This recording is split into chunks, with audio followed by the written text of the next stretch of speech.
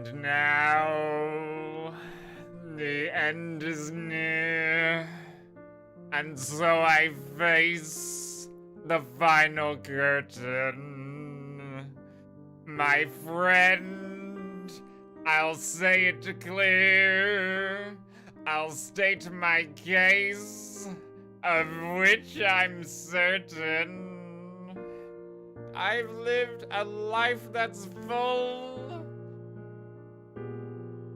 I've traveled each and every highway, and more, much more than this. I did it my way.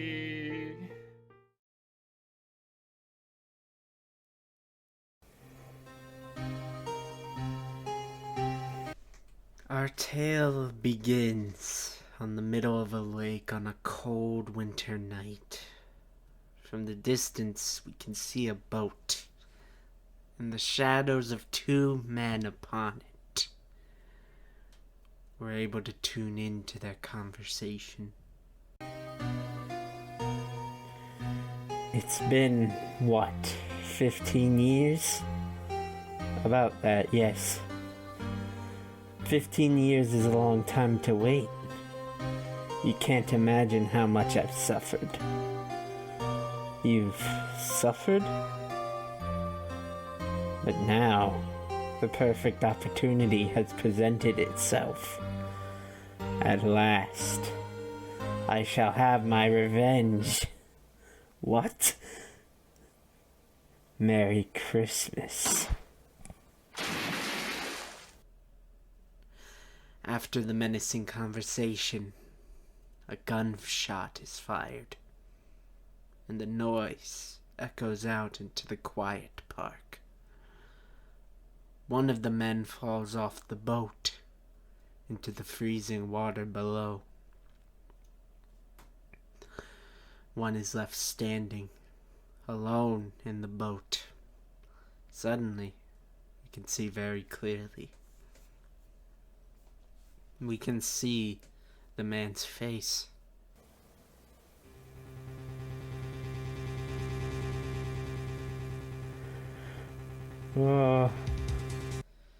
In the boat, holding a smoking gun, is Prosecutor Miles Edgeworth.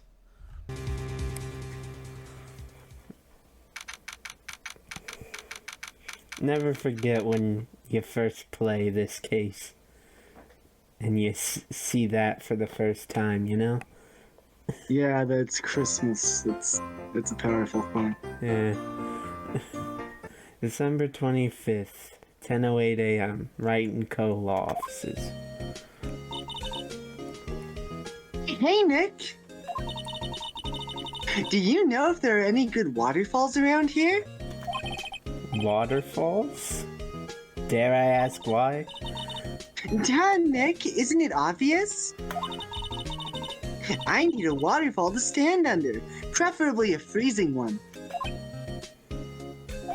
Oh, is that part of your spirit medium training? Of course, except I've been slacking off lately. I need to break the elements and be forged anew under the rushing spring waters. Okay.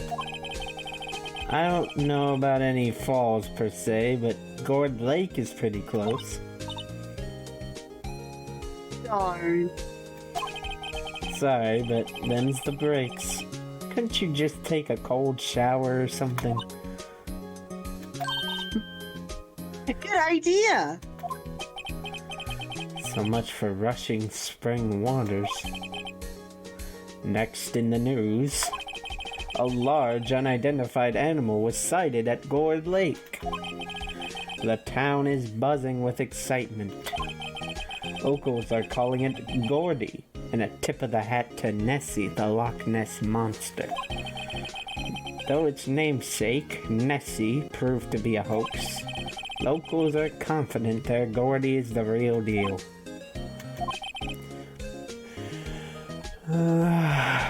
Boring. Can't they show real news for a change? Nick, Hmm? the water pressure is kind of low in that shower. You want more pressure, huh? Why don't you go down to the fire department and have them spray you with the hose? Good idea, Nick. Apparently, fey blood is no aid in detecting sarcasm. We interrupt this program to bring you Courage, the Cowardly Dog Show! strange occurrences continue at Gourd Lake, but this time it's a murder. Gourd Lake again? The body of a man was found in the lake early this morning. A suspect was apprehended. Sources inside the police department revealed that the suspect's name is Miles Edgeworth, age 24.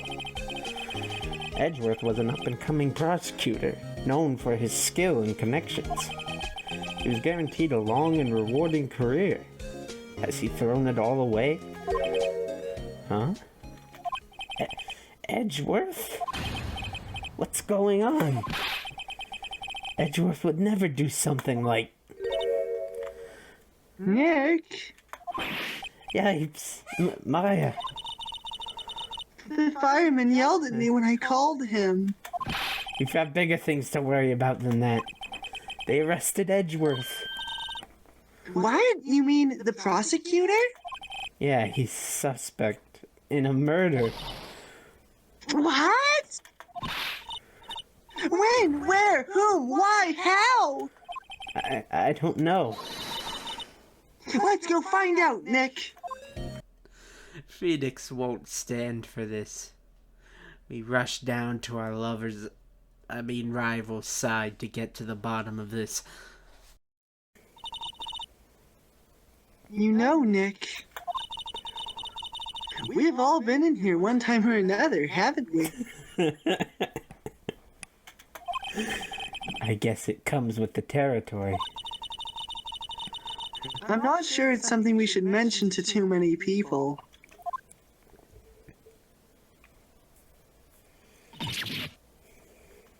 Ah!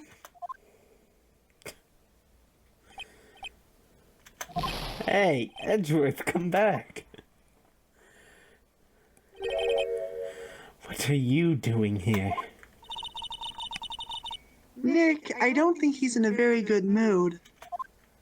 Well, he is in detention. Were you in a good mood when you were here? So, you've come to laugh at the fallen attorney. Then laugh. Laugh! Well, why aren't you laughing? Should we be laughing? It's a trick. Laugh and he'll get mad or burst into tears. Edgeworth.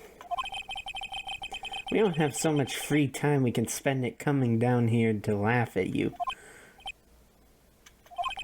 Yes, you do. Actually, he's right.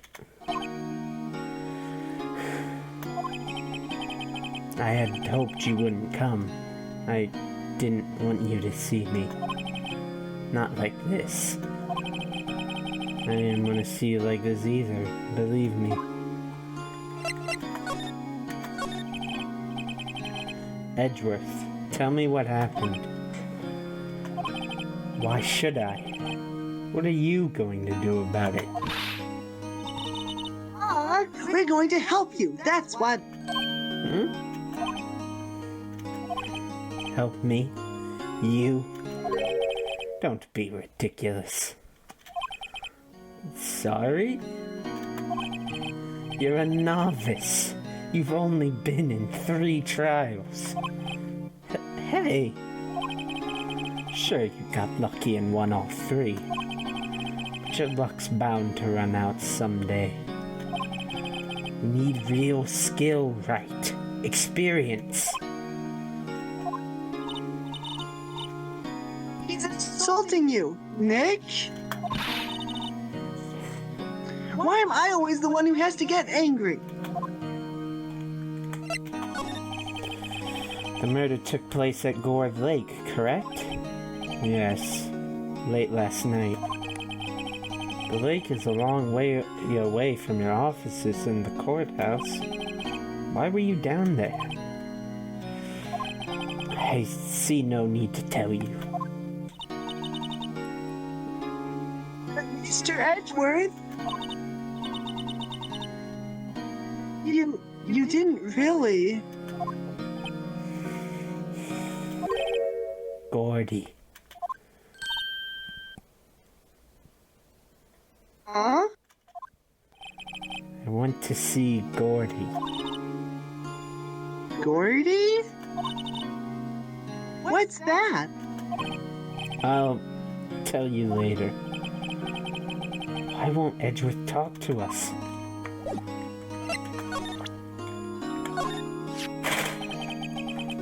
Your attorney's badge? Edgeworth. Let me defend you.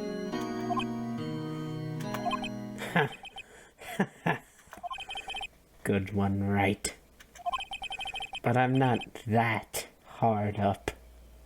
Not yet. What do you mean by that? Me? Trust a wet behind-the-ears lawyer with only 3 trials under his belt? Never.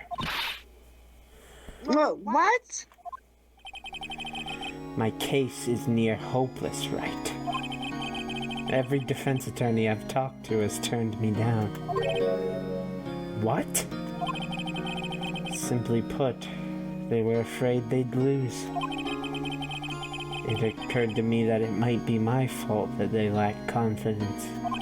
After all, I did get every single one of their clients declared guilty. I don't believe it. Regardless, I don't want you involved in this.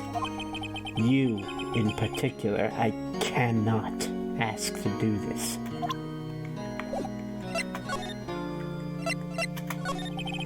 Edgeworth, this is really hard for me to ask, but you didn't do it, right?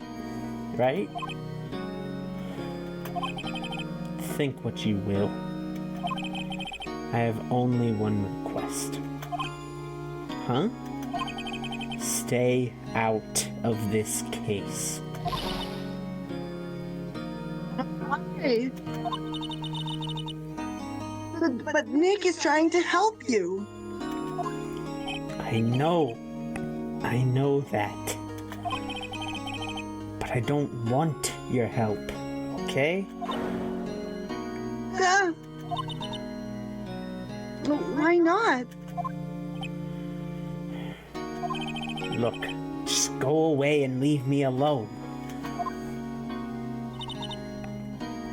Nick, Mr. Edgeworth did it, didn't he? Maya, let's go investigate elsewhere.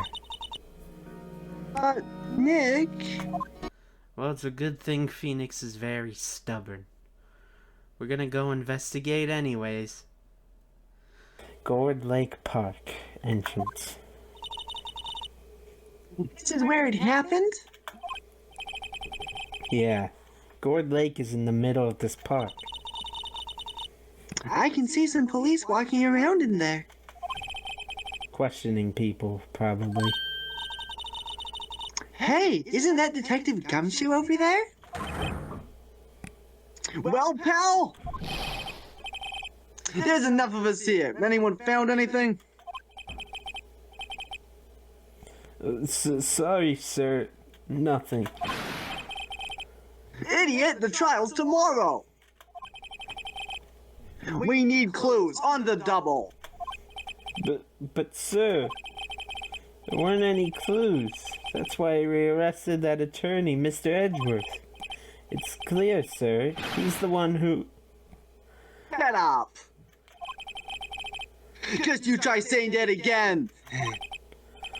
I'll make you sorry if you do! So just get out of my face, pal! Yes, sir. Detective Gumshoe is kind of scary today.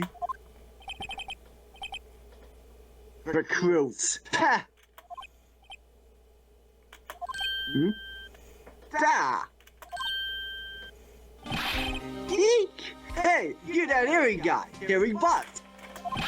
Right. Phoenix Wright. Will he ever learn my name? And just what are you doing here, pal? Investigating? Huh? Well, yes, I suppose.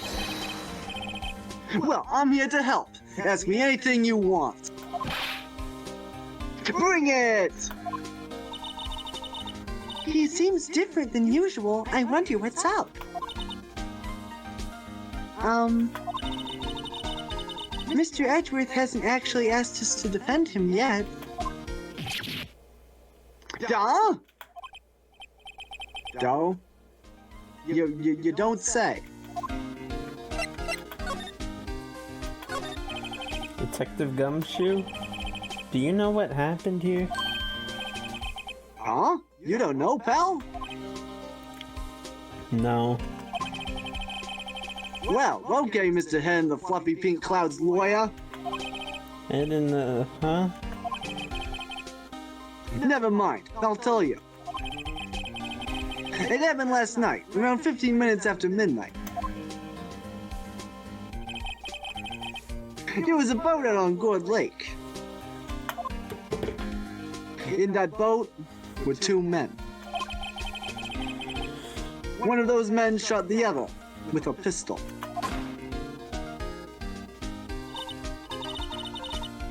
And the shooter was Mr. Edgeworth?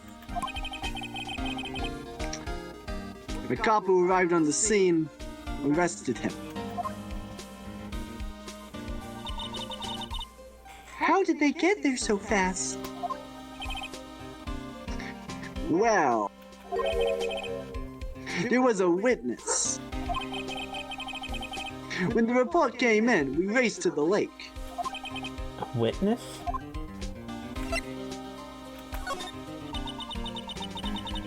You don't think Mr. Edgeworth is a murderer, do you? Absolutely not! It's impossible! I don't care that there's a witness either. I don't believe a lick of it.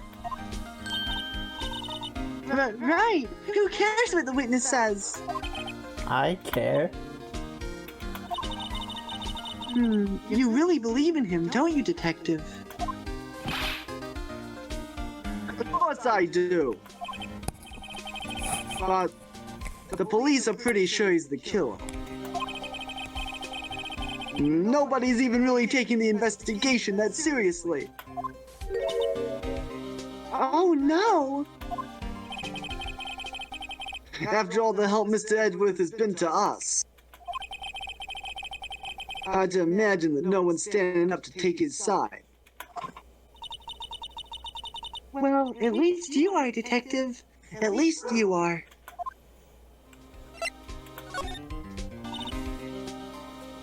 Is it true? No one will take Mr. Edgeworth's case? Yeah. He's a bit of a celebrity.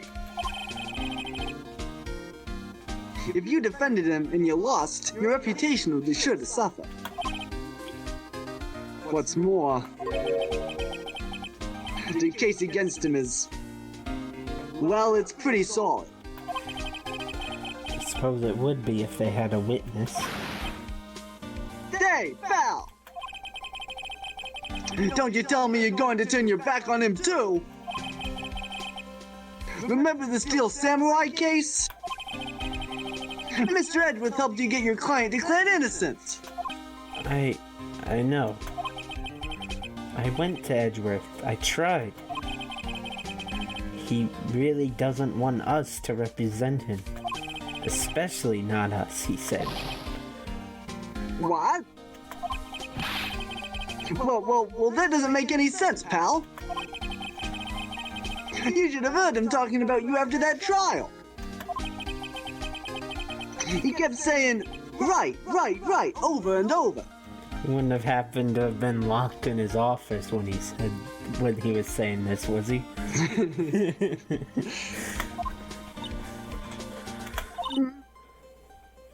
Nick? I'm not sure that's a good sign. Neither am I.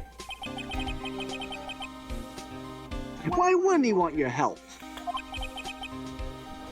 I don't get it. Who is this witness? Sorry, pal. That's confidential. Anyway, the witness saw everything, apparently. And I'm sure they'll turn up at the trial tomorrow. Was there only that one witness?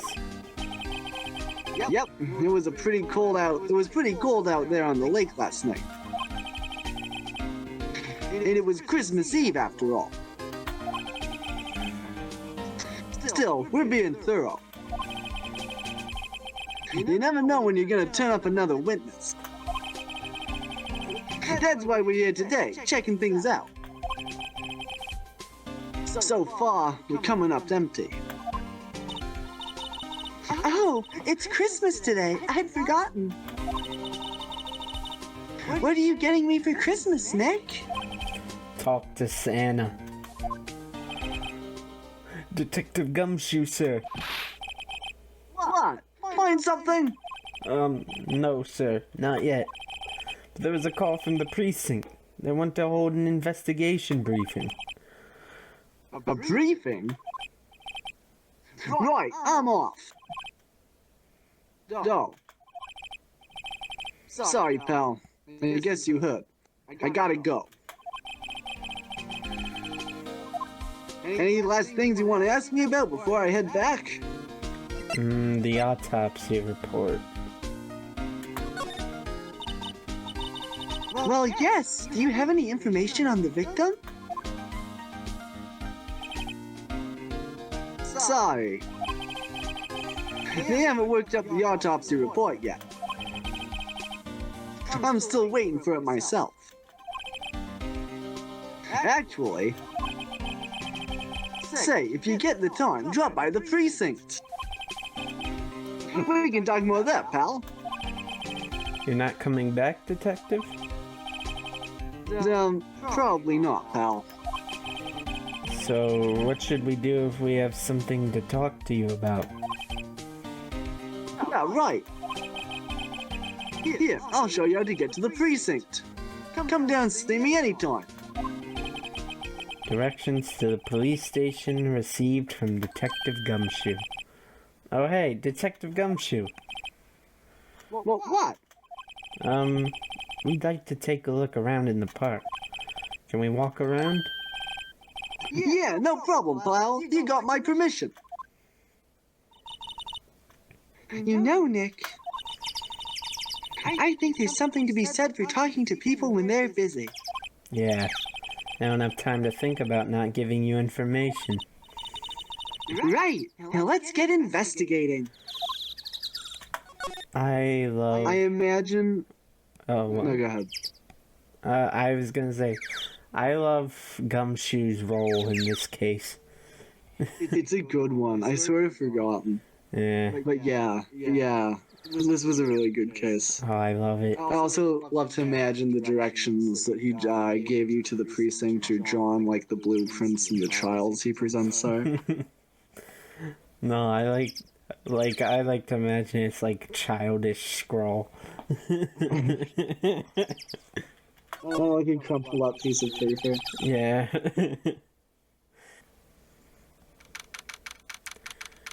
December 25th, Gourd Lake, Public Beach. Wowzers! This is Gourd Lake? Yep. I'm not sure it warrants a wowzers though. Probably not. But hey, look at that snack stand! Samurai dogs. I want a samurai dog, please? I bet they're great. With a name like Samurai Dog, how could they not be? They're a little behind the times, though. The kids are all into the Pink Princess now. I mean, like, you know? Nope. Oh, Huh, someone left some poppers here. You know, you pull the string. and it goes pop. Yeah, I know the ones. You see them a lot around New Year's. Hey, Nick, they might be a clue. Let's take them. Come on, admit it. You just want to pop them, right? Was it that obvious? Poppers, huh. I suppose it couldn't hurt. Huh? Where'd they go? Into my pocket. Poppers put in pocket. A classic party noisemaker. With a string, it goes bang. Not very clue-worthy. Remember the rule. Couldn't hurt other than a tampering with the crime scene charge.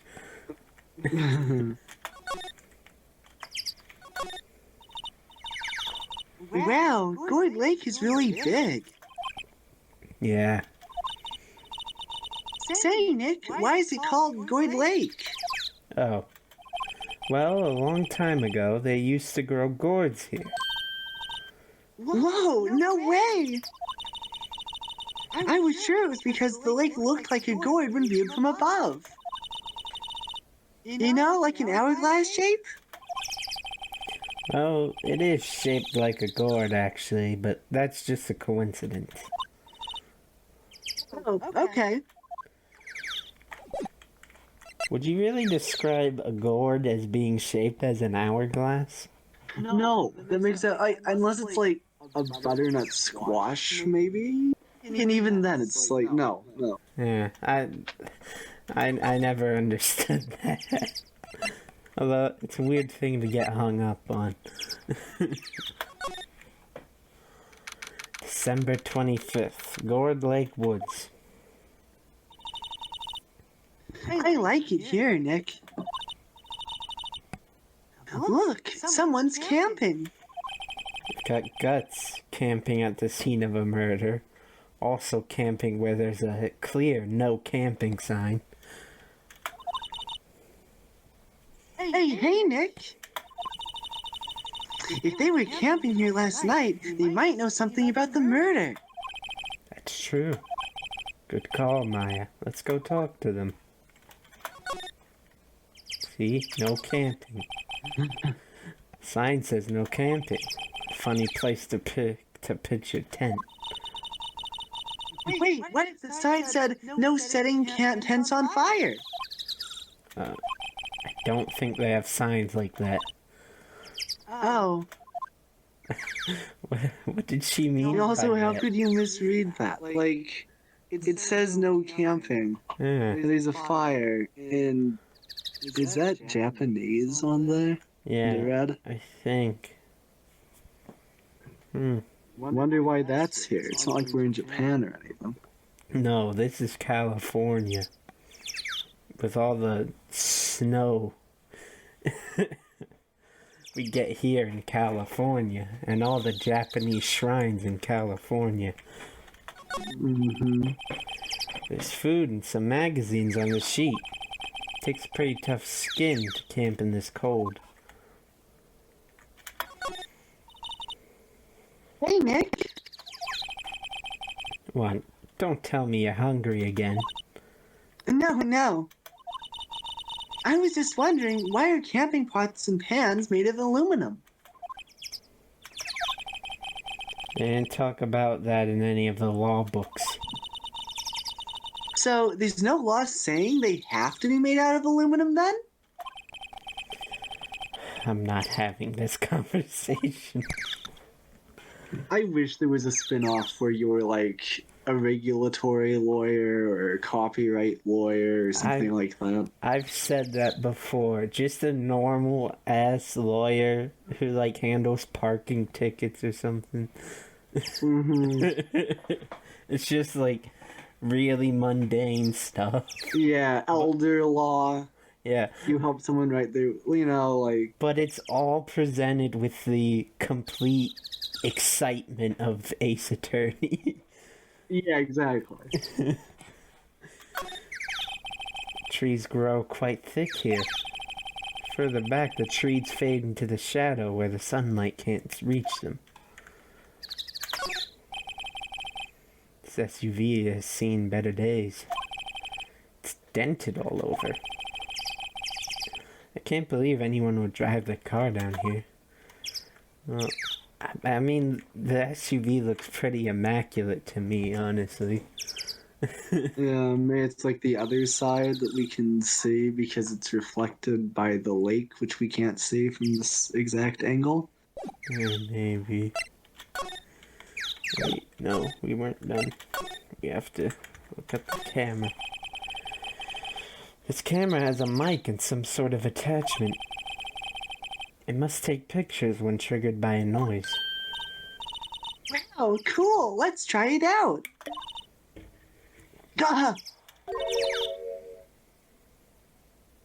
Hi, I'm Nick. Maybe I'm not saying it loud enough. Hey, I'm Nick. Huh. Will you stop that? Maybe it's broken?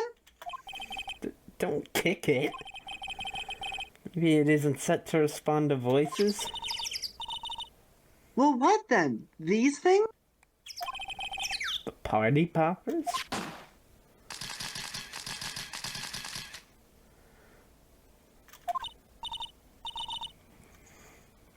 Well, it responded. Yeah! God. Hey, you! Get your hands off of that! Eek! What in the Sam Hill? Look what you done now! There goes a whole roll of film! Huh? What? Huh? Sorry. Sorry's nice, but it don't pay my bills. You know how much a roll of that film costs? I'll pay you back. What were y'all thinking setting off a party popper in a place like this? Well, what? Don't try to play stupid with me just because you think I'm some country bumpkin. Yeah, I know how y'all Yanks think. I say, those Southern folks talk with that exaggerated drawl. Why, they must be dumb. We're in California, though. We aren't Yanks. I'm a Yank. I was so confused by this when I first played it. Well, let me tell you, just because I might be dumb don't mean we all are. Now, Nick, help! And who are you now? Her chaperone?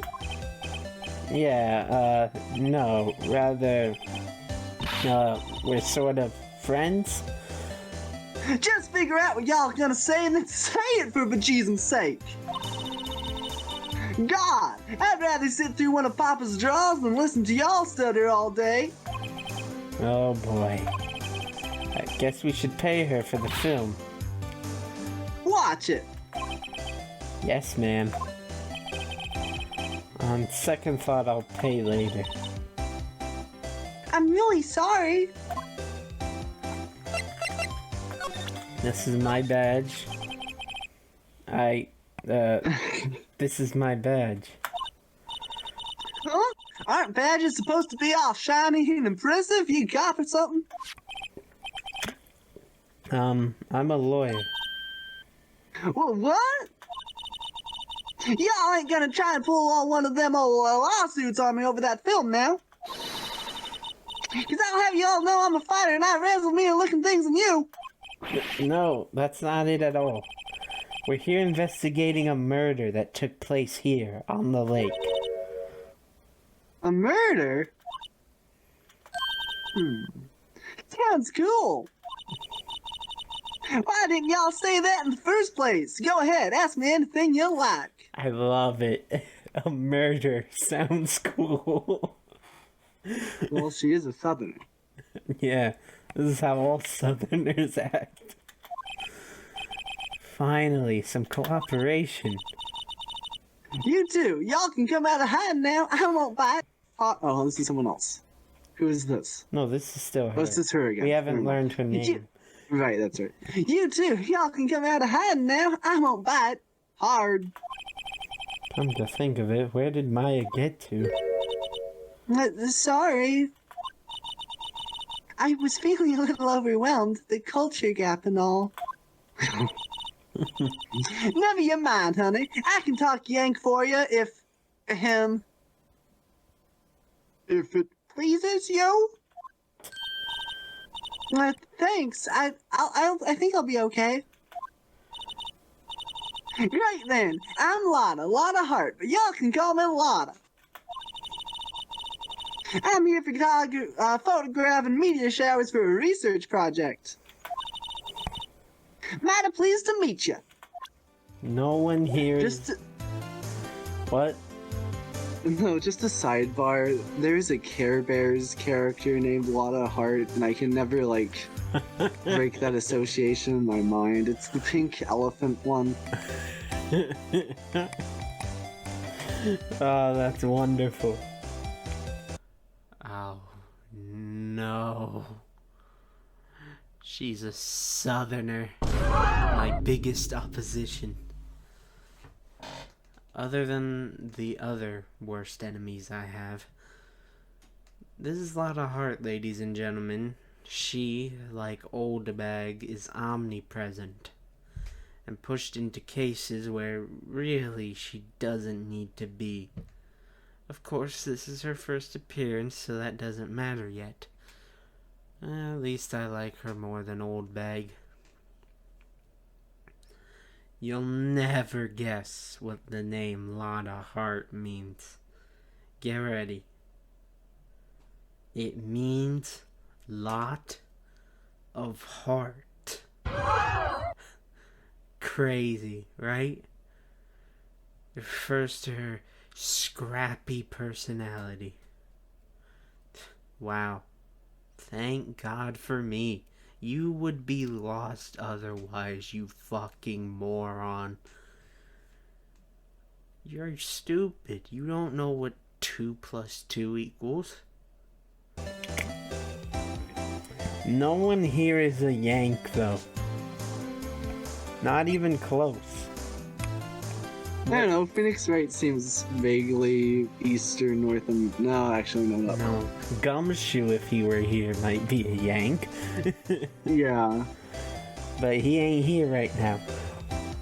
He's like the only Yank around here.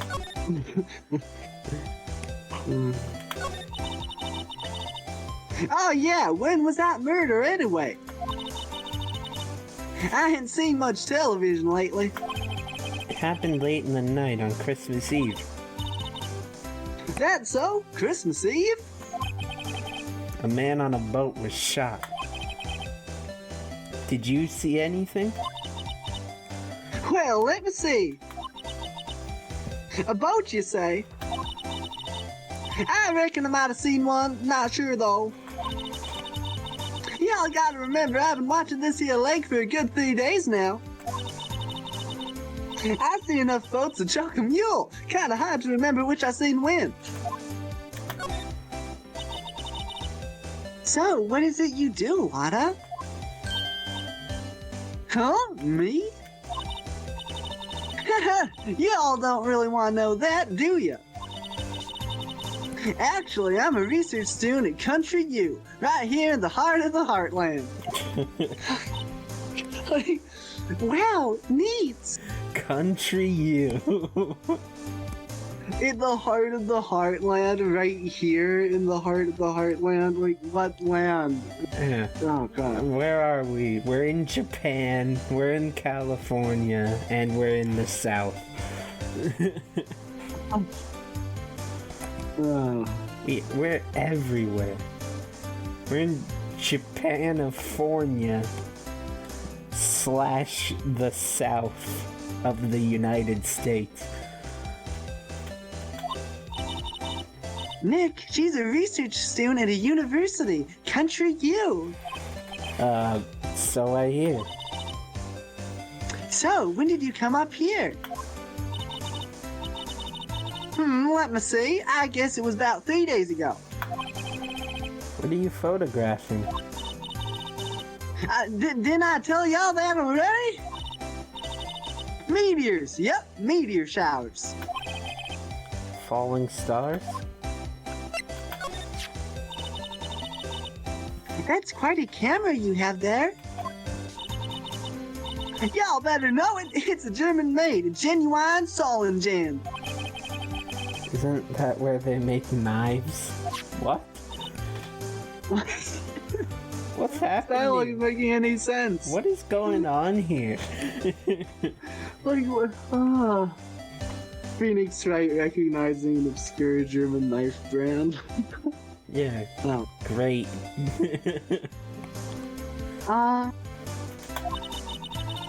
So what the device you have stuck to the camera?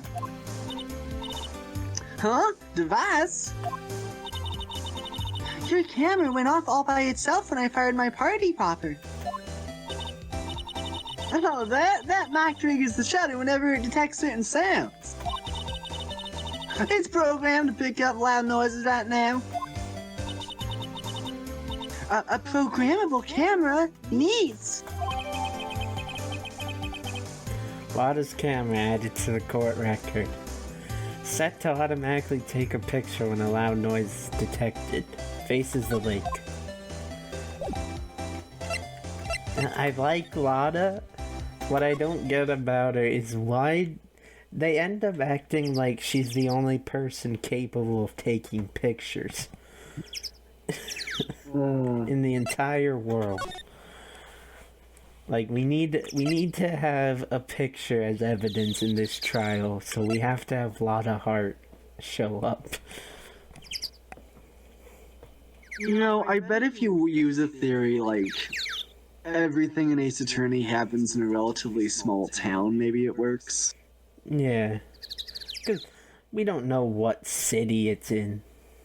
Right. Like, Red White makes more sense if he dominates a little town, you know? Yeah. Instead of, like, the whole country. Yeah. I mean, I don't know. It just doesn't seem like a small town, you know? Yeah. Plus you have, like, all these famous people here. Yeah, maybe like they're only famous to the people who live here. It could be. You know? That could be. Someone like Manfred von Karma, though. Yeah, right, but that's what makes him so scary, is that he's like a legitimately world-tier threat. Yeah, that's true. Yeah, later on, though, it'd become pretty hard to keep that going, because, like, an actual president of a country shows up. Huh. Oh well, I'll make it work when we get there.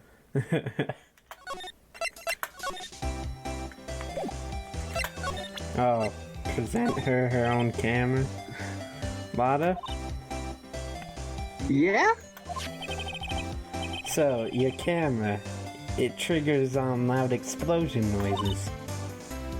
Yup. Actually, the victim in the case we're researching, he was shot with a pistol. A pistol? What's that?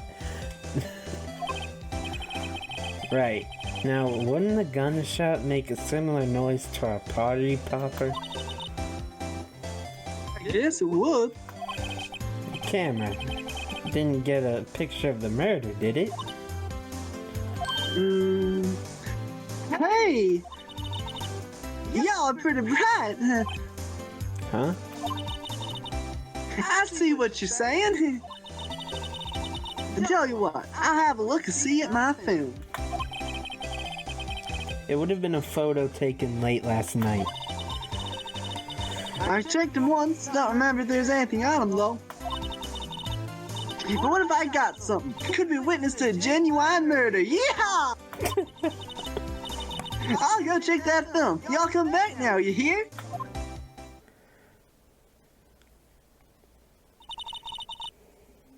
She went inside her SUV.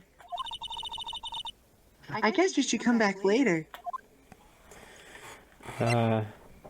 Sometimes these games do, like, gives off a King's Quest vibe. I heard someone describe it as.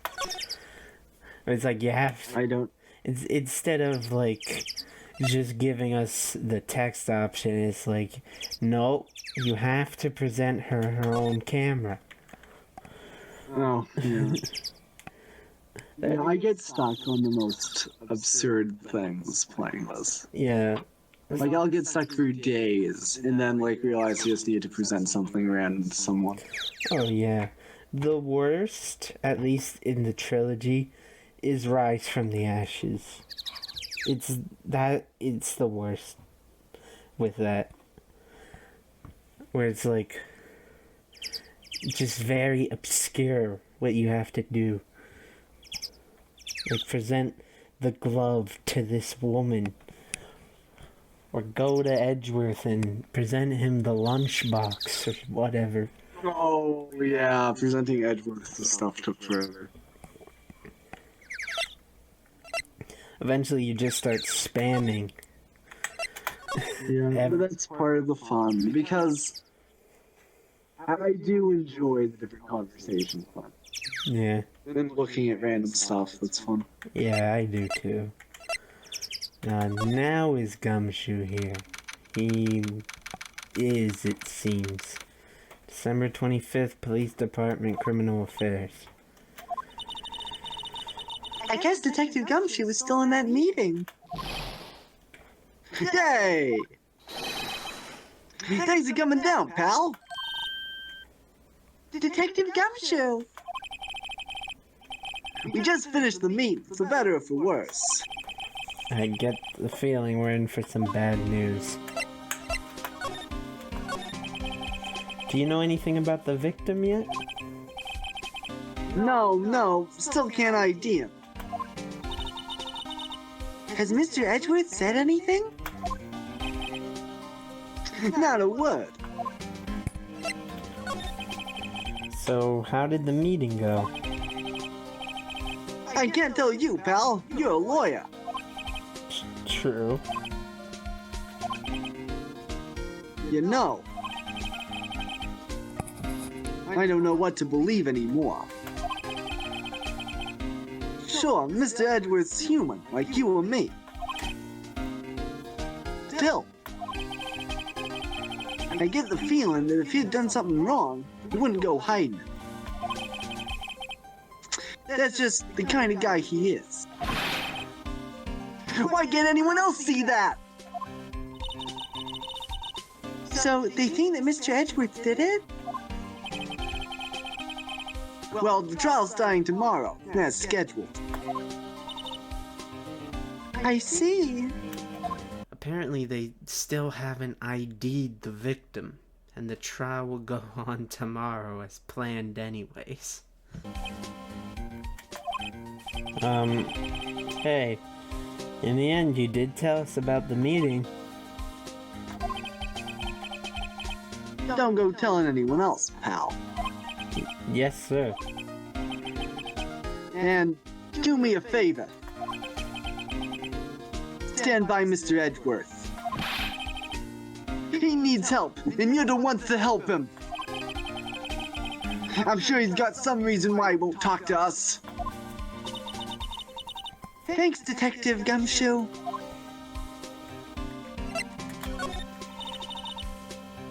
Detective Gumshoe? How come you trust Mr. Edgeworth so much? Well, I'd like to think that was obvious.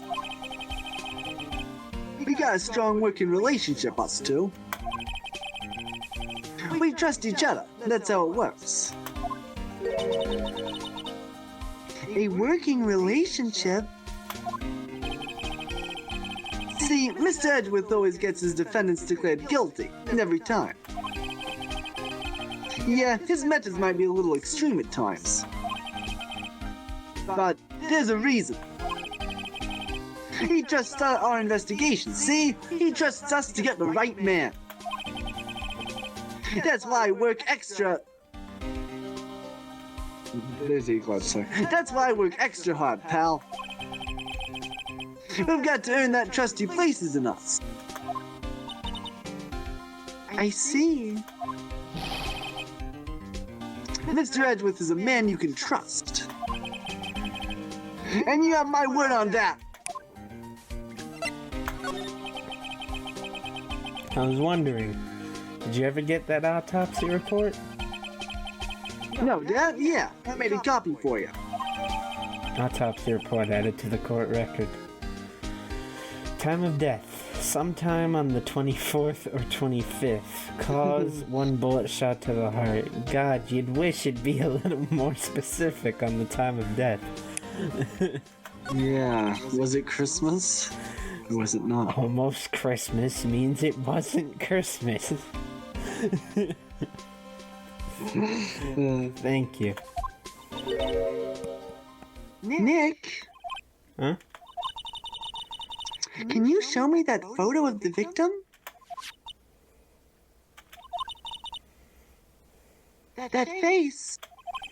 Someone you know? I don't know. I just have this feeling that I met him somewhere a long time ago.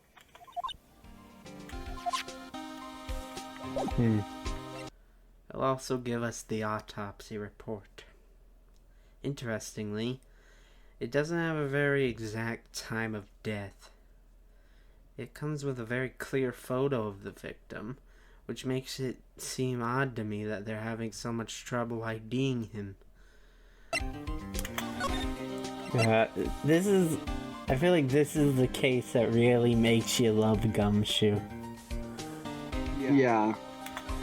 And then he's just great from then on. Do I need to show him the autopsy report? Well, I hope it helps you. I hope it helps you, pal. Thanks, detective. No. Sorry, I'm drawing a blank right now. Do we go get the film? Oh yeah. You're right. I think.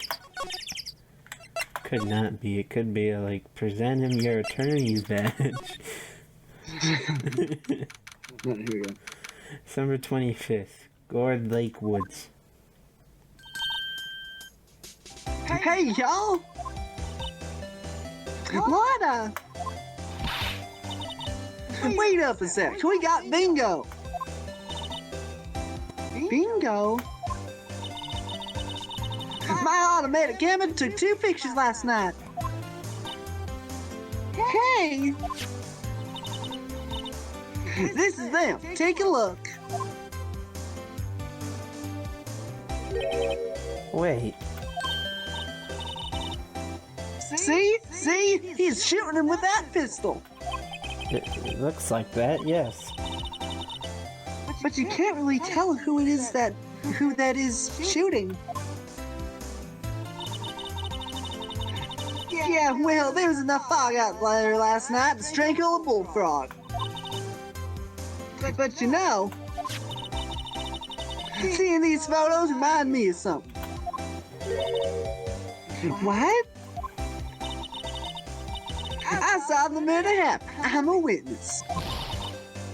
What? Are you serious? Of course. How do you forget? Never mind. Out of nowhere, she claims to now be a witness. Apparently, she simply forgot she saw a man get killed. We can tell her to go to the cops or not, it doesn't really matter. The illusion of choice. She runs off to tell the police everything, and isn't even willing to just disclose important information to a random attorney that isn't even on this case. What a jerk. Y'all reckon I should tell the cops? Do you reckon so, or do you reckon no? I reckon so. I reckon so. What's that? Now, don't y'all try to mock my accent. I'm a sensitive lady. Hey, so I'm off to talk to the cops. Y'all can have this photo. Later. Wait, Lana, Look, can't y'all see I'm kind of busy? tell us what you saw too, please. Nice try, honey, but I wasn't born yesterday. I should have reckoned no. I'm a witness, and that means I'm on the side of justice, and that means the cop. I'd sooner eat the south side of a northbound skunk than tell you. Lana? Don't you let it get your skivvies in a bunch. Friends today, enemies tomorrow. Who is that the other way around? No matter. I'm gone. Hey, maybe they'll let me do some testifying. Hot darn! You're a cruel lady, Lotta Hart. She left. Well, that's one more witness. What do we do now, Nick? Well, if she saw something, there's not much we can do about it. Question is, what exactly did she see? Guess we'll find out in the trial tomorrow.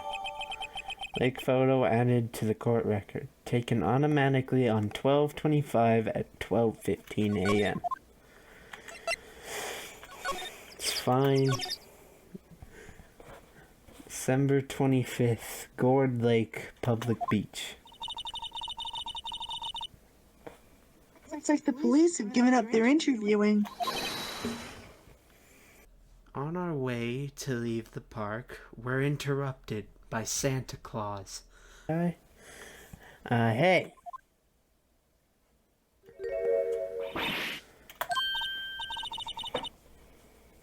Nick, I think Santa's mad at you. Long time no see, Nick. Nick, you know Santa? Wow, Nick and Saint Nick. Hey, I see the connection. Don't be ridiculous. Dude, it's me. Larry? What are you doing here? Isn't it obvious? I'm working my day job. I sell samurai dogs. Want one? Gotta get money for dates, you know? My girl Kianse deserves the best. Kianse? Not another model, I hope. Oh, Kianse's a fine, fine woman, Nick. It was her idea that I wear this costume. She was all like, you go, girlfriend. You know? She bought this costume for me. That's great, Larry. Wow, a Santa costume. She must be really nice. Whoa, cute. Nick, who's she? She's not my what? No, she's not. It's partner, Maya Faye. You watch it, Larry. She's underage. Yeah, she's literally neurodivergent and a minor. Yeah.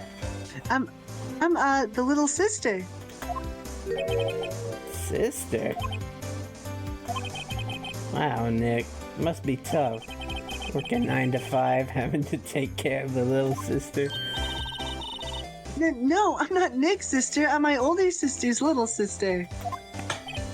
Huh. Sounds great. Don't worry, Maya. He's not listening. Here's my badge. Huh? Oh, that's your attorney's badge, isn't it? Dude, you really helped me out back in that trial. Sorry, I can't really pay you. 'Cause you blow it all on Kianse. But you can have all the dogs you want. Please? Larry, if you let her at your dogs, you won't have any left for the other customers. Hey, no problem, if that's what makes her happy, you know? How many times do I have to remind you that it was me who got you off the hook? See, you could totally be a drug addict on the strip. You could. Definitely. Just look at him. Hey, Larry. There was a murder here last night. And since you work here, have you heard anything? Nick, you're wasting your time. Last night was Christmas Eve. He was with Beyonce, obviously. He wouldn't have been standing out here in the cold. Oh. Huh? I think what you just said caught him off guard, Maya. No, it's just Beyonce's not in town right now. She's in Hawaii on a photo shoot. A model. I knew it. Well, anyway, there was a murder here on the lake. The trial is tomorrow. Huh, neat. The defendant is Edgeworth. Miles Edgeworth.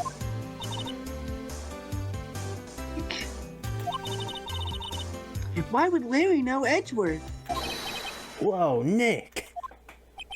You don't mean that Miles Edgeworth. Old Edgy? Yeah, he's a murder suspect. Whoa, murder? You know Mr. Edgeworth, Larry? Yeah, of course. Edgy was in the same class as us in grade school. What?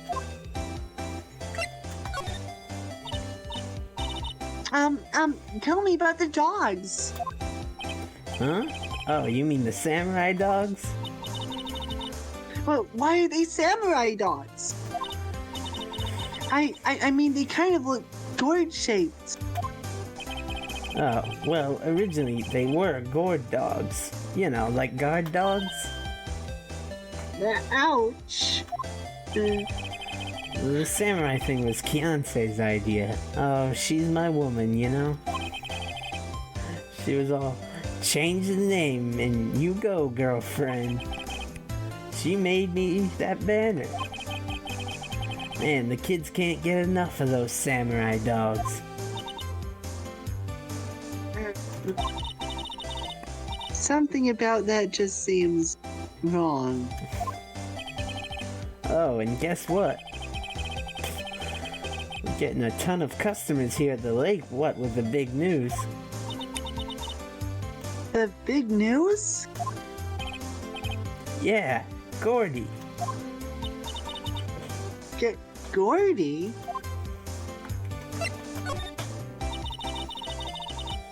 So, Mr. Edgeworth is your classmate, Larry? Yeah, Nick, him, and I used to hang out all the time. Wow, I never knew. Don't get me wrong, he's always been kind of a stick in the mud. Studying all the time, trying to be like father. Like his father? Yeah, Edgy's pop was a famous defense lawyer back in the day. Wow. Wait. You said defense lawyer? Yeah, Wait a second. But Mr. Edgeworth is a prosecuting attorney. what? Edgy's got a proboscis on his knee? No. He's a prosecuting attorney. The total opposite of a defense lawyer. Huh, go figure. He always used to talk about defending the weak who were unable to defend themselves. Man, he used to go on and on about man's duty to society and all that. What a bore. I wonder what changed his mind, though. Do you know, Nick? Nick?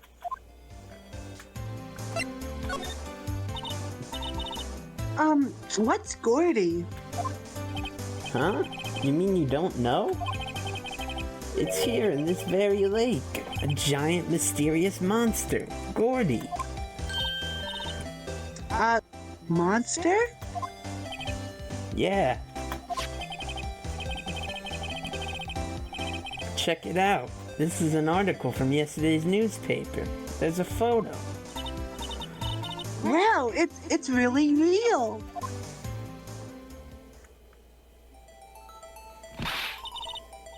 Nick, a monster, a real monster. Yeah. It's probably just a log or something, right? Hey, there's a quote here from the person who took the photo. What's this? I set the camera to automatic, and when we got into the frame, I heard a loud bang, like an explosion, followed by the sound of something slipping into the water.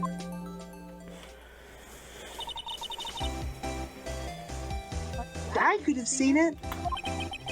Why would there be a sound like an explosion? Larry, could I borrow this article from you? Sure, no problem. That'll be $1 million. What, 1 million? Grow up, Larry. Gordy article added to the court record. Article about a monster sighted at Gourd Lake. Larry will give us the article he read about Gordy as evidence. Remember the rule. Plus the loud bang part. Doesn't it sound a little familiar? Is that all we need from Larry? I don't know much about that. I'm just a simple vendor of samurai dogs, dig? I think that's all we need. What is it? Oh. Nothing. Just something's been bothering me. Could you show me that autopsy report once more?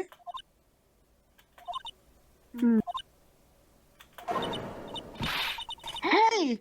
I remember now. This guy. He's a lawyer that was at the office Mia worked at. I met him once when I went there to hang out with Sis. That office? Wait, you mean Grossberg's office? Right, that guy. That was the last name I expected to come up. Maybe I should go talk to him, for old time's sake. There we go. I knew Grossberg came into this. December 25th, Grossberg Law Offices.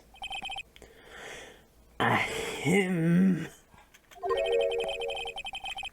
I think I did this guy too, right? Yeah, you did. Ah, that old familiar clearing of the throat. Aha! You're Mia's something, are you not? I was her understudy, yes. Phoenix Wright. Aha! And you're Mia's something too, are you not? Sister, yes. You've grown. You've come to look a lot like your sister, you know? It takes me back. The days of my youth, like the scent of fresh lemon. You see. Mr. Grossberg, sir. Yes, I beg your pardon. Of course you came here to discuss something. What is it then? Something the matter?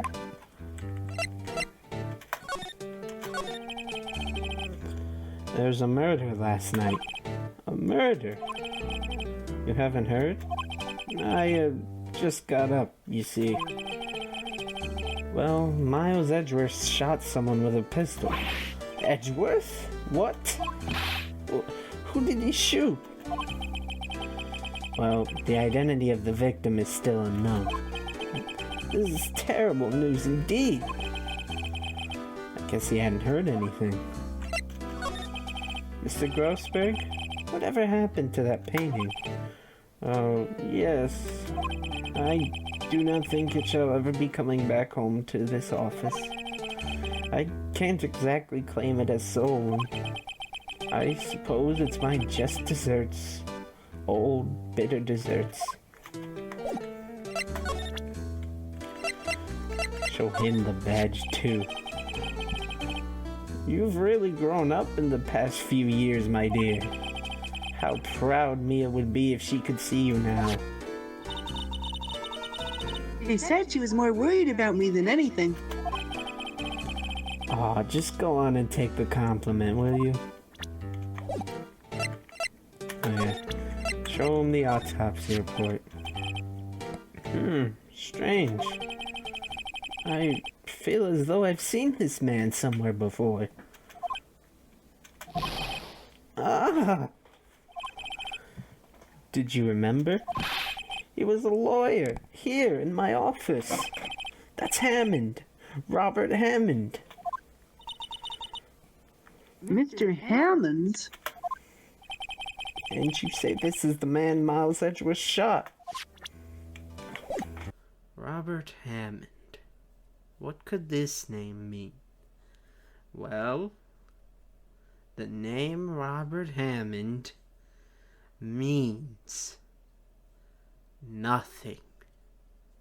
Nothing at all, really. It's a boring, generic name. The only interesting thing about this name is that it seems to be the only name in the Ace Attorney series with no underlying pun or secret meaning behind it. We found him, the only normal human in Ace Attorney.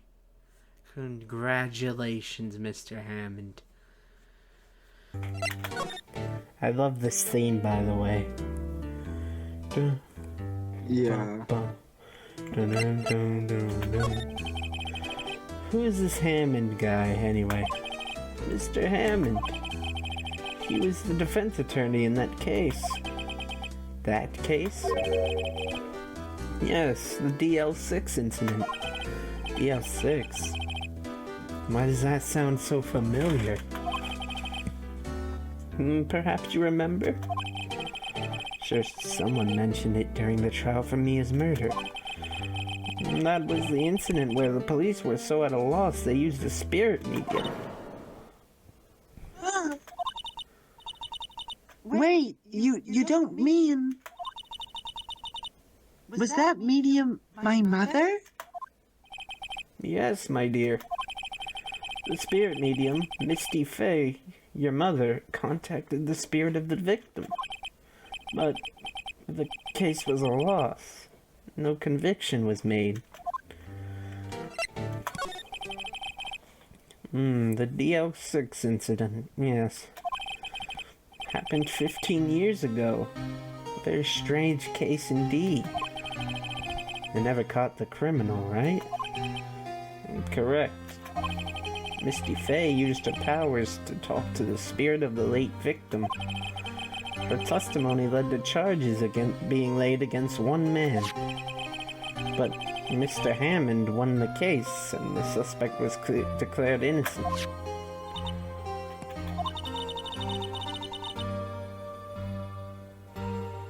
And the police blamed my mother, calling her a fraud. You were the one who helped her out then, right, Mr. Grossberg? Oh, yes, quite. Thank you. No, please, don't mention it. DL6. Never thought I'd hear that name again. But wait. What does that case have to do? What does that case have anything to do with Mr. Edgeworth? It has everything to do with Mr. Edgeworth, my dear. The victim in the DL6 incident was none other than his father, Gregory Edgeworth. What? His father? If you want to know more, you should ask him yourself. Show him this. I'm sure he'll want to talk to you. Wait. This is a photograph of my mother. Misty Faye's photo added to the court record. An old photograph. DL6 Incident Exhibit A is written on the back. That part with Maya thanking Grossberg gets me every time, by the way. Grossberg will give us a familiar piece of evidence. The Exhibit A photo. We finally get to use this after all this time. Apparently, this will make Edgeworth talk to us. I think Grossberg's a good character. Yeah, he adds to the series, even if he looks like he should be in Clue. I wish he'd... Like, that's a Colonel Mustard if I've ever seen one. Yeah, I wish he'd come back more often. He's in, Trials and Tribulations, but that's it. December 25th, Detention Center, Visitor's Room. What's this? I was hoping you'd gotten my message the first time. Edgeworth, what about your defense? It's no concern of yours. Guess he hasn't found anyone yet.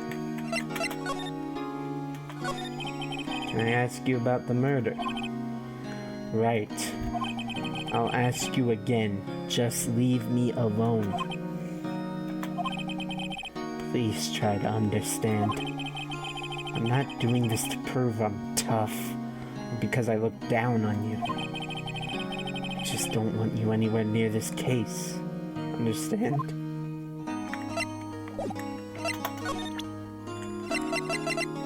It's too late for that, Mr. Edgeworth. Edgeworth? It's only been a matter of hours since you last visited. Yet, you've made incredible progress in your investigation.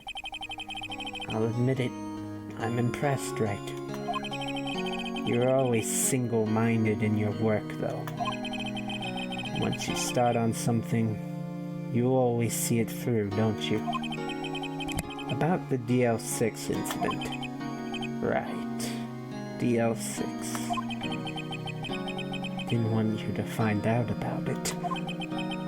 That is why I refused your offer to defend me. I'm sorry if it sounded like I thought you weren't up to the job. I just wanted to keep you away from DL6. So, do you still think it would have been better for me to stay away? I don't know. But I see no point in hiding anything from you now. Very well. Ask whatever you like, and I'll answer to the best of my abilities.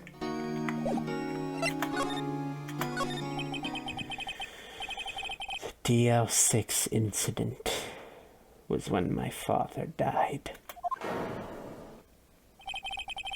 Right before my eyes. He was shot and killed, and I saw it all. My memories from that time are foggy. I suppose it's a self-defense mechanism. In any case, a suspect was arrested. A man. It's pretty clear he was the only one who could have killed my father. The spirit medium they used to talk to my late father said the same thing. It was an attorney by the name of Robert Hammond that cleared the suspect's name. And Hammond is the victim in the Gourd Lake murder? Correct.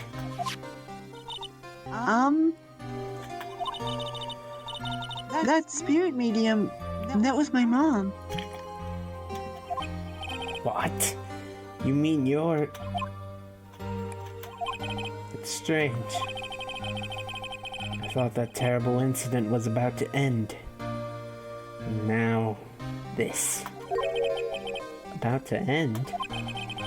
The DL6 incident happened 15 years ago. 15 years ago, on December 28th. December 28th? The statute of limitations on the case runs out in 3 days. What? Nick, what does that mean? When a case's statute of limitations run out legally, the case never happened. 3 days from now, DL6 will be closed. Forever.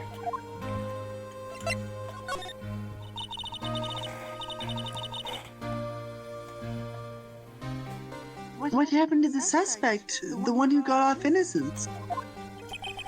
I don't know. He disappeared from the public view. Nobody knows where to.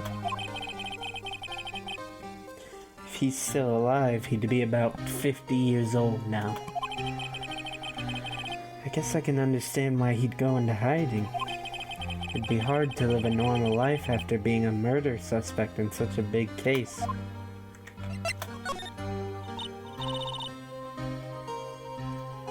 So was your father a lawyer? He was Gregory Edgeworth. He was quite famous at the time, apparently.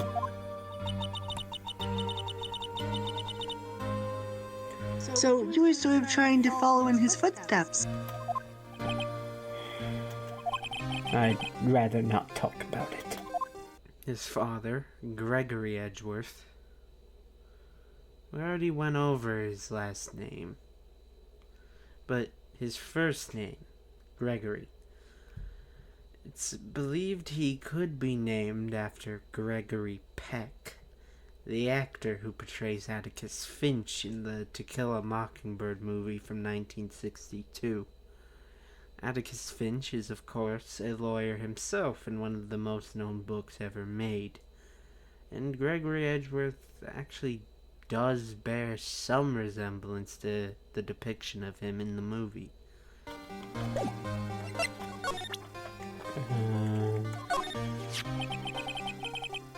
Your attorney's badge?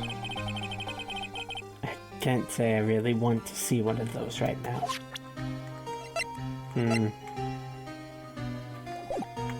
So, am I missing something? I feel like there should be something else to talk about here.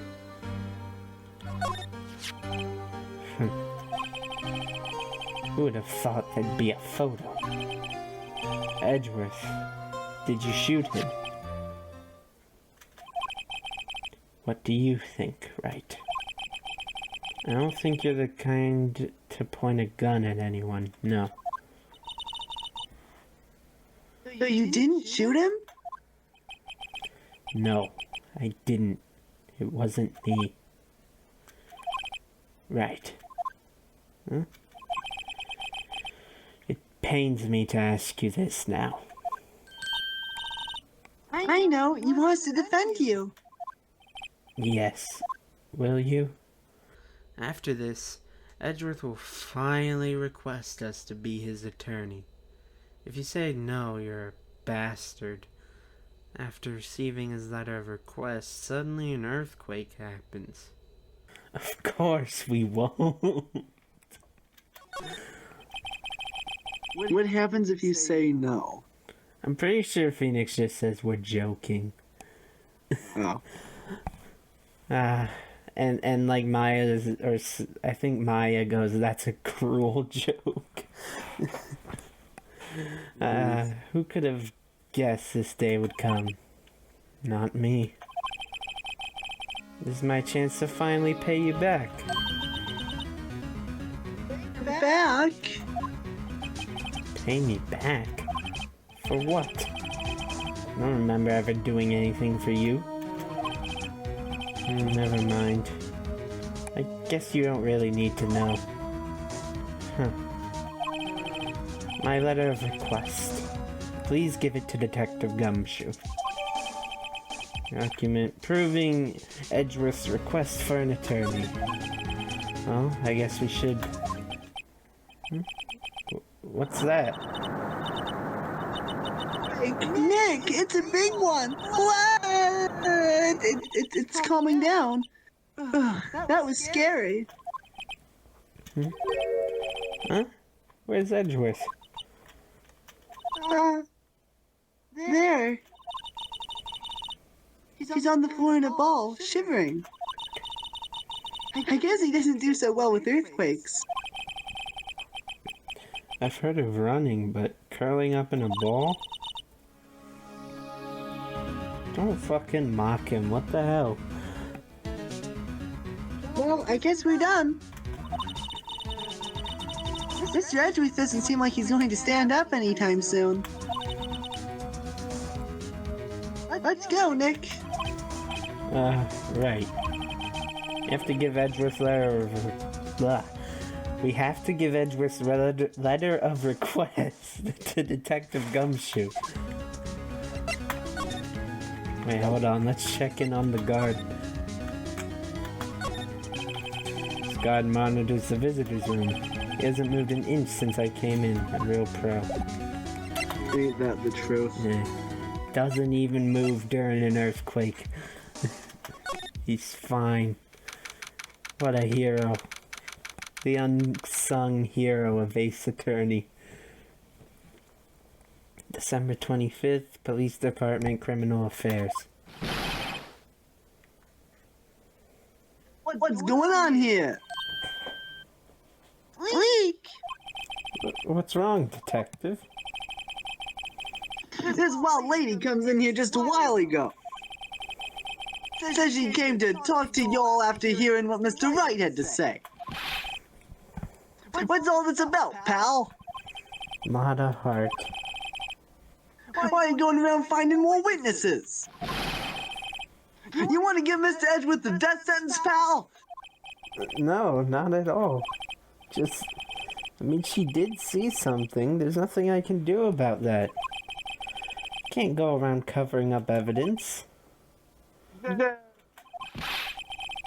You trying to say something about the way I do my job? No, sir.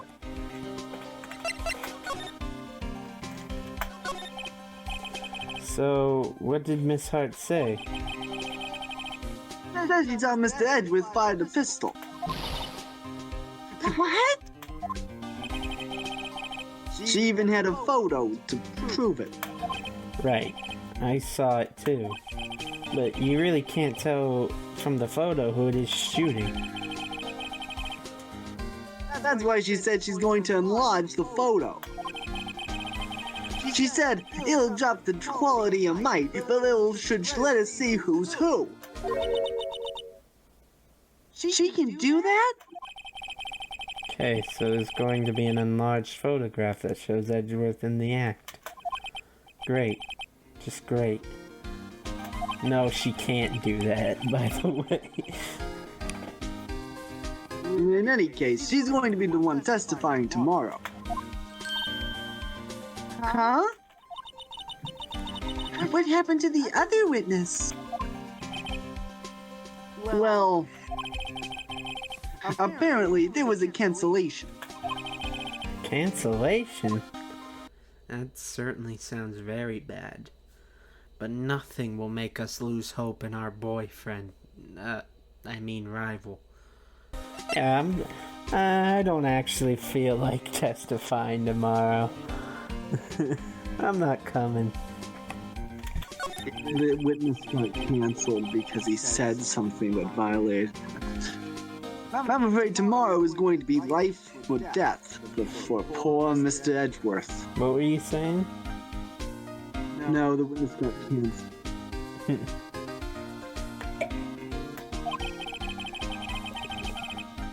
We got a witness who says she saw the very moment of the murder. And we got a photo taken when the shot rang out. I'd say that sounds like a pretty unwinnable case. Wait, what did Mia used to say? If he's innocent, there's got to be something I've overlooked. Sounds like Mr. Edgeworth is going to ask the state to assign a public defender. I was just asked to file the paperwork. Why is it his job to file? But you still got time, pal. Go talk to him again. For me, please.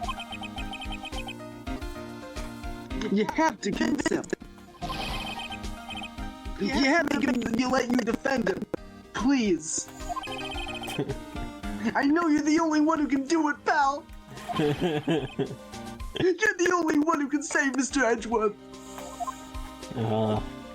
Actually, Gumshoe, he already asked me. Look what I got. Hey, you did it, pal. Glad I waited till the last minute to file those papers. I'll rip them up and start new ones for you.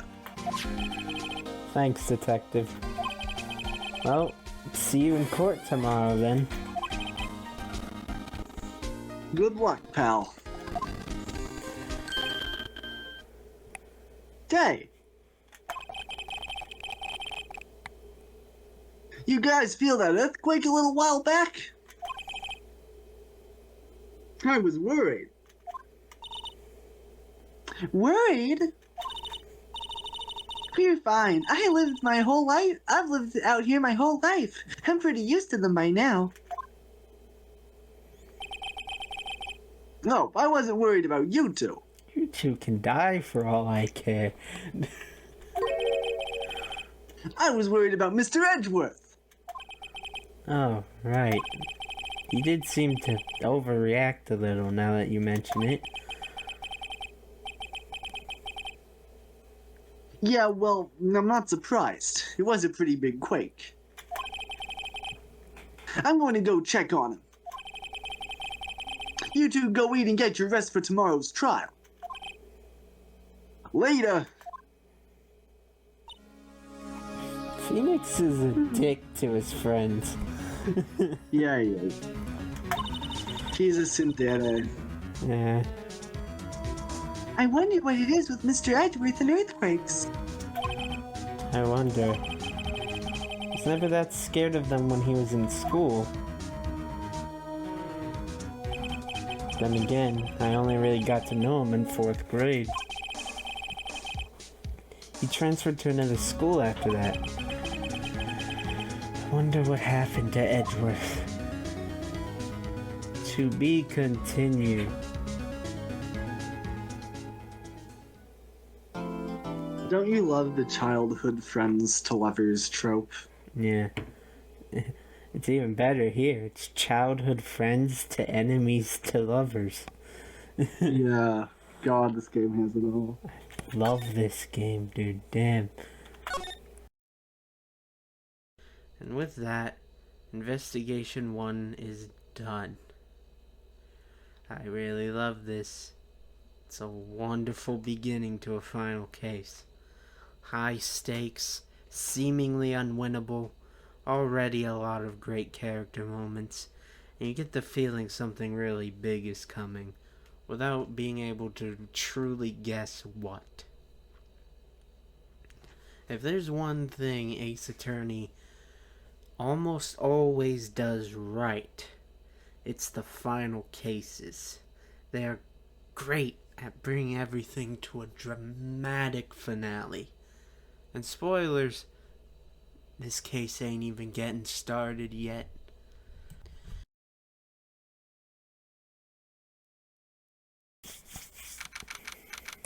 December 26th, 9:44 a.m. District Court, Defendant Lobby Number 2. Karma? That's right, Manfred von Karma. He's the best prosecutor there is. He hasn't lost a case in his 40-year career. He is a god of prosecution, Wright. A god! single case? He'll do anything to get a guilty verdict. Anything. Sounds like someone else I know, Edgeworth. You don't understand. I mean, he'll really do anything. Manfred von Karma is a man to be feared. It's quite a claim coming from someone who forges evidence. He taught me what it really means to prosecute. What? Just picture a prosecutor as vicious as me, multiplied by a factor of 10. So, was he your teacher then, Mr. Edgeworth? Something like that. And now he's trying to get you found guilty? What a creep! Oh, wait. Maybe he's planning on losing on purpose to help you out. Not a chance. He hasn't lost once in 40 years. 40 years! He's as ruthless as me times 20.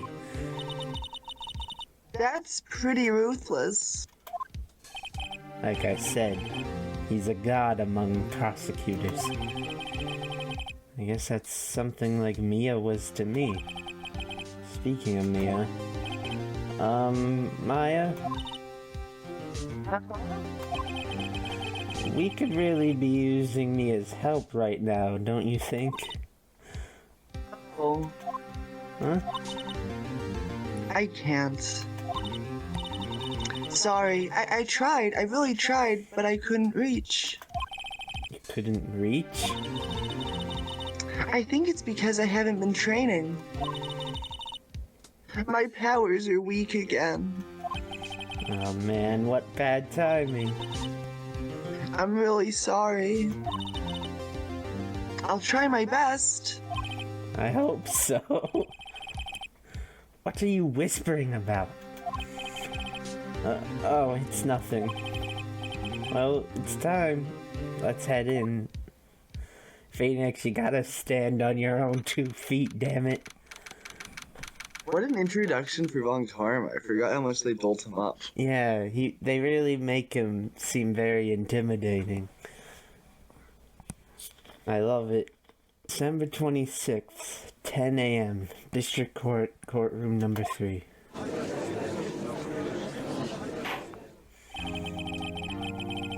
It's now in session for the trial of Mr. Miles Edgeworth. The defense is ready, Your Honor. Witness the god of prosecution, Manfred von Karma. You know he's scary because we get an entire series of dialogue talking about how scary he is. Oh my god. Look at him. He looks like a vampire. I'm gonna fucking mark out. And I get to do the voice for him. This is why I love this shit. Yes. This is Manfred von Karma. He longs to purge the world of vice and sin. And he sees corruption everywhere, except within.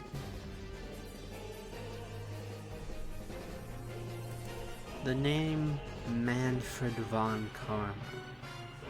The word von means of or from. So his name could be a play on the sentence man freed from karma. Manfred is an uncommon German name. The name alone means man of peace, which is ironic given how much of a clear bastard we're being told he is. Von Karma certainly is a scarier prosecutor. He commands the court like he was the judge, jury, and executioner. He'll call his first witness. Once again, it's Detective Gumshoe, here to give a briefing of the case.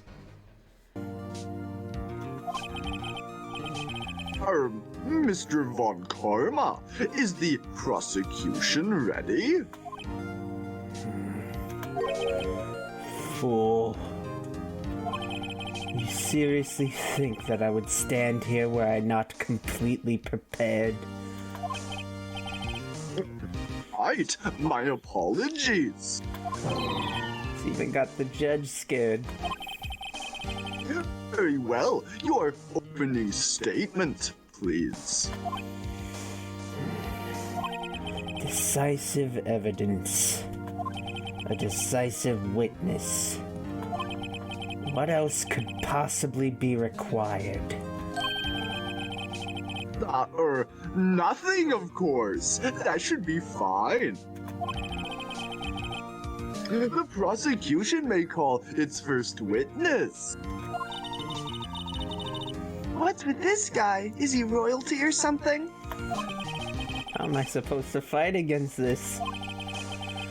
I call the detective in charge of this case, Detective Dick Gumshoe.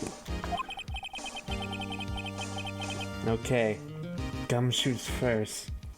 Let's see how this goes.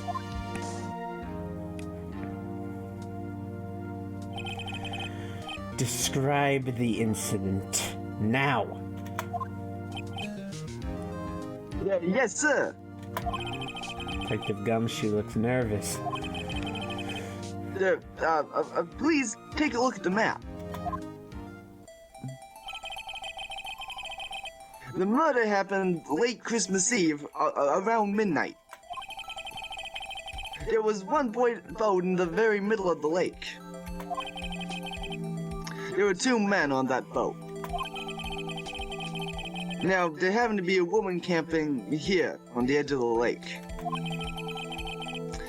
At 12:10 a.m., she heard two pistol shots.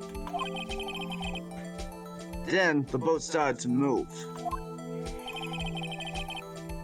It went towards the boat rental shop.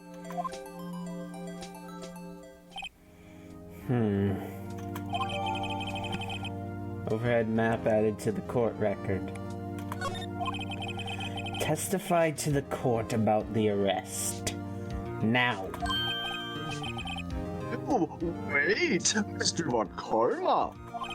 Yes? Actually, I am supposed to be the one who's handling to these proceedings. Wrong.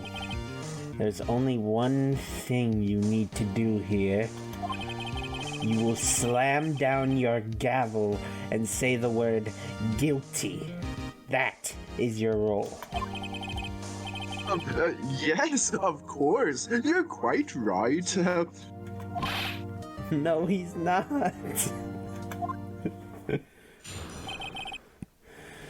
Alright. A man called into the station around 30 minutes after midnight. We headed to the scene of the crime as fast as we could. That's where we found Mr. Edgeworth. Now, I didn't suspect him of anything at all. But the next morning, the body was found in the lake. So, we had to arrest Mr. Edgeworth.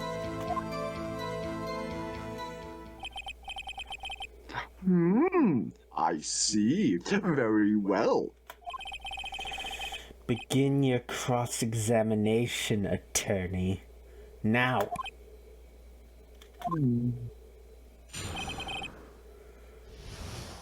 See, they really do a good job of building this, like, final boss energy, almost. After the testimony, Von Karma will tell us to do the cross-examination. Seems he has complete control over the trial. We certainly cannot let this thing continue like this, though, or Edgeworth is doomed. Von Karma is a unique prosecutor, in that he's a cunt.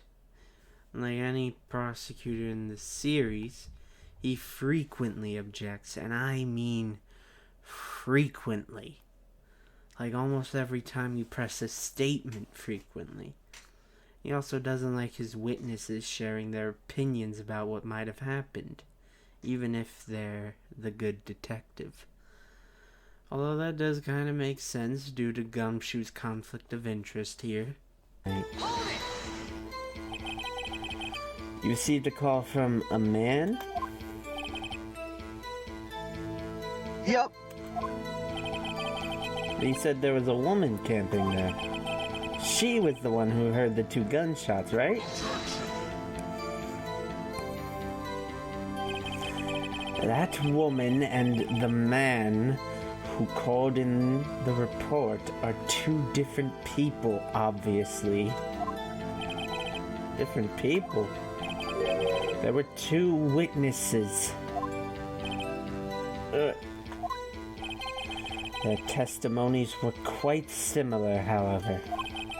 Today, I've summoned the woman who is camping. The woman who is camping, a lot of heart. What happens next, detective?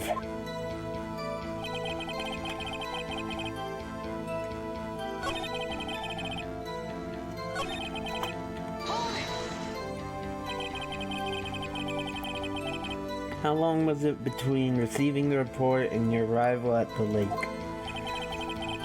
Well, I'd say it was about 3 minutes. That's pretty fast. Our motto for the month is, get there quick. Detective, you will refrain from casually revealing department secrets. Yes, sir. Sorry, sir. I look forward to your next year's salary review.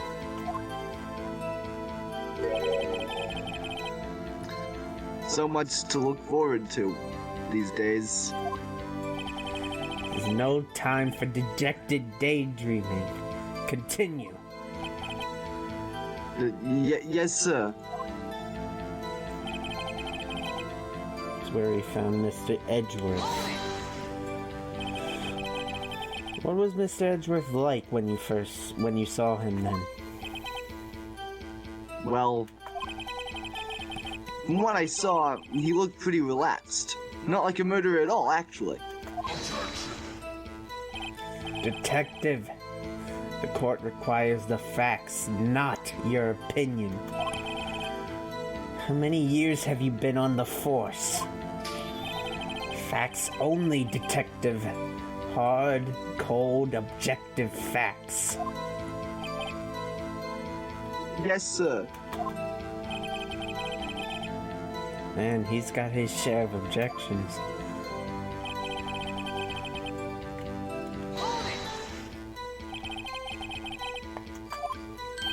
Oh, why didn't you think he was suspicious?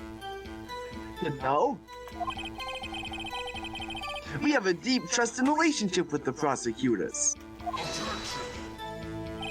Detective, the court isn't interested in your musings. Deep? Trusting? Poppycock. I've never heard so many flippant comments from an active detective on the force.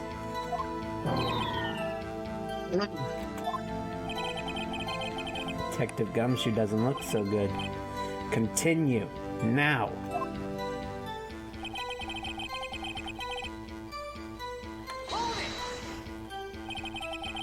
Did you find any clues on the body? A single bullet was recovered from the body. He was shot through the heart, fatally. Judge, here's the bullet. Didn't strike bone, so its shape is well preserved. well, the court accepts this bullet into evidence. Pistol bullet added to the court record. Found in the victim's body, fired from a .22 caliber pistol.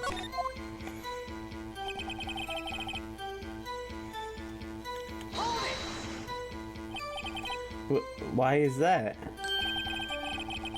Well, we found the murder weapon in the boat. The murder weapon? A pistol. Detective Gumshoe!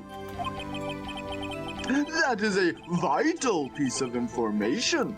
Please revise your testimony. Right. Sorry, Your Honor. The The murder weapon we found in the boat was decisive evidence. What about the pistol made it decisive evidence?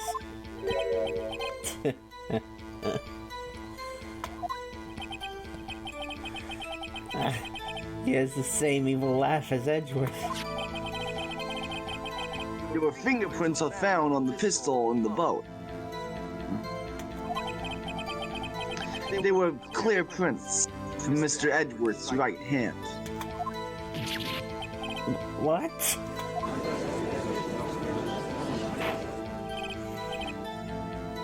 Order! Order! So Mr. Edgeworth's fingerprints were found on the murder weapon? Yes, Your Honor. Judge, this is the weapon in question. Accepted into evidence. Pistol added to the court record. The murder weapon, .22 caliber, fired 3 times. There's prints from Edgeworth's right hand. Members of the court, we now have the pistol used in the murder and the bullet found in the body. Detective, Yes, sir. was the bullet found in the body fired from this pistol? Yes. The ballistic markings on the bullet match the pistol.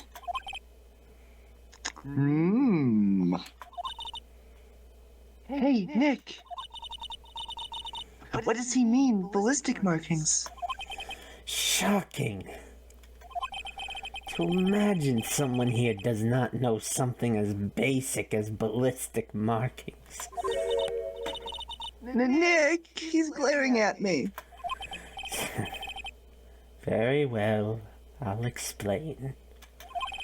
Actually, Judge, you do it. Me?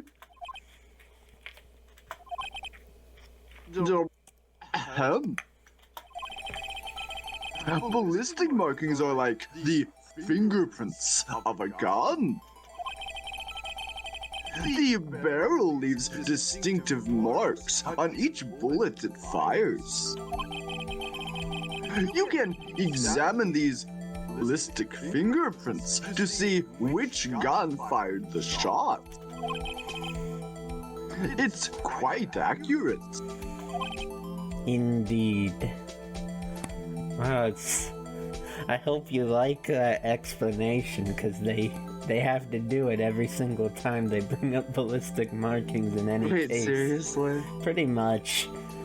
I think they end up simplifying it down to just ballistic markings are the fingerprints of a gun. Eventually. That's a bit too simplified, actually. Yeah.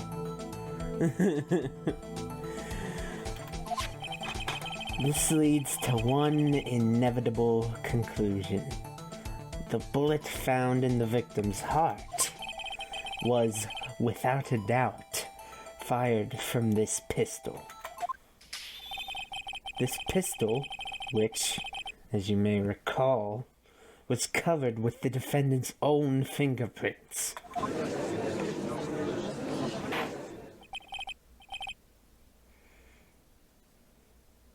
Order! Order! This is bad. This case seems absolutely impossible. But not for Mr. Ace Attorney. Since Von Karma is a fucking old-ass man, he needs to go sit down. So he forces the judge to give him a 10-minute recess. This makes it look like Edgeworth did it. Well, Judge? I'd say it's almost decisive, yes. Honestly, I could declare a verdict at this point. However... You wish to hear the witness speak, no doubt. Very well. I am somewhat fatigued, and so I will need to take a brief break. I will call my witness after the recess, which will last 10 minutes. Judge, Yes? what are you doing? A 10-minute recess, now! But wait, I Just bang your flimsy gavel and get on with it, man. yes! Ahem, this court will take a 10-minute recess. Who's running this court anyway? You're in Von Karma's world now. My question is, what happens if Von Karma has a judge who's a bigger egotistical maniac than he is? It's a clash of the gods.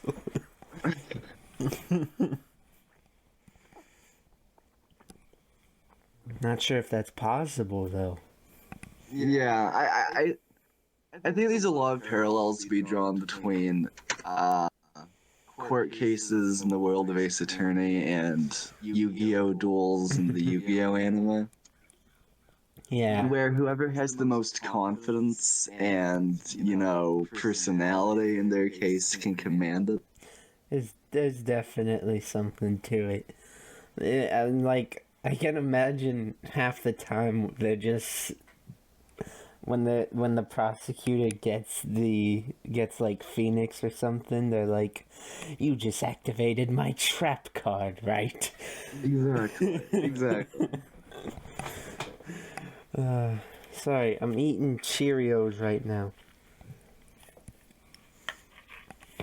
Cheerios are good. Mm-hmm. I'm contractually obligated, though, to say that Joe's O's are better. Joe's O. They're like the Trader Joe's version of Cheerios, essentially. Boo. Corporate chill.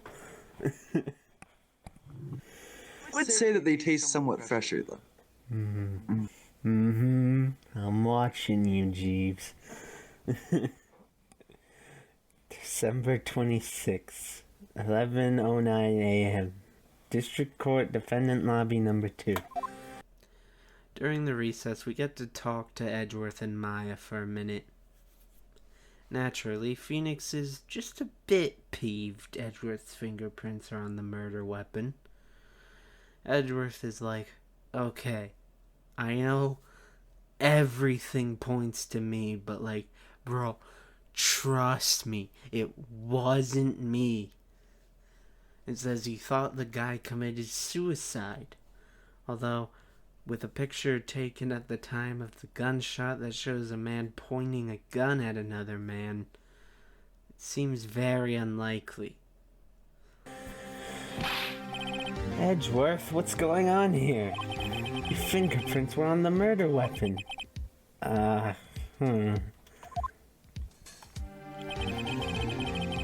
And that foggy photo makes one thing clear. The only one who could have shot that man was the person in the photo. True. Was that you in the boat? Yes, it was me. What? But you must believe me, I didn't shoot him. Then who did? I don't know. You don't know? Weren't you right there? I I heard a gunshot from very close by. Then the other man fell from the boat. Can't say why, but I thought at the time that he had shot himself. You mean it was a suicide? That's the only explanation I can come up with. How am I gonna convince anyone of that? Talking to Maya, Phoenix is literally on his knees begging for Mia to come out. She's not answering her spirit calls right now, though, because Maya forgot to pay her spirit phone bill this month. Phoenix, my man, as much as I would love to see Mia and Manfred von Karma go head to head, you gotta be able to stand on your own 2 feet. Though, I guess when it looks like your lover is in danger of being executed, you'll look for any advantage. Say, Maya? What? Any progress with Mia? Oh. Sorry, it's no good. I know. I'm no good for anything, am I, Nick? If I can't call my sister, I might as well not be here, right? No, dude. Yeah, you're useless. Absolutely I can see not. Phoenix Wright saying that, though. He would. Asshole, he is. No, I need you here. No, of course not. I need you here. I can see you're always trying to help out. Even if you don't actually help. It's the thought that counts, right? Okay, Nick, you don't have to make me feel better. I don't know anything about trials or defense. What's more, I'm a spirit medium who can't even contact spirits. Everyone has their off days. I mean, I've just been getting lucky lately. But you never know when my luck is gonna run out. Really?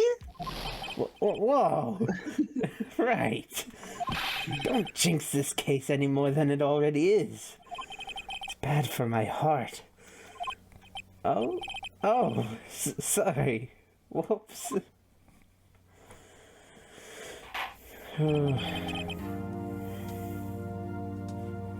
Court is back in session. Mr. Von Karma, call your witness. Yes. Will Miss Lotta Hart take the stand?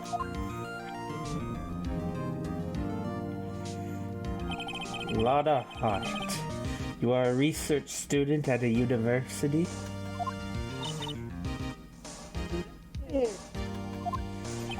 Good. Begin by telling us what you saw the night of the incident. And don't add anything trivial or subjective. Understand? Yeah, I'll need to learn some manners. Understand? Yeah, I understand. Very well. Your testimony, please.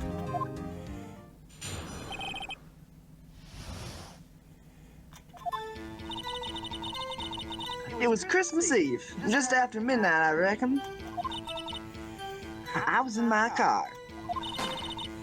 I heard this bang come up from the lake. When I looked down the window, I saw 2 gents in a boat. Then there was another bang. There wasn't there anything on the lake but that boat. Enough. Huh? Judge. She happened to take a photo of the incident. This is that photo. Accepted as evidence. Well, this is a surprise.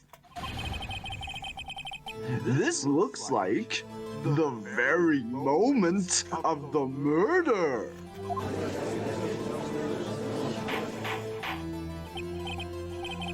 The order! I will remove people from this courtroom if I do not have order immediately. As the witness testified, she looked at the lake when she heard the shot. There were no other boats on that lake. So, the man in the boat with the victim must have been the one who shot him. Yes, it was the defendant, Miles Edgeworth.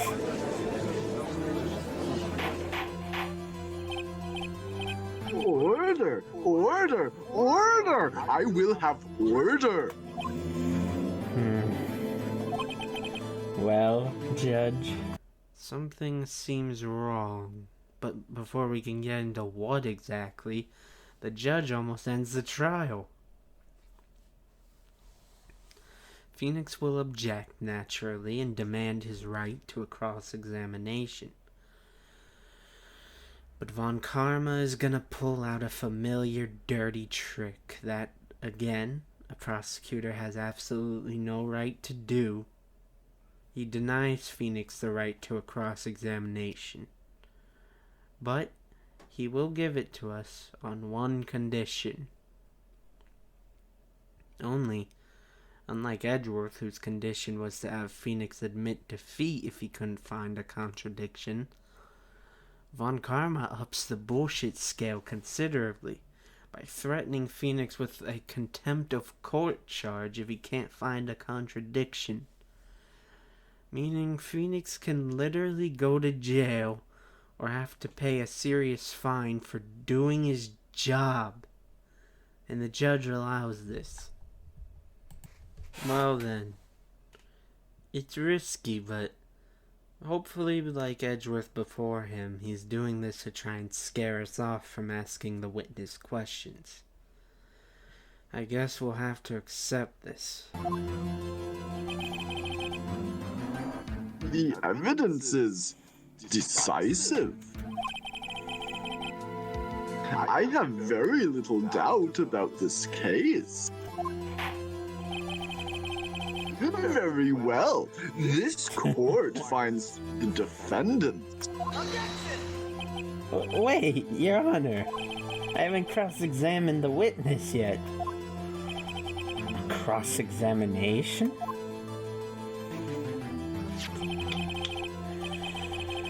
We have photographic proof. What question can that possibly be?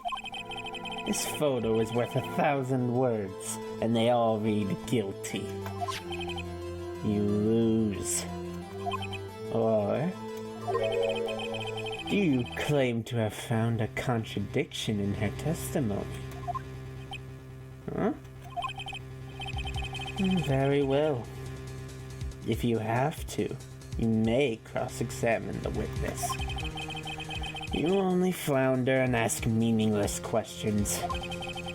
You'll fail to find anything. And then I will have you held in contempt of court. Contempt? Contempt of court, you know? I guess I understand. Well, what are you going to do? Do you really think there was a contradiction with the facts in her testimony? I think there was. I think I noticed one little thing. Wow, I'm impressed, Nick. I didn't notice anything. Right, let's take him on. Yeah. I got a bad feeling about this.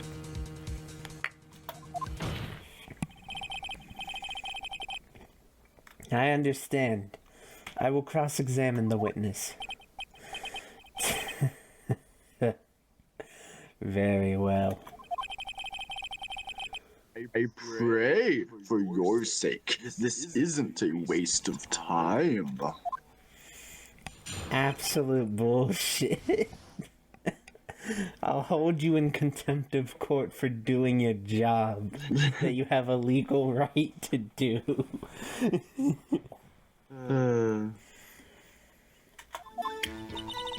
It was Christmas Eve just after midnight, I reckon. I was in my car. Why aren't you pressing her on that? Just after midnight means it wasn't. Yeah. Hold on. Alright, that's a contradiction, technically. After right? midnight means it wasn't Christmas Eve, Lana. Just after midnight, you say. In other words, it was no longer Christmas Eve, but Christmas Day. Huh? Oh, yeah, well, yes. I know you want to find contradictions, but really... I hope your next contradiction is a little more relevant to the trial. Witness, continue your testimony. No, that's all I found, Your Honor. That's all I had. I just wanted to point that out. This testimony is actually quite confusing because there seems to be multiple contradictions, actually. Firstly, Lada's testimony makes it sound like the victim was shot twice. But we know the victim suffered only one shot. There's also that Lada only heard 2 bangs. However, information about the gun says it was fired 3 times. Not only does there seem to be 2 contradictions, there are multiple statements it would make sense to present on. So what's the right answer? None of it. None of those points matter here. We just press everything and they'll act like there's no real fault with this testimony. Although Phoenix and Maya will say it's fishy. Were you watching the very moment the shot rang out? Well, yeah, sure. You're asking meaningless questions. Meaningless. Contradictions, Mr. Wright. Not meaningless babble. On karma, I think I hate you. He's trying to keep me from talking to the witness. To what end?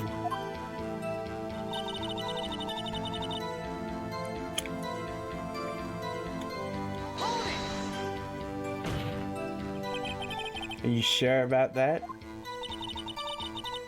Yeah, sure as a country gal can be. Sounds pretty sure. How come you're so sure? Oh, hell, heck, I scanned the whole lake. Scanned the whole lake? Almost sounds like she was more interested in the lake than the boat. Miss Hart, you... Mr. Wright, the witness has answered the question in full. No need for further questions. Objection sustained. That's what I have. Sustained. Yes, of course. Oh, great. What am I supposed to do now? There weren't any contradictions in there. Sorry, Nick. If only my sister were here. I was really taking this hard. Right. Try that. So you weren't looking at the lake at the time? Nope. I looked after I heard that noise.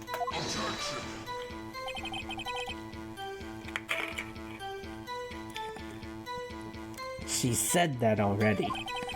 I asked you to find contradictions, not leisurely chat with the witness.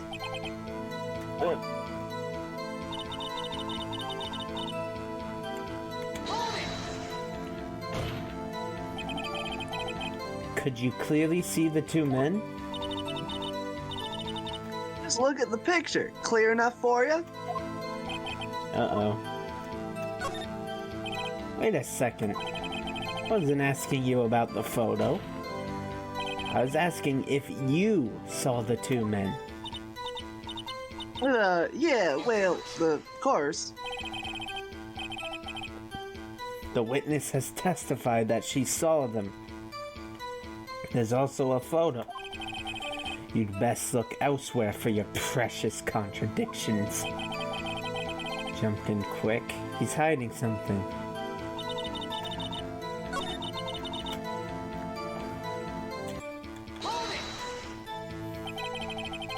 Why were you camping there anyway? Research student at my university. I was taking pictures to use in my research. What research? This all sounds suspicious. Miss Hart, could you be more specific about your research?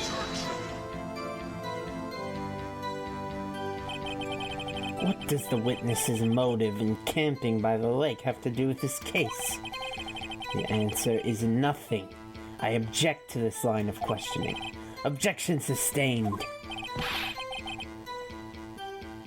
Wait now, I am the one who says that. Well, then say it already. Objection sustained. Thanks for nothing, Your Honor. Oh. There are like multiple contradictions, but I can't figure out where to put them. Yeah, it's the hardest type of problem. Yeah, it's also the most annoying type. Yeah, it's like completely random almost. Yeah. Well, fuck. Now we can't say anything without going to jail. I guess we're doomed. Good night, everybody.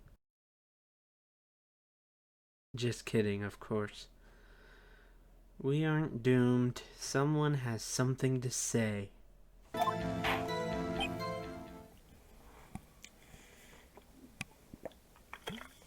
Oh! I think we've heard all we need to hear, Mr. Wright. It seems you are unable to find a contradiction in the testimony worth noting. But it wasn't Christmas Eve, Your Honor. But Your Honor, you keep your promise.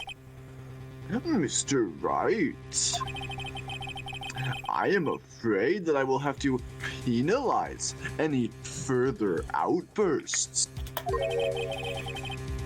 by holding you in contempt of court. And if that happens, you'll have to leave the courtroom immediately. Understood? Uh-huh. Nick!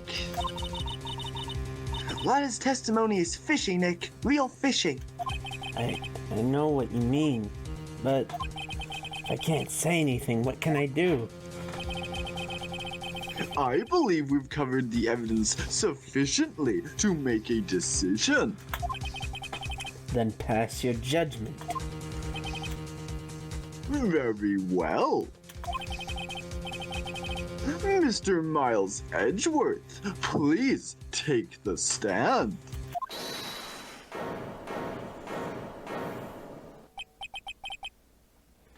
Who was that? It was me. Yeah. It's Maya. Maya gives Lotta a giant piece of her mind. However, she is a part of the defense. So of course Von Karma is going to move to hold us in contempt of court.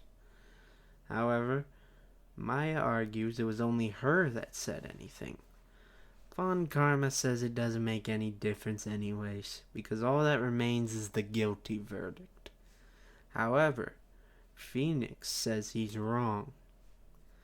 Thanks to Maya's outburst of questions, Lotta said something new that she had not said in her testimony.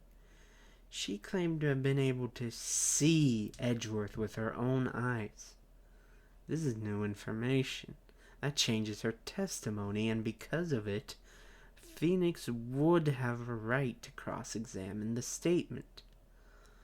Von Karma again tries to get us placed in contempt, but finally, the judge sees something in our favor.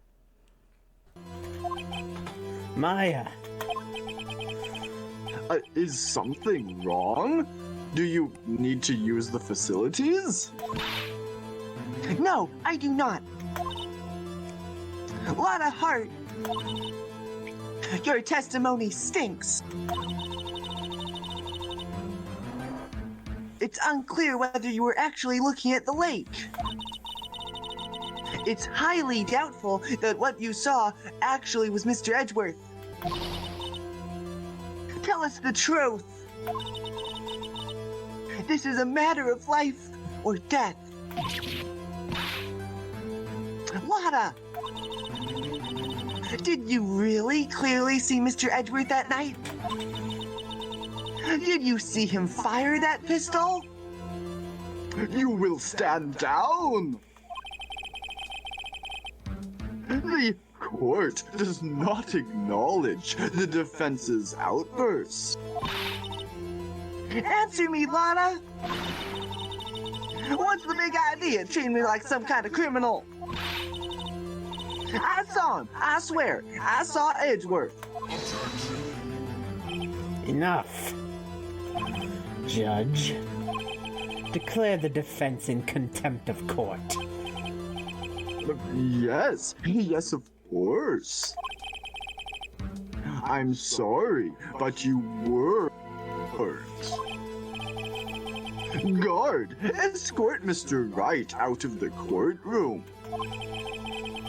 He is in contempt of court and must leave. No. No.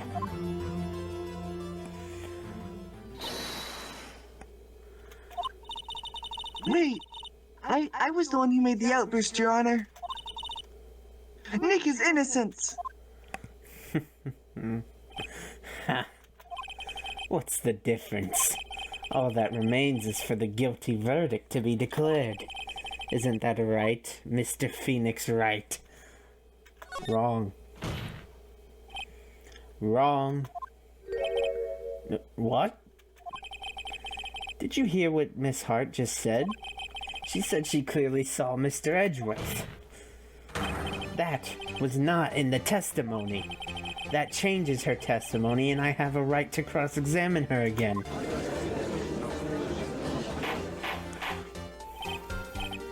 Order! Order! Order! Order! Order! You're in contempt of court.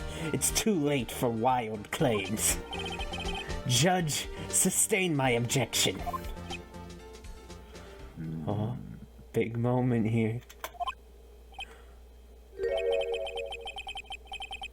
I'm sorry, Mr. Von Karma, but I cannot. What? Ms. Lotta Hart has made a new testimony. The defense does have a right to cross-examine her again. He finally found his balls. But he is in contempt of court.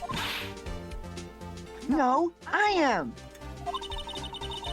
If you're going to arrest someone, arrest me.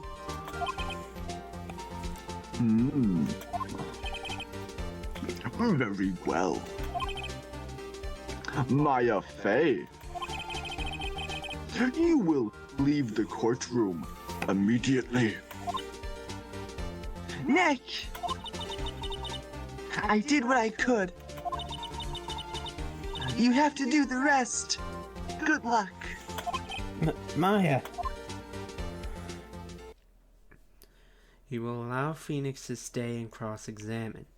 However, for the outburst, Maya is still going to be held in contempt of court.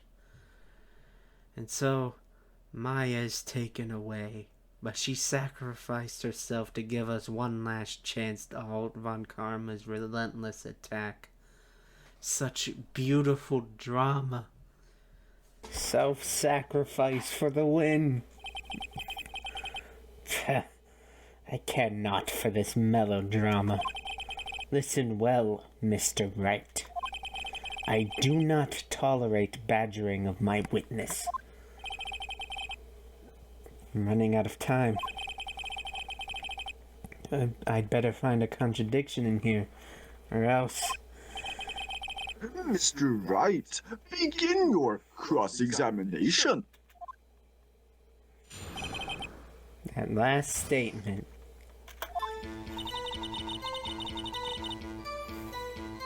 I saw it clear as day. The man on the boat was Mr. Edgeworth. right.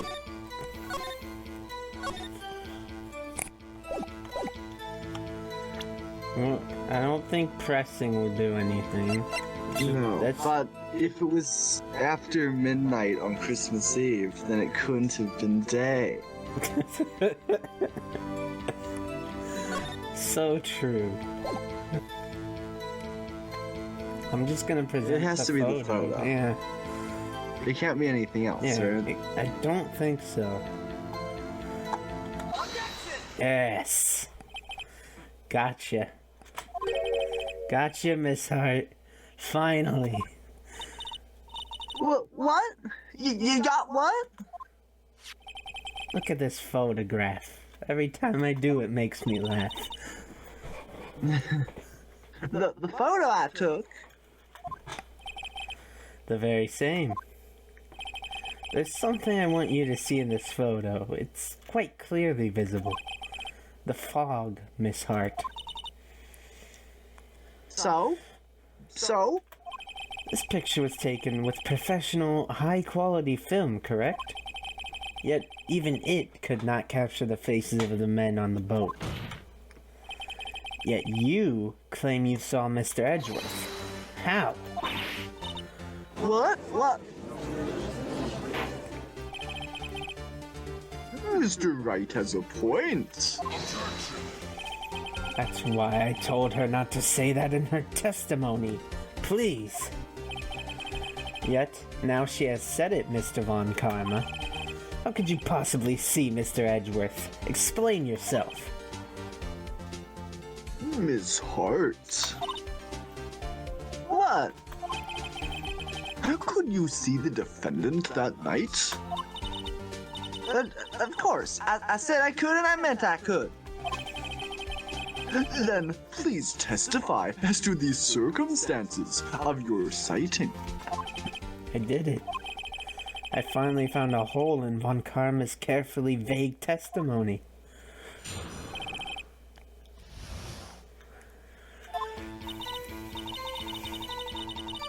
You're right. It was a cold night and the fog was thick as grits. So once I was finished setting up my camera, I got back into the car. Still, I brought my binoculars with me. When I heard that noise out on the lake, I looked with my binoculars. See? No problem. You used binoculars. Very well. You may begin your cross-examination, Mr. Wright. This one better be good. Sorry, I'm finishing off my Cheerios. Alright. Lada tries to explain this away by saying she simply used binoculars. Now, that doesn't really make sense because of the fog, but apparently that's not a strong enough contradiction. Apparently, her not being there to photograph stars is a stronger contradiction than that. Okay, I guess discrediting the witness is a good thing, though. Binoculars? Yeah, binoculars. Yesterday, you mentioned that you were out looking for shooting stars, correct? Well, yeah. Wouldn't you need a telescope, not binoculars for that? I've got doubts about your camera, too. Was that really to take pictures of meteor showers? The camera is irrelevant to this case. You can't say that for certain. Mr. Wright. Is the camera really relevant to this case? If you believe it is, you may continue with this line of questioning. But know this. If you find nothing with this, there will be consequences. Well, Mr. Wright. I'm saving. How is the camera that took the picture the decisive evidence relevant in this case? Huh. I don't know.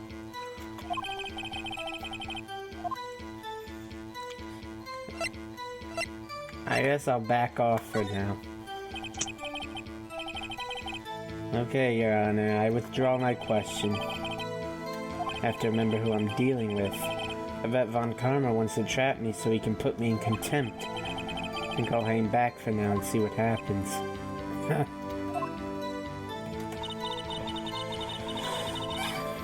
When I heard that noise out on the lake, I looked with my binoculars.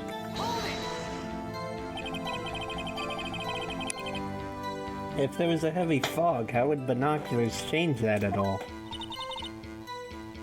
What do you mean? Even binoculars can't see through fog.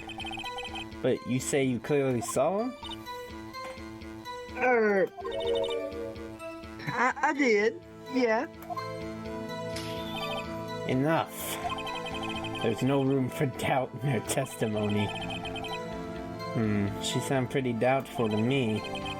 But I have to find a clear contradiction first. I don't care how many Von Karmic objections I get. I'm going to find a hole in this testimony if it's the last thing I do.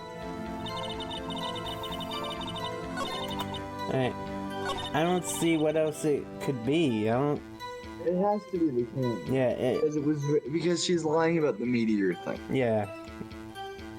Got my binoculars with me. But if nothing else, you can discredit the witness by making her a conspiracy. Yeah. Let's get back to that. This is make it or break it time. The camera is of utmost importance, Your Honor. It is, perhaps, the key to this entire case. Therefore, I will continue my line of questioning. Wow, maybe I went a little overboard there. Yeah, that sure sounded impressive. Very well. Miss Hart, you will testify to the court about the camera. I hear ya. Yeah, I hear ya. Camera was set up. What? I was going to recount. The camera was set up to take pictures of a meteor shower. I wish we had to explain to the judge what a digital camera was again. Alright. I think it's pretty clear, but they don't really make banging sounds.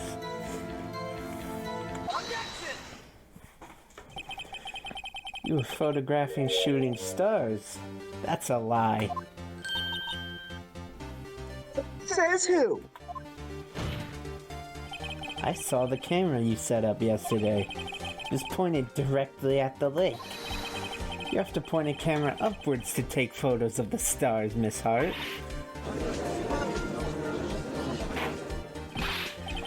Mr. Wright, what are you driving at? The witness was not at the lake to photograph shooting stars, Your Honor. Well then, what exactly was she photographing? It's Gordy. I can, what's funny? I completely forgot about the Gordy angle in this case. The what? The lake monster. I completely forgot about the lake monster. Oh, yeah. It's a shame because it's like one of the coolest parts of the whole thing. Yeah. Your Honor, take a look at this. What was Miss Hart trying to photograph at the lake? Gordy. Miss Hart, this is what you're trying to photograph. What's this? A newspaper article? Gordy. Ah, the sighting at Gourd Lake. Well, Miss Hart? I ain't never heard of no lake monster. You got proof or something? What do you prove that I was down at the lake trying to photograph this Gordy? I have proof. I have it. Proof. Intriguing. Very well, let's see it. And no joking around this time, please. Alright.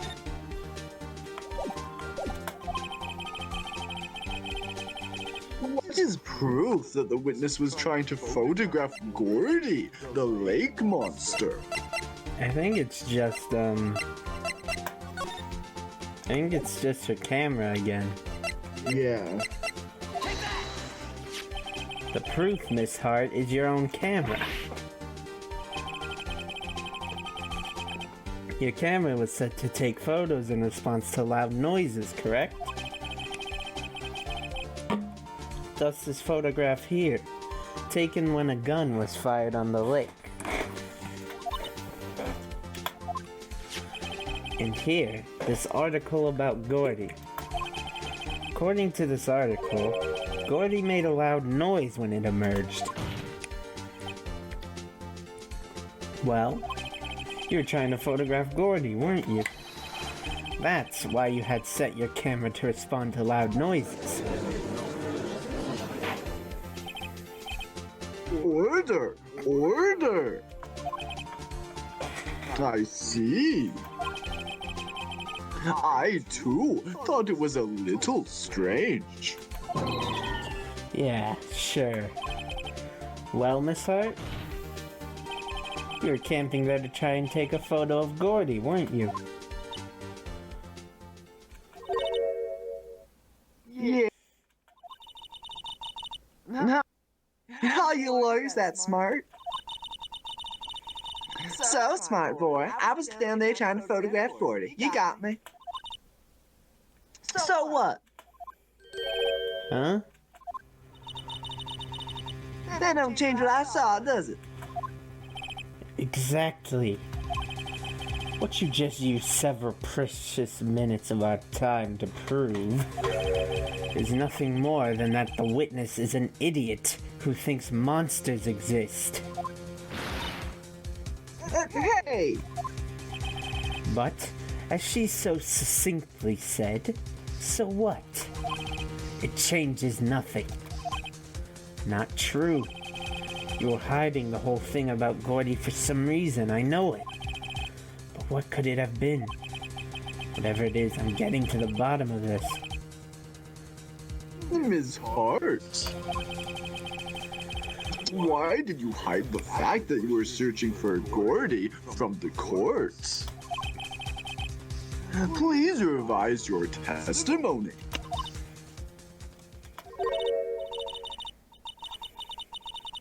Right, fine. I'll testify. It won't change nothing, though.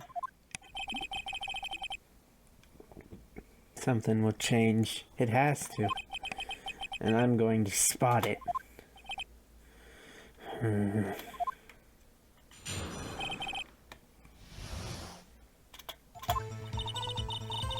Actually, I'm not a research student at a university.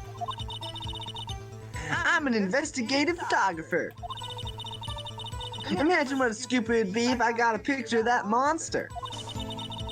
That's why I was camping out by the lake. But that's all I was hiding. When I heard the bang, I looked straight out at the lake. There wasn't much else to look at, so I just watched the boat the whole time. Then I saw a flash near one of the men's hands and I heard another gunshot. I was looking right at the boat the whole time, crossed my heart and hoped to fry.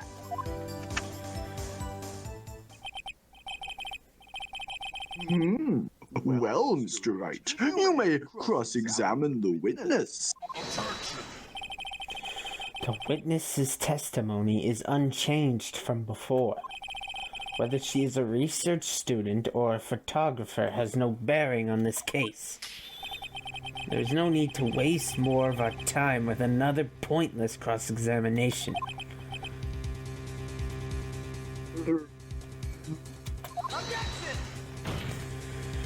I claim the defense's right to cross-examine the witness, Your Honor. When Karma's up to something, I know it. Doesn't want me to cross-examine her because... why? Was there a contradiction? Very well. You may begin the cross-examination. You seem sure of yourself. You must have something in mind. Ha, that would be a first. Haha, very funny.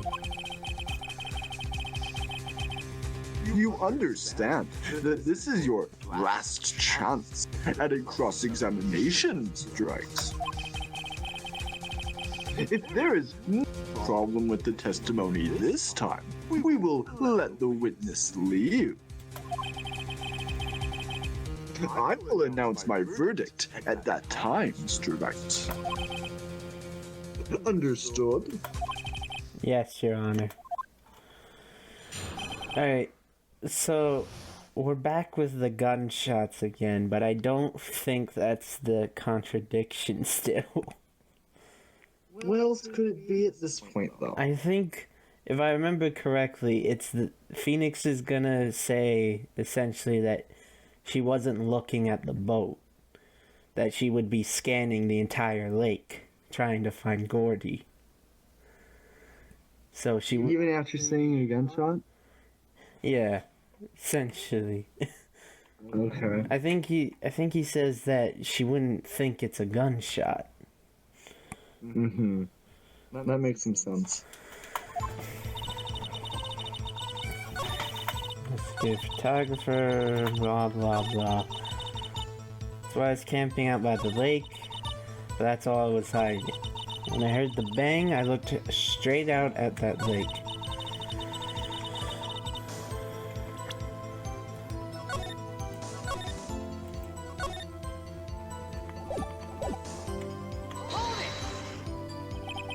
There wasn't much else to look at. Yep. I don't know, if she heard a bang and she thought Gordy was out there, I kinda doubt she'd waste any time looking at a boat. What did I do now? What are you giving me that look for? Definitely suspicious. Maybe it's time for some evidence. Witness, continue. Hold your hush puppies, Pops. I'm getting there.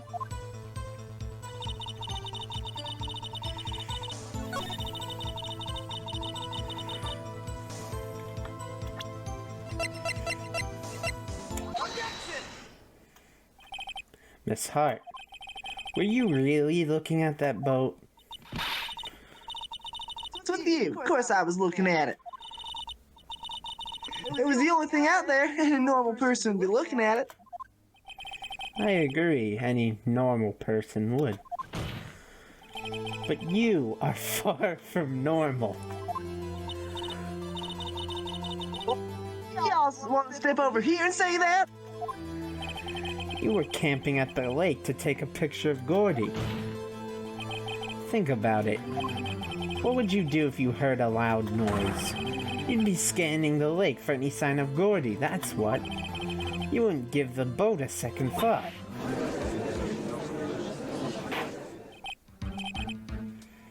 Order. Continue, Mr. Wright. You testified that you were watching the boat through binoculars. However, you wouldn't need binoculars to watch that boat. You needed them to search for Gordy, and that's what you were doing.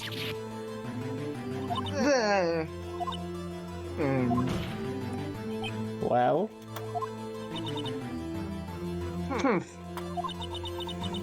Well, now that y'all mention it,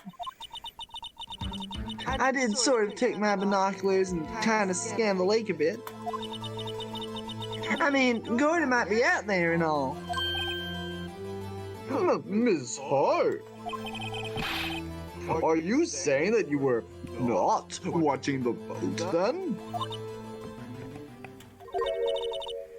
Sorry, y'all. I wasn't fibbing, really. I was just... I thought, I could be a witness to the murder and all. I kind of got excited. I was sure I was watching the boat until now. This is totally uncalled for.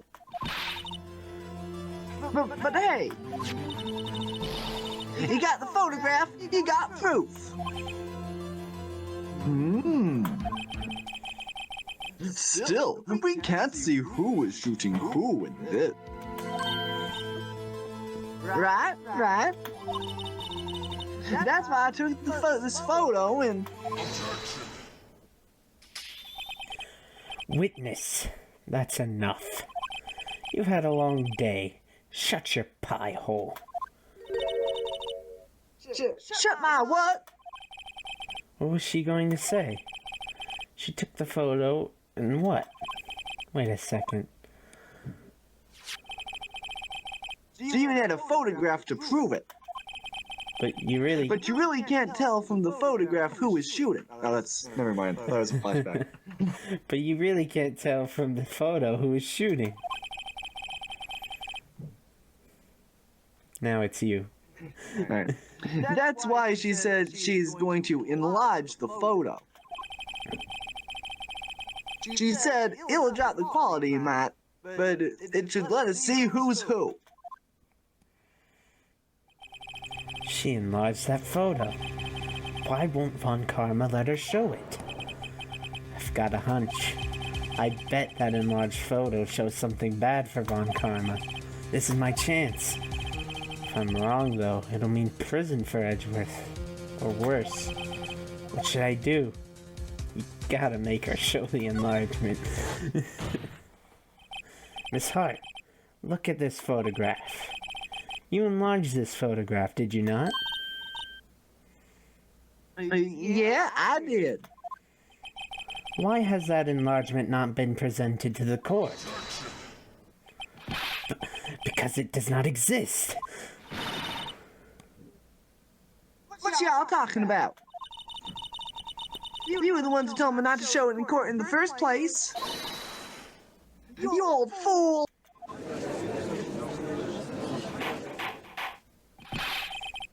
What's the meaning of this, Mr. Von Karma? Miss Hart. Show the photo to the court.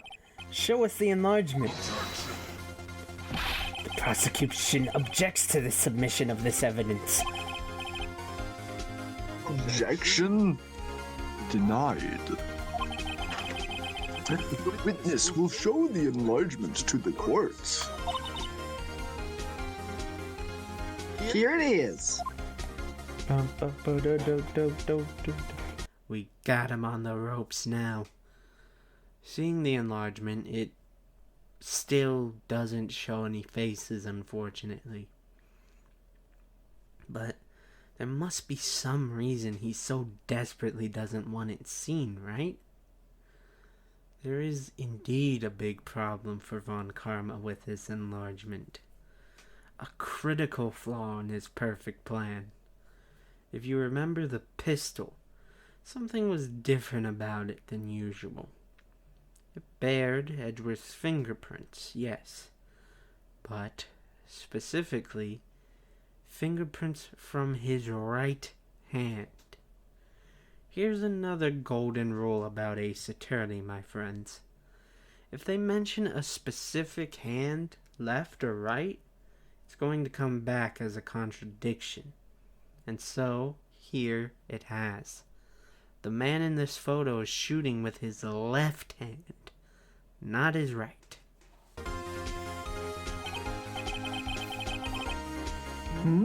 We still cannot see who is firing in this. It could be the defendant, or maybe it's not. I remember the contradiction here.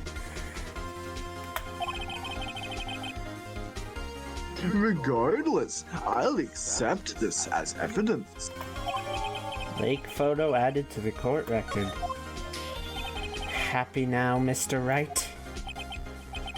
There has to be something. You asked for the enlargement, you got the enlargement. And little good it has done any of us. That's why I requested she not show it. I suppose that means that this cross-examination Is over, obviously. Then I would like to close the cross-examination of Miss Lotta Hart. And none too soon. That was a flagrant waste of my time. Mr. Veon Karma, do you have anything to add? I stated everything I needed to when this trial began. Decisive evidence, a decisive witness. What else could possibly be required? Nothing, of course. Then I believe it is time for me to declare my verdict. Wait, it's not supposed to go like this. There has to be a clue in this photo somewhere. This is bad, real bad. What should I do? Hold on. I think you object to the enlargement? Your Honor, there's something decidedly strange with this enlargement. What might that be?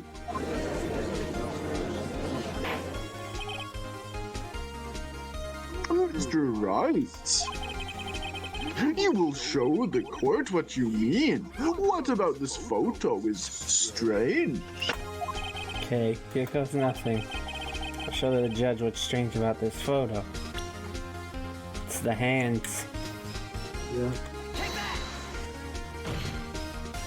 Edgeworth held the gun in his right hand. Here, Your Honor. The shooter? I'm not sure I understand. What about the shooter is strange? Look at the hand holding the pistol, Your Honor. The hand? That hand directly contradicts another piece of evidence. This man's left hand does what? Let me show you. I'll show you the evidence that left hand contradicts. The evidence is clear. The man in this photograph is holding the pistol in his left hand. However, the prints on the murder weapon were from Edgeworth's right hand. Ergo, the man shooting the pistol in this photograph is not Mr. Edgeworth.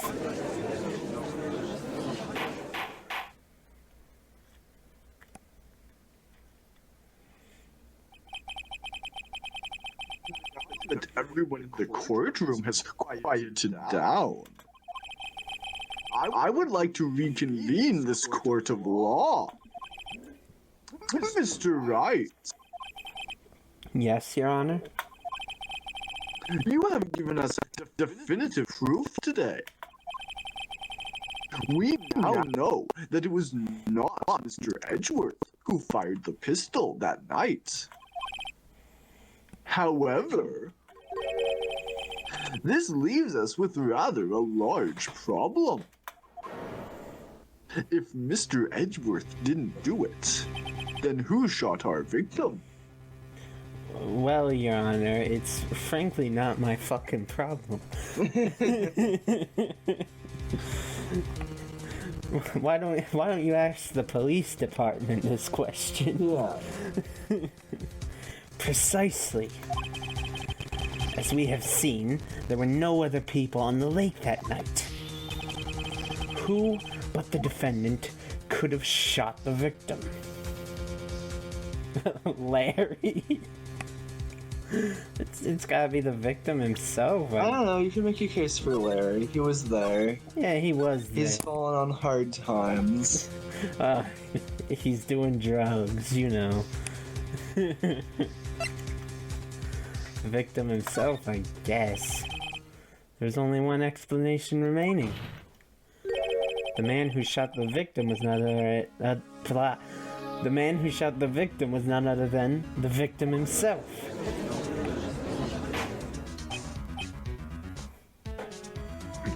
Order! So, you are saying that the victim committed suicide? Yes, Your Honor. I can think of no other explanation.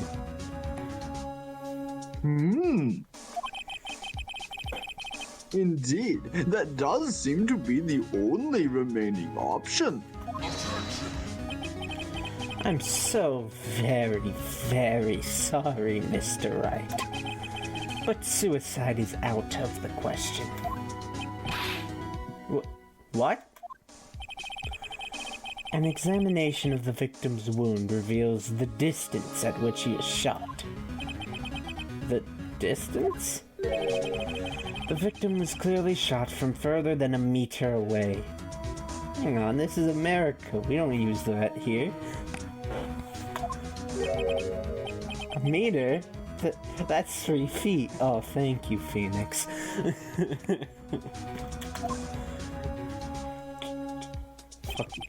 Fucking German. Bringing the metric system into our great country. Go back to where you came from, Von Karma. There's no way it could have been a suicide.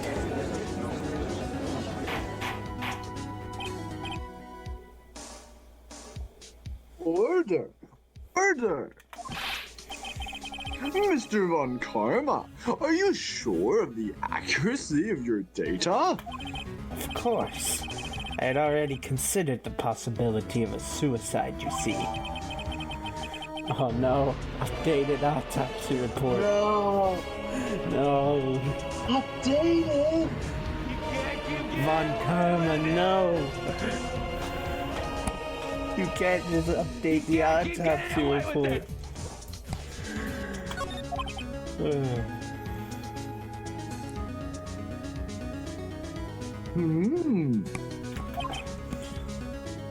I see.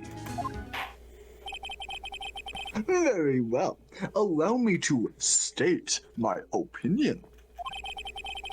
Considering the situation, the shooter had to be the defendant, Mr. Edgeworth. However, the prints on the gun reveal that the shooter was not Mr. Edgeworth. This is a conundrum. Therefore, I would like to suspend proceedings for this trial for the day. The court orders the defense and prosecution to further investigate this matter. Understood? Yes, Your Honor.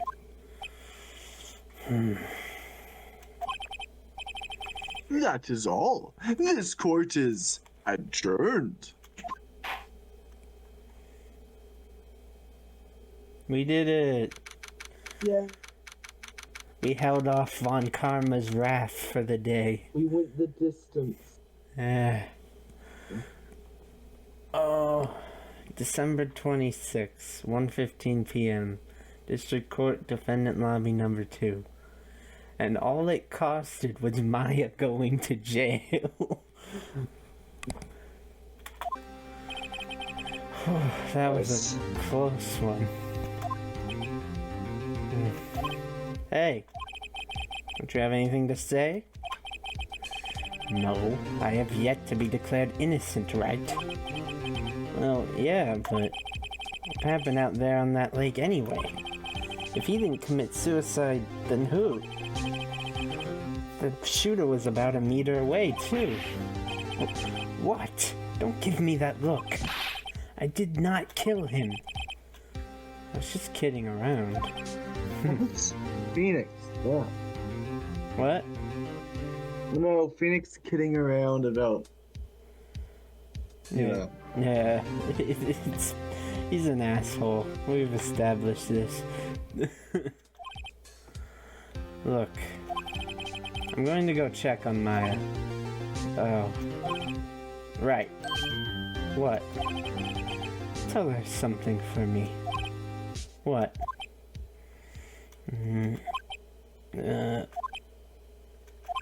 Tell her to watch what she says in court. That's all. Would it kill you to just stay how you really feel with a thanks, Edgeworth? I requisitioned a transcript of Lotta's entire testimony. I thought it might give me some ammunition for the trial tomorrow. Of course, she didn't see the shooter, so the only part of her testimony that stood was the bang she heard. Lotta's disposition added to the court record. I heard 2 sounds like gunshots after midnight on 12/25. To be continued. And that's the end of this segment. Honestly, I might have to just stop saying I love these segments because I think every segment going forward is great. This one serves as a phenomenal introduction to Von Karma. He's possibly the most well-built Ace Attorney enemy in the entire series, quite frankly. He seems impossible to beat. He commands the trial like nobody else in the series ever will. And he just makes you feel like Phoenix is completely, hopelessly out of his depth, which is how it should be. This is a rookie attorney with 3 trials under his belt, with no proper mentor anymore, taking on the by-the-numbers greatest prosecutor in the world, I'm sure, and very likely of all time. It may just be 2 human beings arguing with words, but this still very much feels like a David versus Goliath matchup. It gets across what we have to do incredibly well. To save his best friend and lover, Phoenix has to storm the heavens and take down the untouchable. December 26th. Detention Center, Visitors Room. Maya. Hey, Nick, it's you. I'm glad Mr. Edgeworth made it through the day okay. It's a relief. Hey. Why'd you do that anyway? I don't know. I just knew I had to do something. I know I'm not the lawyer my sister was. I'm sorry. Well, you did save the trial. Just behave from now on, okay? Okay. Have you been questioned yet? No, not yet. Detective Gumshoe was here just now. He said, seeing as this is your first defense, we'll let you go after questioning.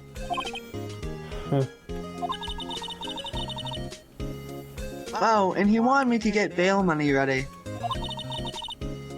You can pay for me, okay? Huh? How much? I don't know. I guess they'll send you a bill or something.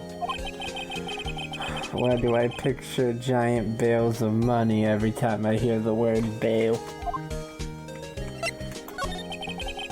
Any luck with Mia?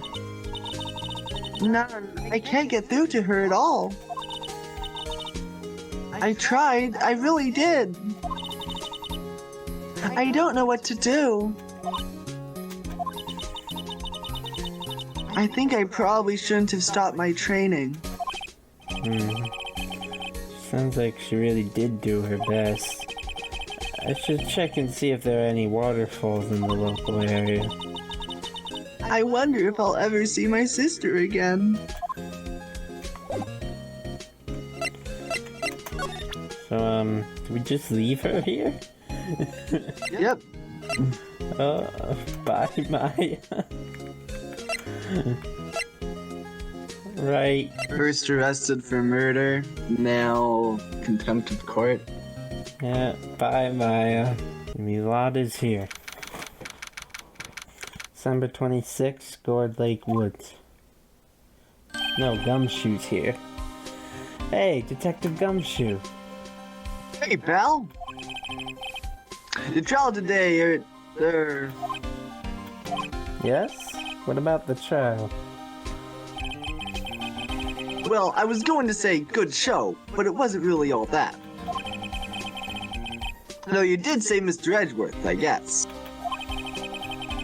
I just wasn't sure how to thank you, you know? Thanks. Detective Gumshoe? Any idea what strategy Von Karma is planning for tomorrow? It sounds like he's bringing in another witness. Another witness? Alright, he said something about that in the trial today. There were 2 witnesses. Yeah, that was a very necessary flashback. I love that so much. That was amazing.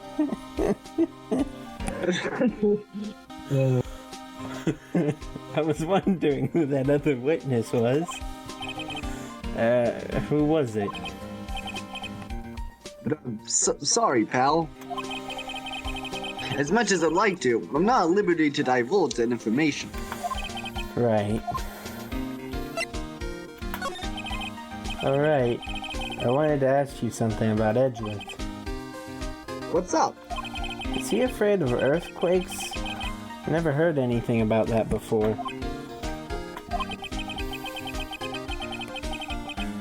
Mr. Edgeworth doesn't talk about himself too much, see? But there's one thing that's clear as day. Him hating crime the way he does, and him becoming a prosecutor, and him being scared of earthquakes. It all started with that incident. The DL6 incident? Yup, that's the one. 15 years ago, when he saw his father shot before his very eyes. He still feels the pain now. You can see it in his eyes. I wanted to talk to you about Maya Fey. Huh? She's not out on bail yet? That's strange. I told him to let her go as soon as they had the report written up. Man. I don't know what would have happened in that courtroom today if it wasn't for her. Seeing it getting dragged out by the bailiff. I'll be honest with you, pal. I shed a tear or two. Mr. Edgeworth, he was so moved. I saw his lip trembling. Really? Cold as ice, Edgeworth? He was really grateful for what she did, you know. I'm going to head back to the station. I'll get the report on Maya and get her out of there as soon as I can. Thank you. Oh, wait. I was wondering, how much is bail going to be? Don't worry about that. Mr. Edgeworth is posting the whole amount. What? Edgeworth? Didn't I tell ya? He's grateful to her for what she did. Alright, pal. Well, don't forget to pick her up, okay? Maybe I can get Edgeworth to pay this month's rent, too. Well, if he pays you for being his defense attorney, Yeah. and you spend that money on rent, Yes, then... Phoenix, usually people get paid for being someone's lawyer. He seems to be a bit unaware of this concept. Yeah. And especially, with Will Powers, at least. He must have been able to pay. I can understand maybe Larry or Maya couldn't pay, but Will Powers certainly could. Come on. I don't know, he only worked on a kid's TV show. Yeah, but it was a big one. Andy was the star. Yeah, but he was under a costume the whole time. Anyone could have done that. He was probably paid by the hour without royalties. Bruh. Poor guy. He's a star toss. Yeah. Well, we can go pick Maya up from her daycare now. Thank God, too. No Ace Attorney can function without a weird teenage girl's help. December 26th, Detention Center Visitors Room. Hey, Nick, you finally came.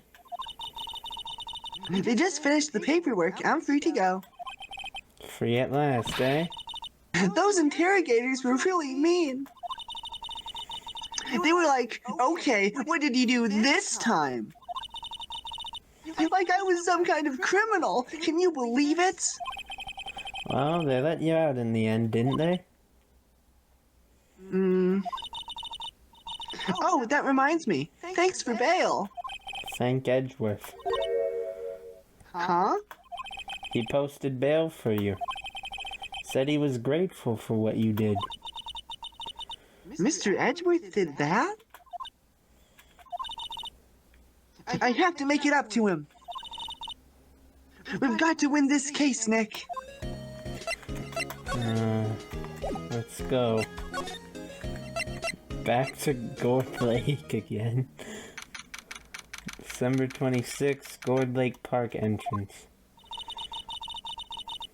There aren't many cops around today, are there? They're probably back at the precinct working up the case against Edgeworth.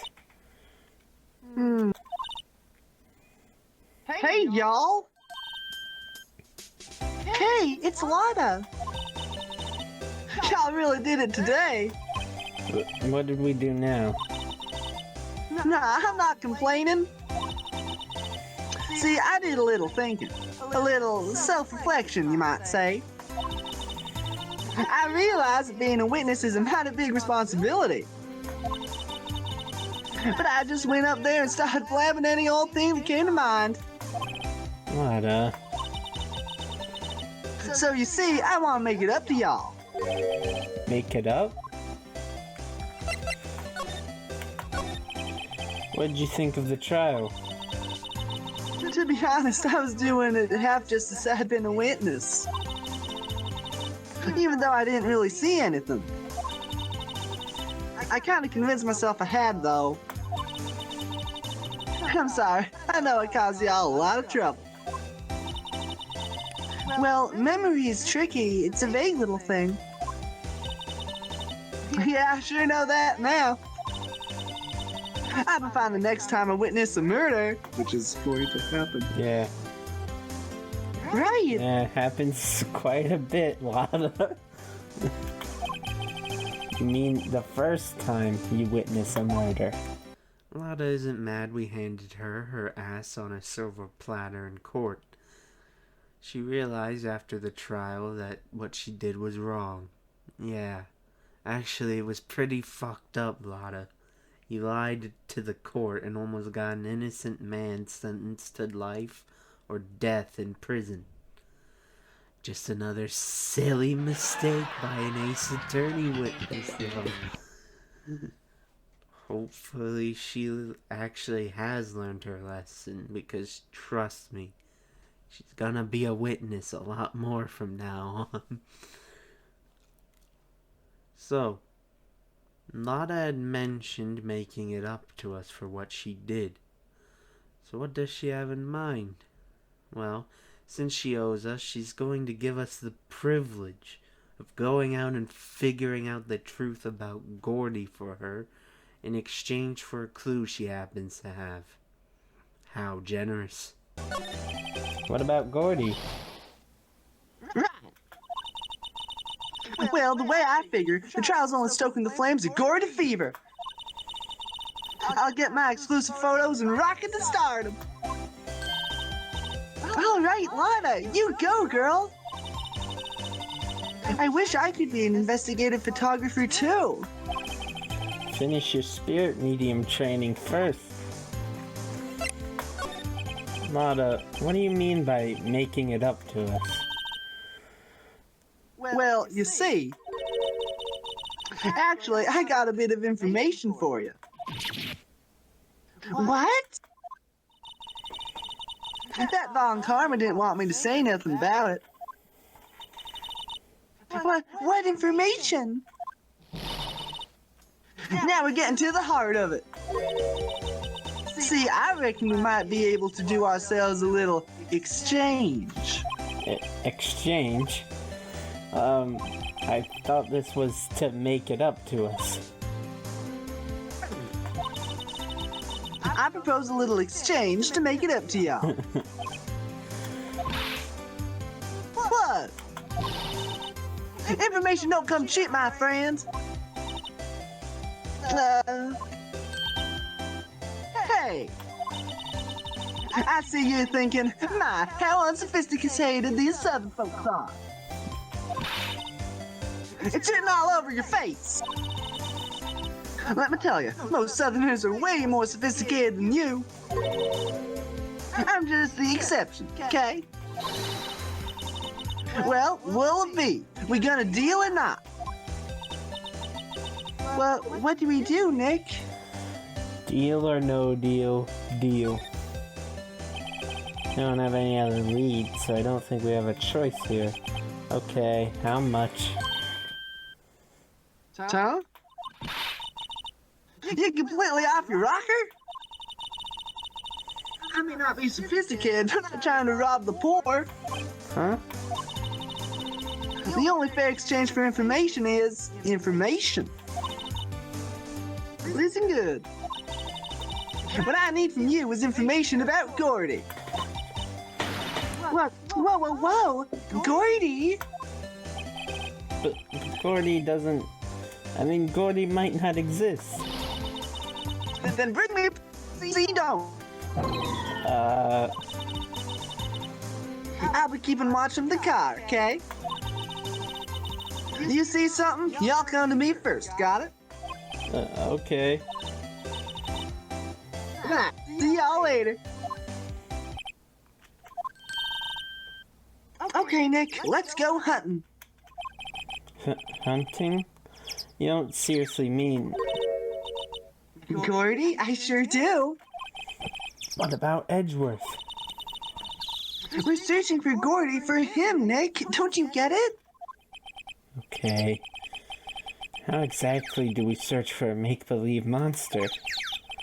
Maybe we can find a monster myth specialist? So yes, our next goal for this murder investigation is a side quest to discover the truth about a lake monster. Going into the park, and you might notice a little something is different about this place. Hey, look. December 26th, Gourd Lake Public Beach. What? Is that the, like, a Imperial German flag or whatever it's called? Where? Right next to the American flag. It might be. It's like a white. Yeah, That's weird. that is weird. He also has the flag of Luxembourg. What's that? The Steel Samurai, Nick.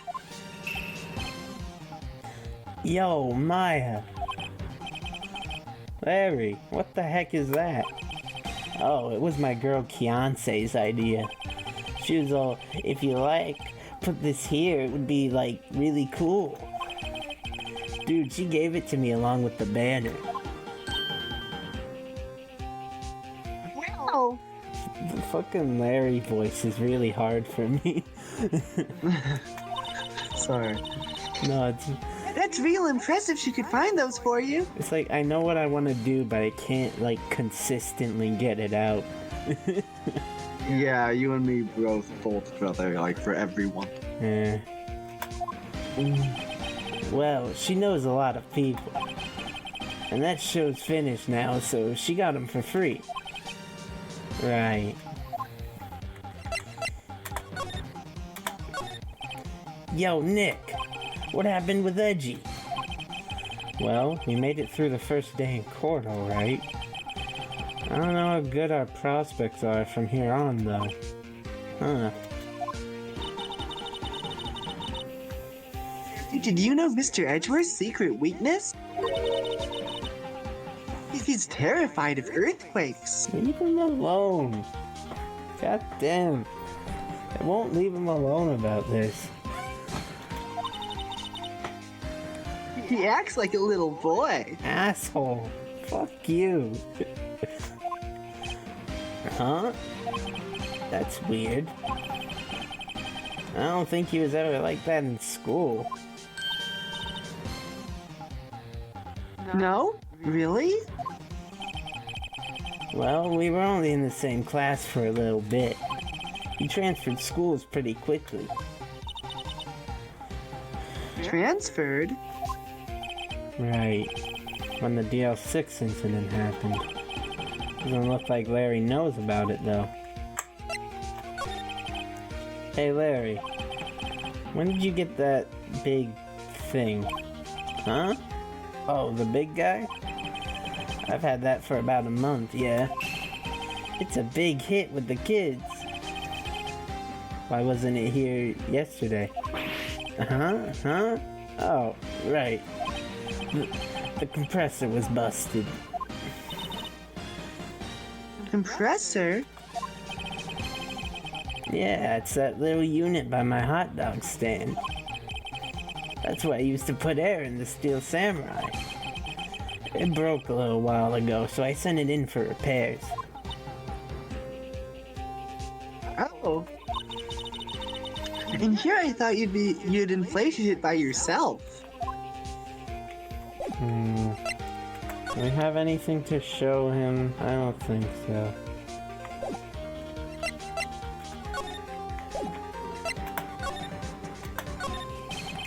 Doesn't that Steel Samurai look a little out of place? I mean, it's so huge. I guess it's good advertising. Something about this Steel Samurai just doesn't work for me. Huh? Really? Looks pretty well made to me. Still a novice, aren't you, Nick? Really? True connoisseurs like Cody and me don't fall for this kind of stuff. These Steel Samurai fans are obviously in a league of their own. Fucking nerds. Those flags look sadly out of place here. Flapping listlessly back and forth in a cold wind under a cold sky. I don't know, I think it kind of gives the place a festival atmosphere. It reminds me of the War of the Eyeglasses. The War of the what? Huh? What? You mean you don't know about the War of the Eyeglasses? The heck is it? Our local fair used to do it every summer. Huh, I guess we were the only ones. I ask again, what the heck is it? Wait, is that... what? What? I don't know what the War of the Eyeglasses is either. I don't either. Huh. The fuck is the War of the Eyeglasses? So, I have no idea what the fuck the War of the Eyeglasses is. I really do not know. Is this a fucking Pol Pot reference? This isn't even the only time in the series this is said. What does this mean? What's this machine? That's a compressor. I used it to fill up that balloon with air. Neat. Just got it repaired yesterday. Man, what a drag that was. Well, let's rummage through the trash, actually. The trash can is empty. At least the place is well maintained. December 26th, Police Department, Criminal Affairs. Yeah, pal. What's up? You look sort of out of sorts. Wait, you didn't go and do something that's going to hurt Mr. Edgeworth's case again? What do you mean again? Whatever, have a seat, pal. I'm here for you if you need anything. Besides money, that is. Oh, poor Gumshoe. His salary is up for review. His salary's been cut so many times. He's so hungry. How's the investigation proceeding? It's not, really. We have another meeting coming up. We're supposed to talk about Mr. Edgeworth's motive. Wow, that's a good idea. Yeah. They didn't talk about it at all in the first trial. They didn't even say what the victim's name was in the first trial. The victim, that's irrelevant. Yeah. His motive? Who cares who the victim is or why he killed him? It just matters that he killed him. See, Mr. Edgeworth's father died in the DL6 incident. And the guy who got the lone suspect declared innocent was the victim in this case. Robert Hammond. The man with the most normal name in all of Ace Attorney.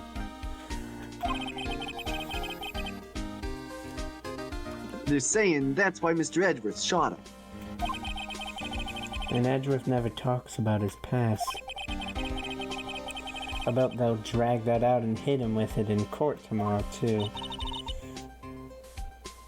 Poor Mr. Edgeworth.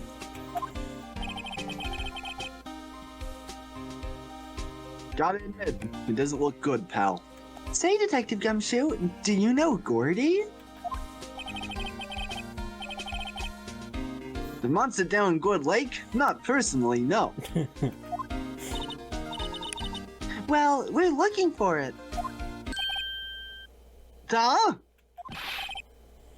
Are you out of your minds? Eek! You got time to go wild monster hunting?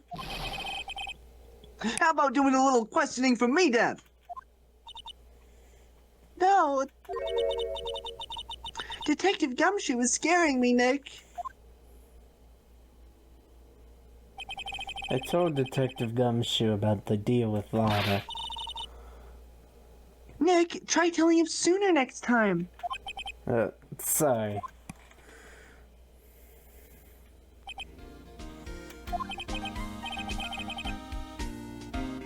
I see, pal. Sorry for shouting at you.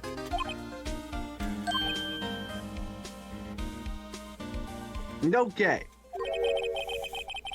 I, Detective Gumshoe, will aid in your search for Gordy. Huh? I'll loan you one of our newest secret weapons for finding evidence. Really? You can take whichever one you like. To help us, Gumshoe pulls his trench coat to one side like that Resident Evil merchant and shows us his 3 incredible weapons of detecting. Okay, give us the goods. Hold on now, everything in due time. First, let me show them to you. These are our best and brightest. Introducing secret number 1, missile. We just shoot a missile at it. Missile? He's a canine police dog, still in training. Missile, missile, yeah boy. Aww. Here he is. Hey, he's cute. Look, Nick, cute dog. A cute dog. And this will help us how?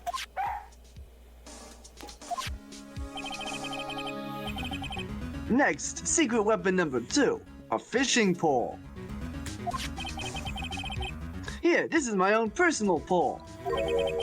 Detective Gumshoe, we're looking for a monster. Yeah, How are we supposed to catch a whole sea monster with a fishing pole?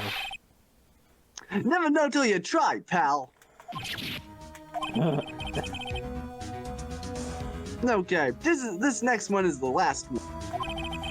No, please, I'm already overwhelmed by our choices. Secret weapon number 3, a metal detector. Yeah, It's the metal detector.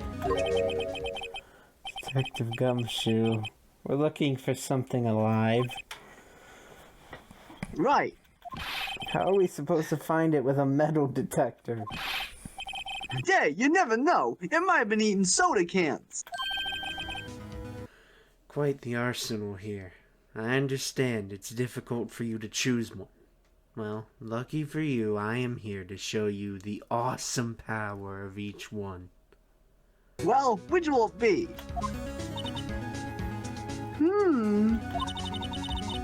I can't make up my mind, Nick. They all seem so perfect. I can't make up my mind either, for the totally opposite reason. Oh well, I suppose it can't hurt to borrow one of them. We'll start with the dog. Can we borrow a missile? Just think, pal. Be good to him. He's so cute!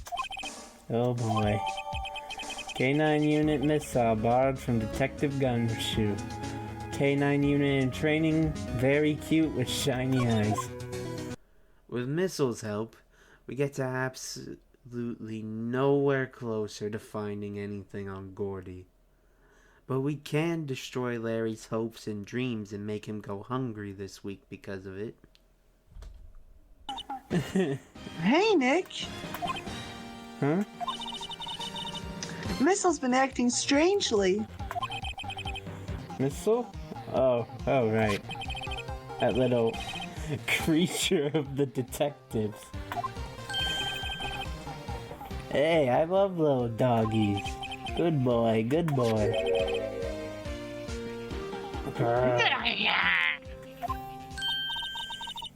What's wrong, Missile?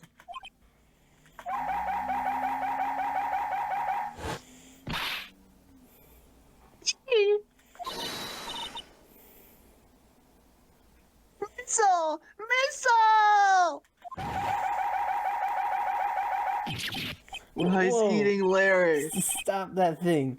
Cannibal. It's eating my samurai dogs. My samurai dogs. Wow, he ate every single one. I like the idea better that he starts eating Larry. I'm sorry, Larry. Sorry, don't pay my bills, Nick. It's going to have to this time. There you go. Missile, we can put Larry out of business. And push him one step further towards becoming a drug addict. That's all it really does. Detective Gumshoe, can we borrow one of the other things? Yeah, sure, pal. But I have to take back the last one I lunch at. Department policy. No, take your pick. Which will it be? A fishing pole. Can we borrow that flimsy looking fishing pole? Sure thing, pal. Oh, if it breaks, be sure to dispose of it properly, okay? Right. A fishing pole borrowed from Detective Gumshoe. Detective Gumshoe's personal fishing pole, sadly flimsy and of dubious utility. The fishing pole also does nothing to help with Gordy. In fact, we don't even have any bait. But with our hopes and dreams on the end of the line, we can make Maya fall over, somehow triggering Lotta's camera again, wasting more of her money. Wonderful. Yank Country sends their regards. And here? Number 26, Gourd Lake Woods. Hey, Nick, this looks like a good spot. Good spot for what? Time to do some fishing. Serious. What are you going to use for bait? Oh, Yeah. Oh. I figured something like this would happen. Should have brought Missile along with us too, then at least we'd have good bait. Whoa. what the... Ah! Nick! How could you? What the fuck, Phoenix? I'm kidding. Some jokes are better left untold. Yeah. Oof, she hit me. Okay, watch this, Nick. Just try not to reel in any empty cans or boots, okay? Here we go. Hey, my leg!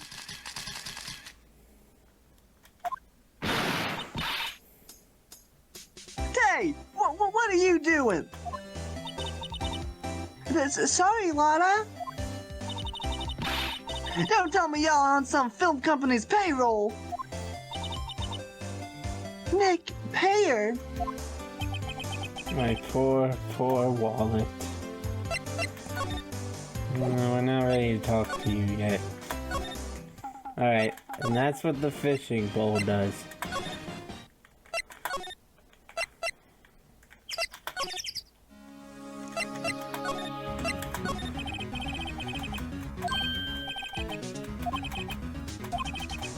The correct thing is the metal detector. Can we borrow that metal detector? Sure thing, pal. I'm not sure what we're going to find with this. Remember, you're hunting for a monster. Anything is possible. Anything. Metal detector borrowed from Detective Gumshoe. Makes a noise when metallic objects are near. A useful detection device. On to the last one, the metal detector. This one is last because it's the actual plot important one. Unfortunately, no cruel deeds can be done with the metal detector, but it does reveal something to us on the beach at the boat rental shop.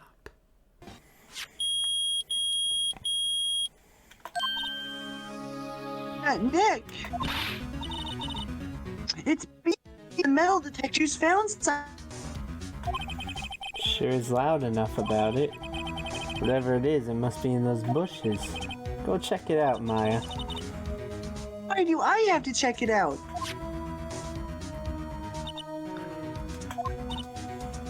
Nick! Look! Huh? An air tank? Huh. The valve looks broken. I thought it was Gordy. Maya, first of all, why would Gordy be in the bushes? And second of all, why would a metal detector react to a sea monster?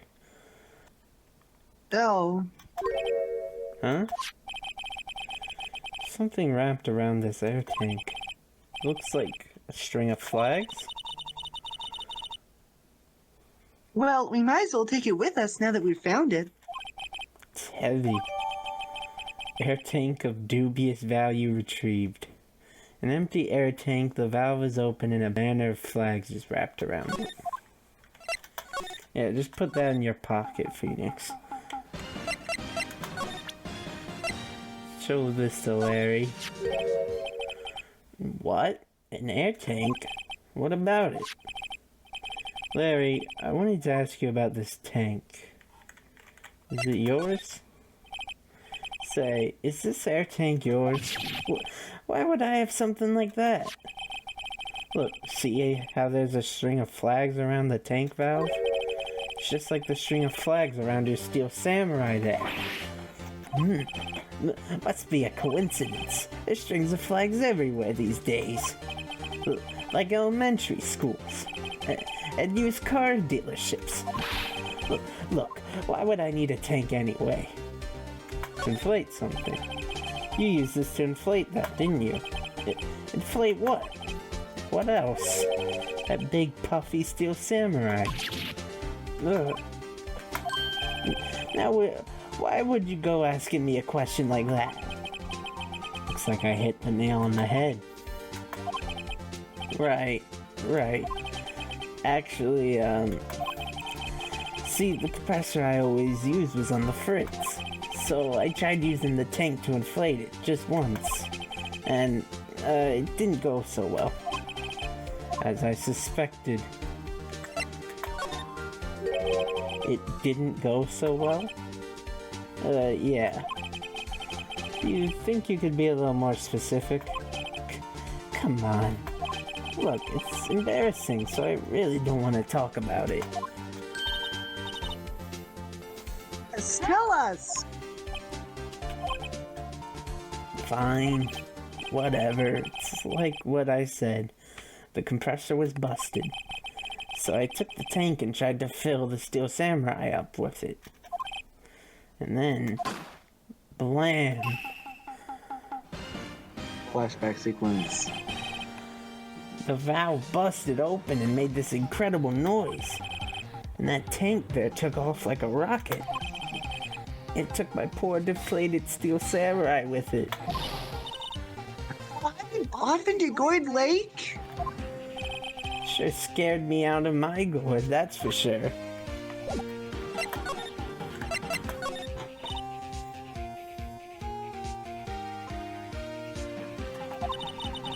So, the tank and the steel samurai you're trying to fill up flew away. What happened next? Well, all that happened on the 20th or so. The 20th, a week ago. Now, as far as I could see, the tank went flying out into the lake. So I went out every night in a boat looking for it. I mean, Kianci gave me that steel samurai after all. When did you find it? Just the night before last. It flew way out there. Took me 4 whole days to find it. The night before last was the night of the murder. Sorry for not telling you, Nick. Actually, I was here on the night of the murder. But you see, I went home before midnight. So you didn't know about what happened? No, That's too bad. it's not all bad. We've solved one mystery at least. A mystery? Maybe we should go tell her. His story is actually significant. Not only, as Phoenix hints, does this solve a certain mystery we've been running around for, but we now know Larry was at the lake the night of the murder. He says he left before midnight, but it could be possible he knows something, and he just doesn't know it. Alright, it's time to hand in our side quest. We know the truth about Gordy.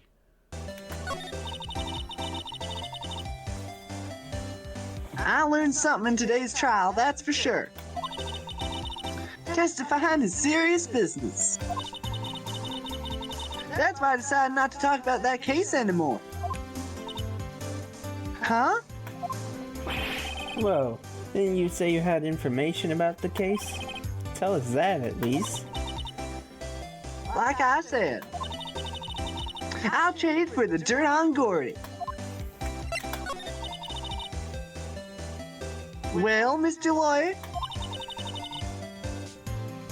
I've got the info y'all need.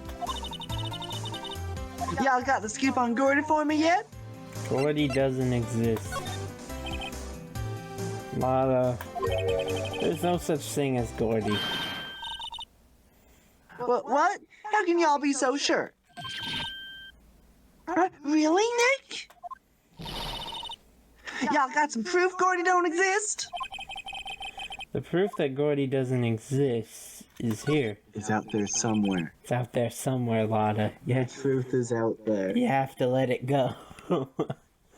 Of course I have proof. No lawyer worth his badge would make a claim without the proof to back it up. Here's the proof that Gordy doesn't exist. It's the air tank.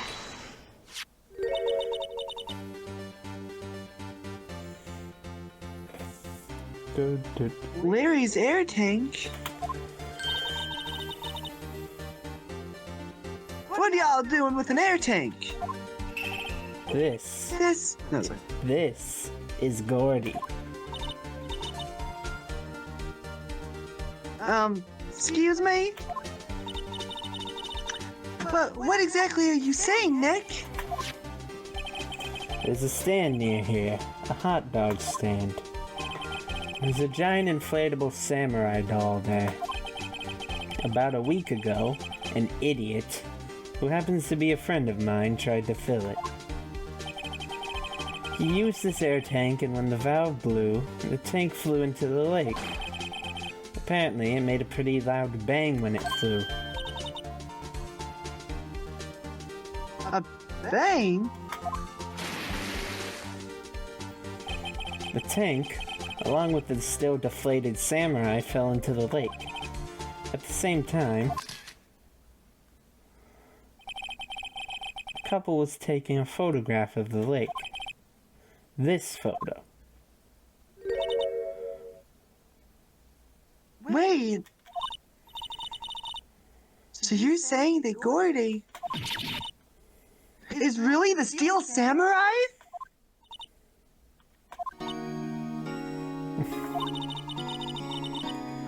Well, that's a fine way to ruin a gal's dreams.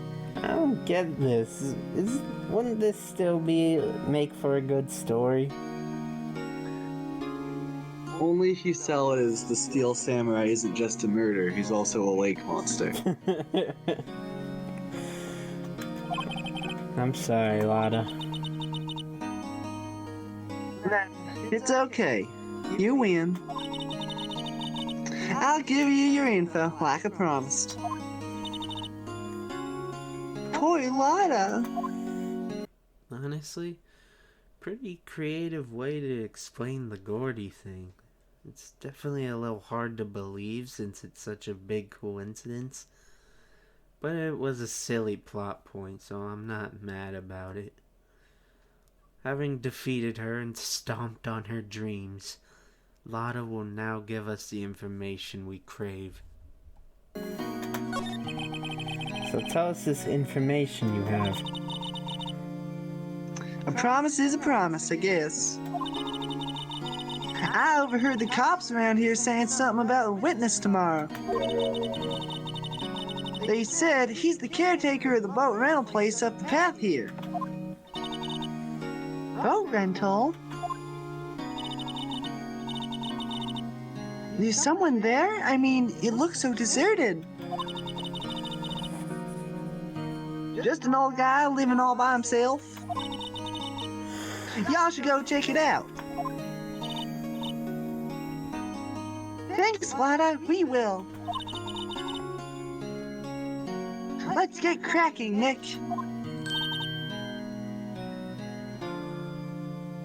Hold on. Something else? Yeah. the night of the murder. My camera clicked twice, you know. Duh. Wait, so you have another photo? Well, yeah, but there's nothing in it at all, just the lake. I figured it wouldn't be much use as evidence, so I kept it to myself. Well, it might not be helpful at all, but here, take it. Second lake photo added to the court record. Shows an empty lake taken automatically on 12/24 at 11:50 p.m. Wow, thanks for withholding vital evidence. Bye now. Y'all take care. Time for me to pack up and leave.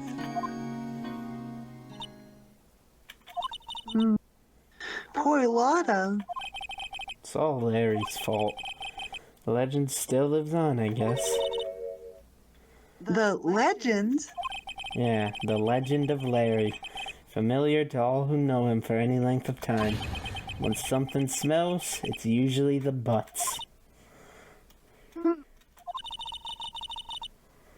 Someone should whip that butts into shape. Finally. December 26th. Boat rental shop. Nick? This is the boat rental shop that Lotta was talking about. You're right.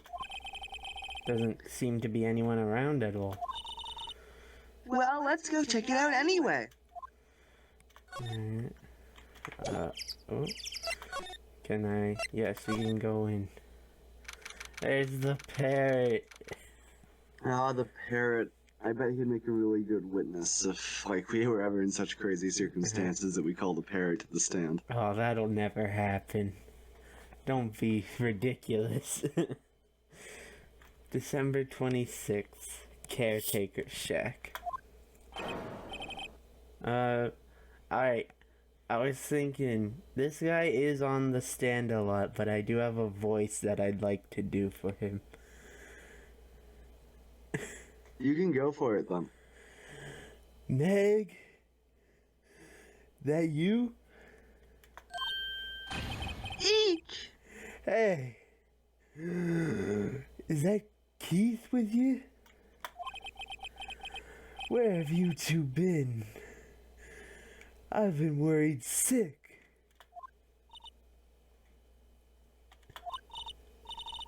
Nick, you handle this. I think I'll leave this one up to you, Maya. Meg! Yes?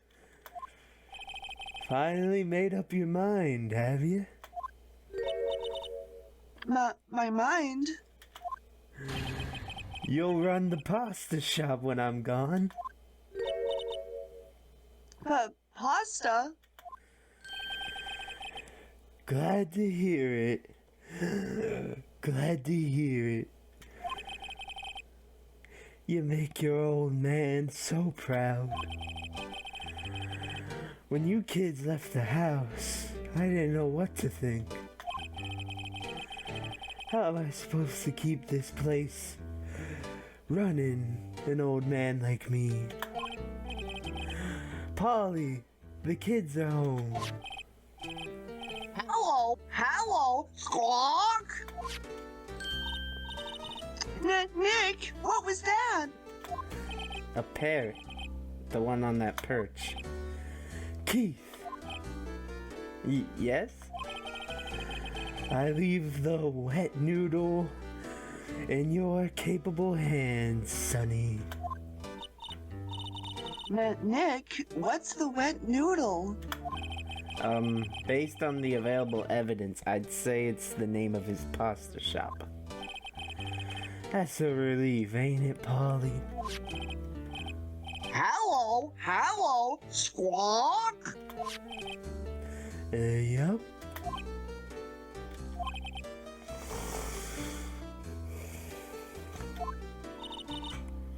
He fell asleep. I guess he's relieved. Don't worry, the breathing thing is a part of the voice I'm doing. I'm not like dying over here. No, you're good. You did a great job. And this guy's possibly my favorite part of this playthrough. I fucking loved doing this voice. It's not exactly original. I tried imitating the character Charles Whirlpool from the Cow Chop Mafia board game series. But it's a lot of fun to do. Also, Jeeves' parrot voices. This old man seems to be quite confused. Perhaps his dementia will aid us, though. Initially, talking to him doesn't get us much, other than Maya getting the parrot to give us his safe number. Wonder what else the parrot knows. Maybe we can use her to hack into his social security account. Wow, what an amazing parrot that is. Good morning. Hello? It ignored me.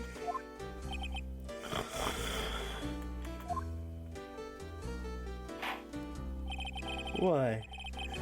You forgot, Meg? You gotta call her name first. Name? Polly, how you been? Hello, squawk. See? Neat, so the parrot's name is Polly. Parrot added to the court record.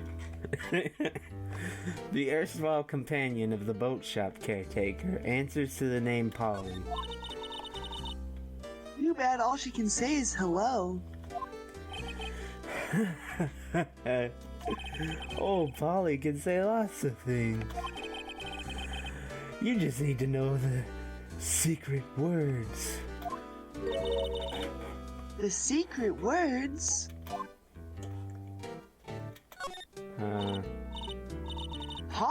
Polly, what's your name? Polly? Squawk? Cute. Maya's found a new friend.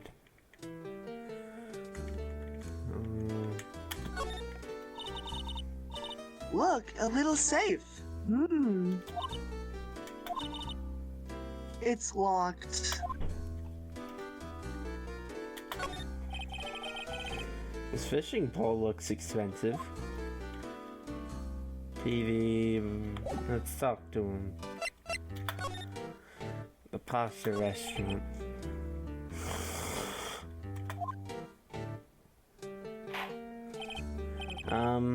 A pasta shop? Yup. To think. The wet noodle will live on when I'm gone. My father started it, you know. So that makes you two the third generation. Meg.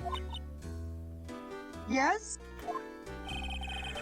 Tomorrow, we'll start with the secrets of dough tossing.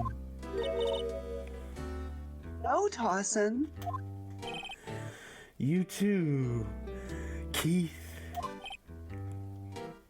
Yes? You'll be the best pasta wrangler the West has ever seen. Pasta wrangler? The West? Isn't pasta from Italy? Meg, Yes? you know the best pasta's always been made west of the Rockies, don't you? Right, of course. Everybody knows that. Nick? Huh?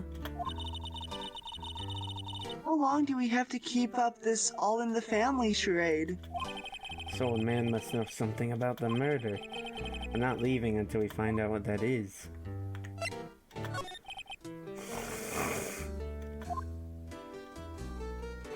They do that every time you speak to him, by the way. Idle animations. Yeah. This is a boat rental shop, right? What are you talking about? This here's the Palace of Pasta. The wet noodle.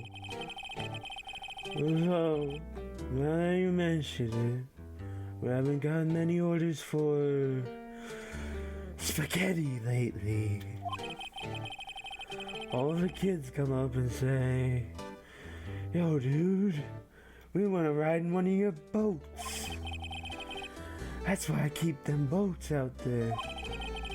Youngsters these days, darn if I understand them. I'm pretty confused myself. This isn't going anywhere. But this old man is a witness tomorrow, right? We've got to find some way of getting information out of him.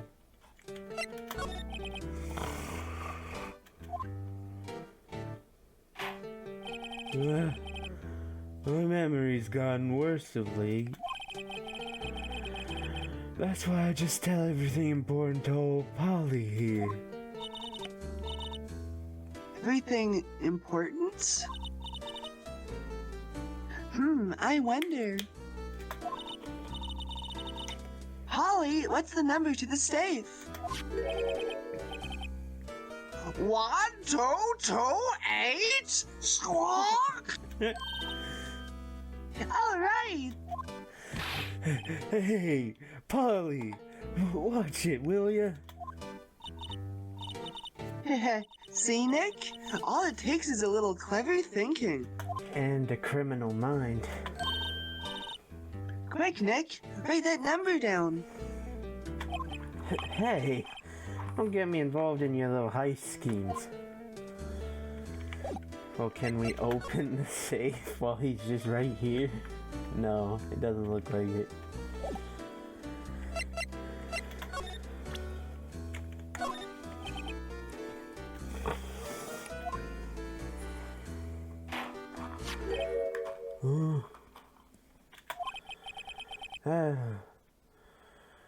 Lawyer's badge?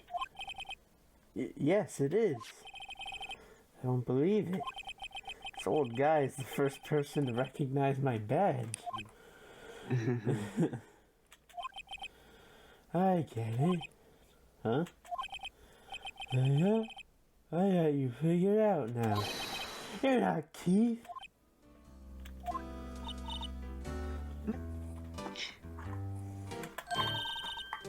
Now's our chance to clear things up. Sir. No, I'm not Keith. And I'm not Meg either. We're here investigating a murder that took place on this lake the other night. Please help us.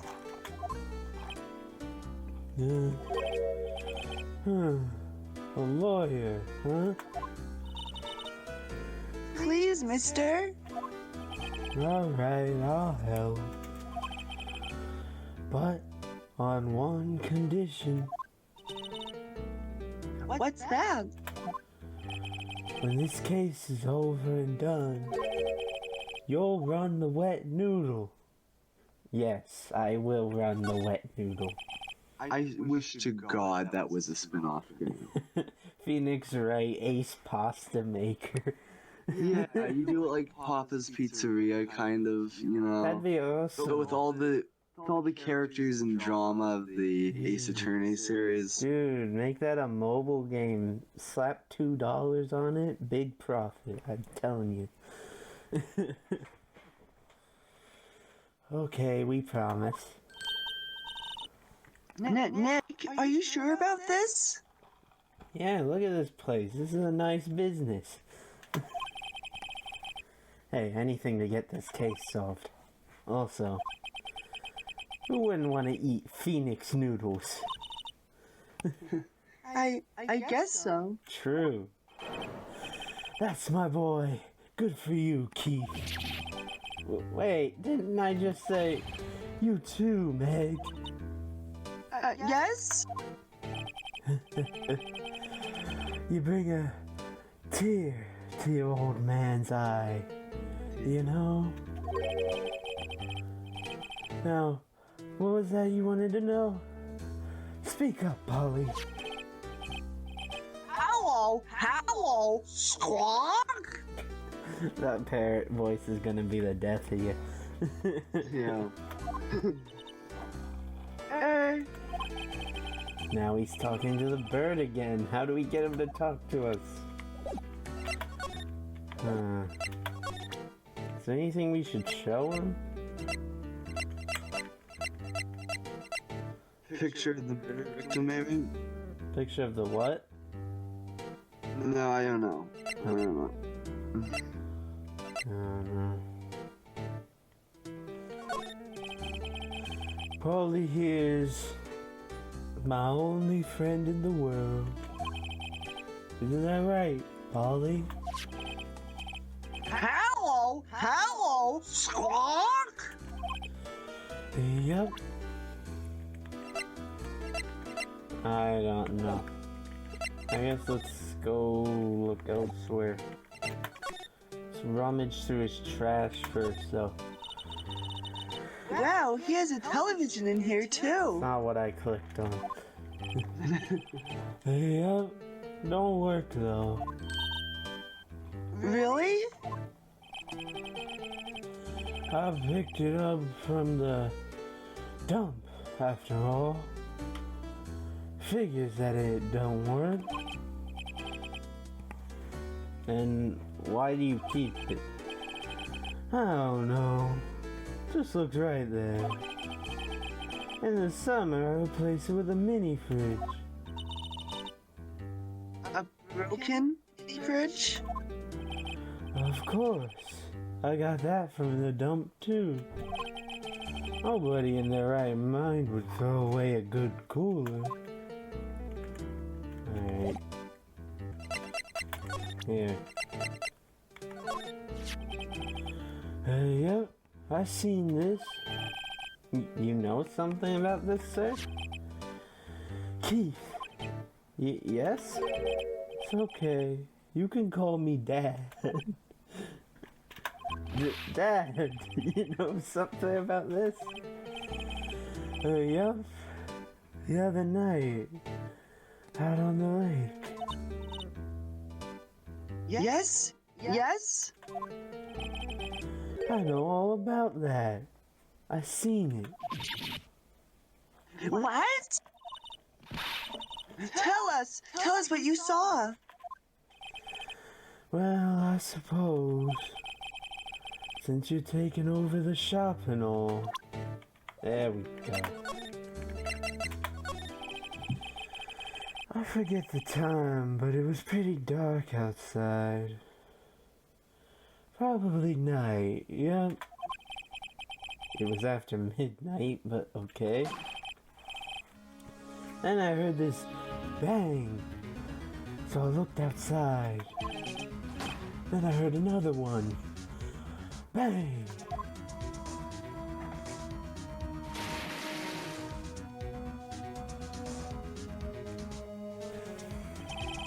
A little while later, this boat comes back. Then a young man walked by my window here. He was muttering something to himself. Yeah? What did he say? Yeah? I forgot. I'll remember tomorrow. By court time, promise. We need to know earlier than that. You know what? Huh? Little Terry was just here. Terry? Yeah. That kid next door. You always used to make him cry, remember? He's wearing this tattered old coat. Got himself some whiskers growing out his face. Must be talking about Detective Gumshoe.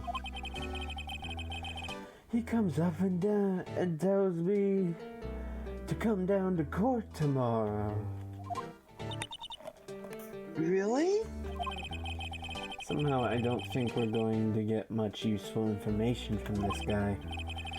Maya, maybe we should be leaving. I think you're right. Oh, wait, I had one more question. Huh?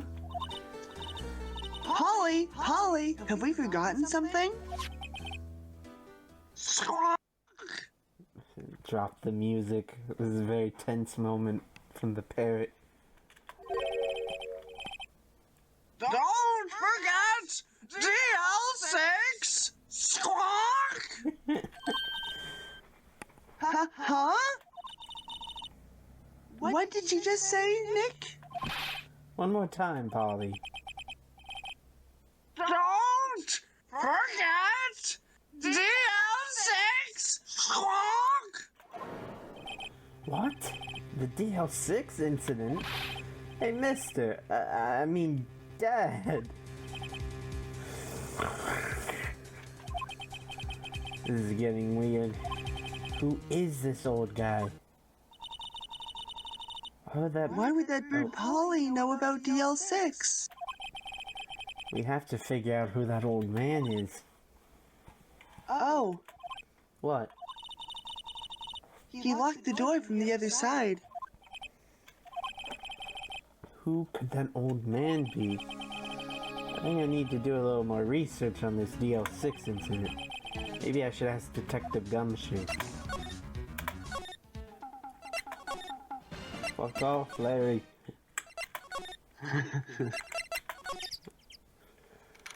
December 26th. Police Department, Criminal Affairs.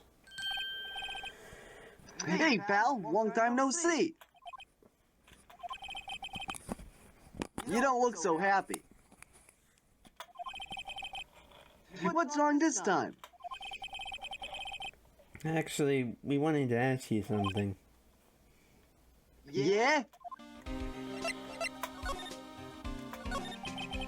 You know the boat rental shop down at Gourd Lake? No, yeah. The old man who runs it is appearing as a witness in court tomorrow, right? Tom, that was supposed to be a top secret. Do you know who that old man is, Detective? Actually, I don't. He's a bit of an odd bird. I haven't been able to get a straight answer out of him. I decided first that he wasn't persuasive enough to stand and testify as a witness. That's what we called Ms. Lotta Hot yesterday. As for who he is, we have absolutely no idea.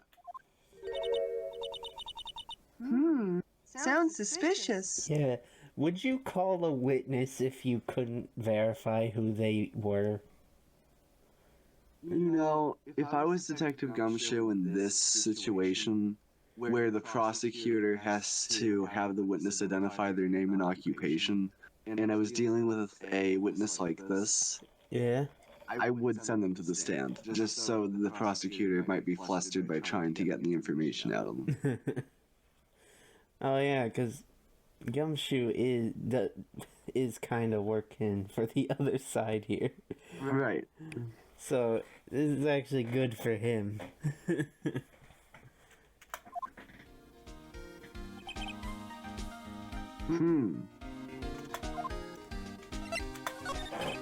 Detective Gumshoe, please help us. Huh? We need to know about the DL6 incident. So, That was when Edgeworth's father died. I can't help but think that it has something to do with his current case. to tell the truth, I don't know much about DL6 either. Mr. Edgeworth forbade us from reading the file. So, I'm afraid I can't show them to you either, pal. What? However, if you can convince me somehow that the DL6 incident is related to this case, well, I guess I consider opening the file up.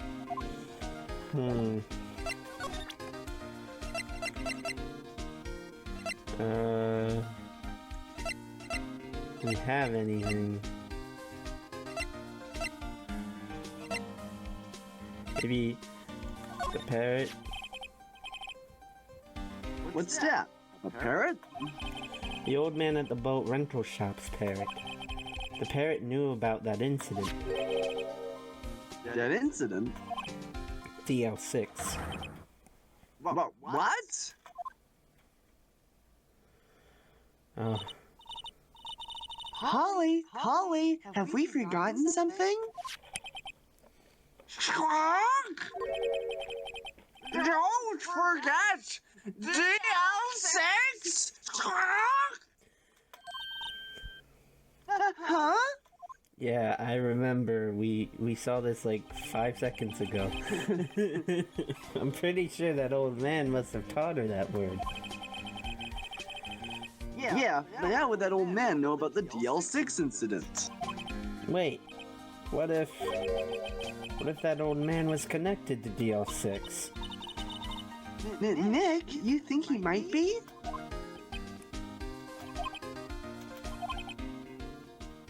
I get you. Sounds like you need information on the DL6 incident. To there's the station's records room. I'll give you special permission to go in and find what you need. All right, way to go, Detective Gumshoe. Okay, Nick, to the records room. I guess it's time we faced Edgeworth's past. Wow. It's amazingly dusty. 10 years of files and 10 years of dust, I guess.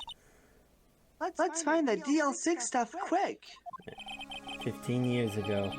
Both me and Edgeworth were 9 years old. We were almost through with 4th grade when he suddenly transferred. Because of DL6? Nick, I found out where the file is. Oh, thanks. Just let me know what you want to know about the DL6 incident. Yeah, I'll go get the right file. yeah, let's do this quick. It'd be a shame if some old man came in here with a taser. Well, first, I have to get a handle on the main facts, like a summary. Right. Summary. Found it! Here you go. December 28th, 2001. That's exactly 15 years ago from the day after tomorrow. So in 2 days, the case is closed. The incident took place in the elevator of the district courthouse. What? Is this the same district courthouse where we're holding the trial now? Looks like it. There was a large earthquake at 2 p.m. on that day. Part of the court building collapsed, and all of the lights went out. All the whites went out.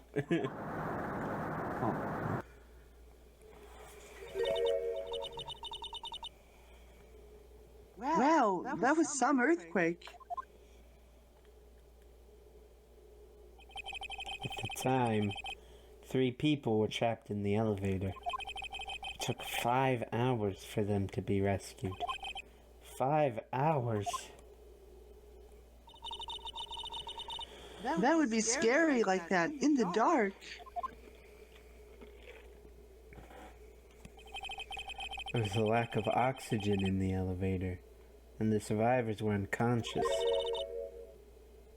The survivors? One of the 3 in the elevator had been shot in the heart. That was Mr. Edgeworth's father, wasn't it?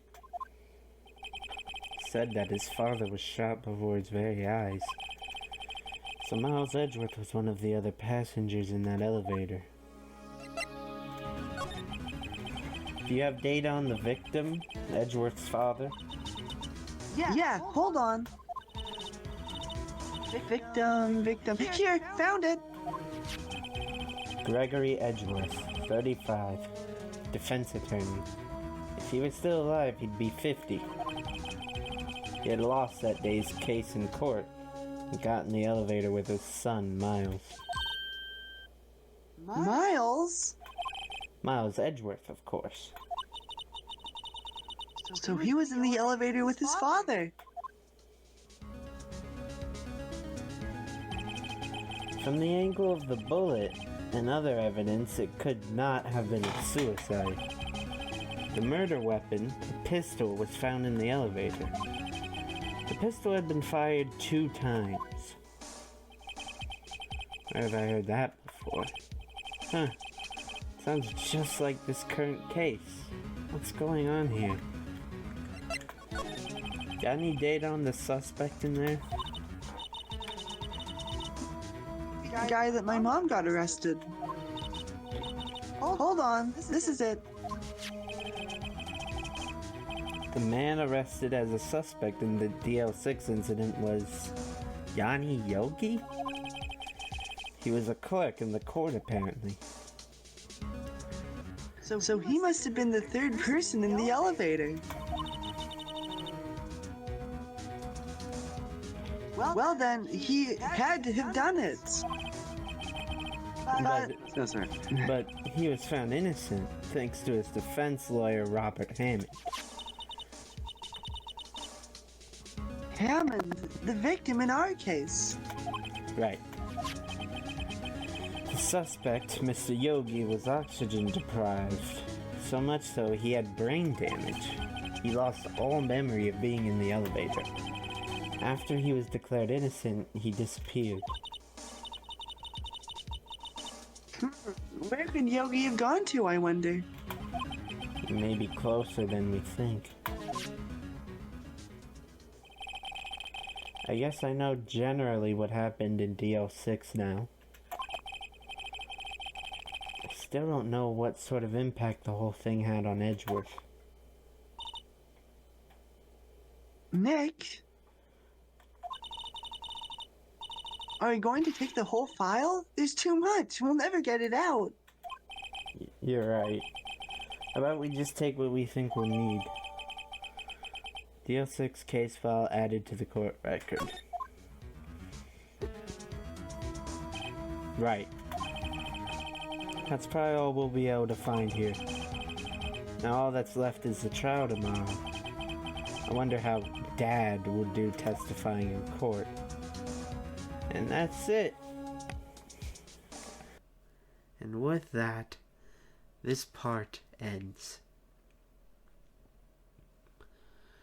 I feel this part drags a little, what with the whole Gordy chase being like half the segment. But all in all, I don't think it was bad. Not really too much for me to say with this one, other than that really, it does a good job of getting you excited to get back into court. Let's keep going. December 27th, 10 a.m., District Court, Courtroom number 3. Just jumping right into it. Court is now in session for the trial of Mr. Miles Edgeworth. The defense is ready, Your Honor.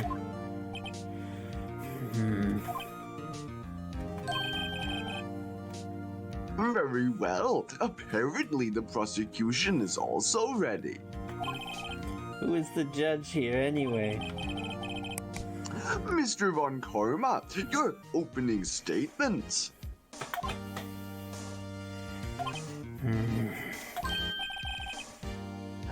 Very well. No opening statements. So? Not so fast, Judge. I was taking a meaningful pause before speaking. Right, of course. A prediction. Today's trial will end 3 minutes from now. He wants to end the trial in 3 minutes. Yes, 3 minutes. I don't know, maybe there's some bingo or golf going on for rich senior citizens today and he doesn't want to miss it. Oh my god, he's Muhammad Ali. Order! Order! He's lawyer Muhammad Ali. Mr. Von Karma, what is the meaning of your statement just now? Ah, must you question everything? It will be over in 3 minutes. We have no time to waste. I'll call my witness now. Right. I call my witness, my decisive witness to the stand. It's that mysterious boat shop owner.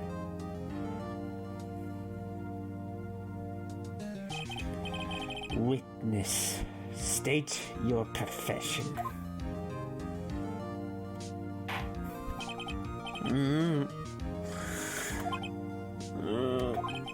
I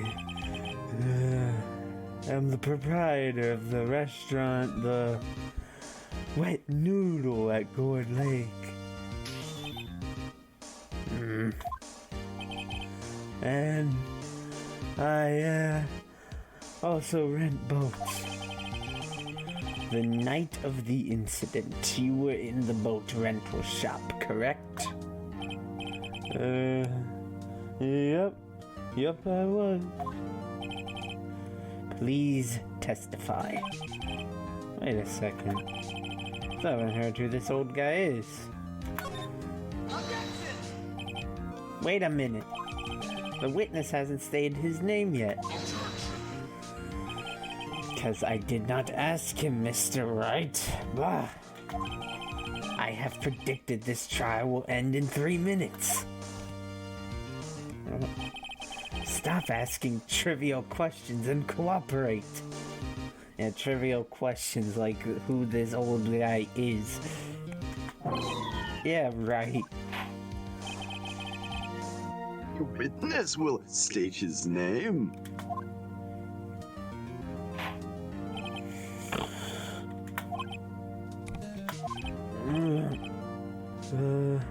Well, I'm not really sure, yeah?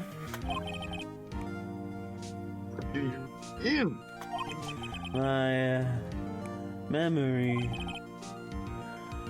Your Honor, the witness does not remember anything beyond the past several years. Ergo, he cannot recall his own name. He can't recall, you say? That's fucking bullshit. You tell me nobody told him what his name was? Yes, but the incident in question took place 3 days ago. He can testify. Supposedly he doesn't remember his own name. I'll be honest, I don't think someone whom we have no idea even what their name is a good witness. I feel like he shouldn't be allowed to testify.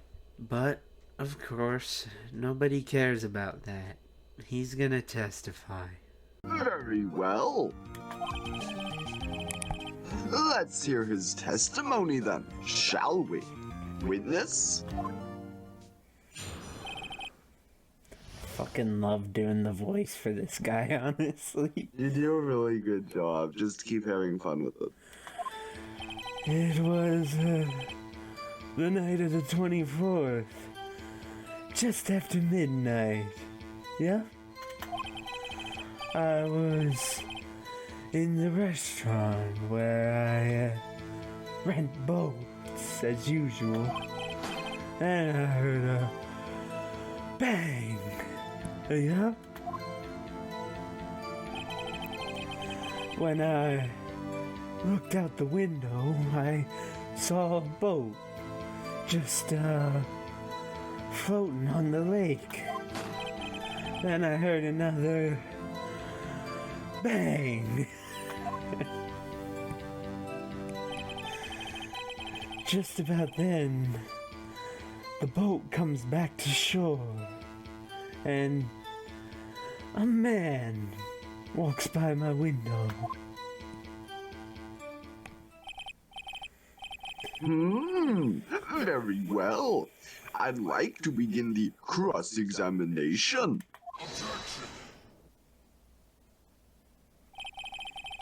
There is nothing to question in my witness's testimony. Ergo, no need for cross-examination.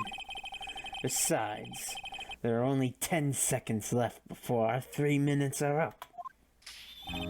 Judge, your verdict, now. Yes. Mr. Wright. What are you saying? Of course I'll cross-examine the witness. Very well. You may begin. Ah! Excuse me, Mr. Von Karma. 3 minutes just passed. I see. Well then, let's just take our time.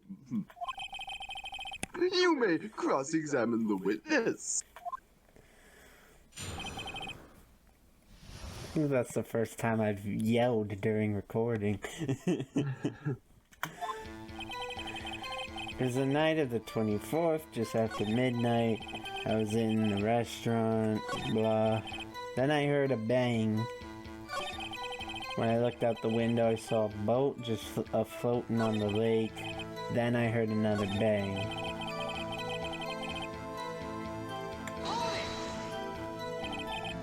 By your window? Yeah, by my window. Right outside the window of my little shack. And could you see the man's face? Well, the fog was pretty darn thick, but he was right there in front of me. I saw him. This is rather an important detail. Please add it to your testimony.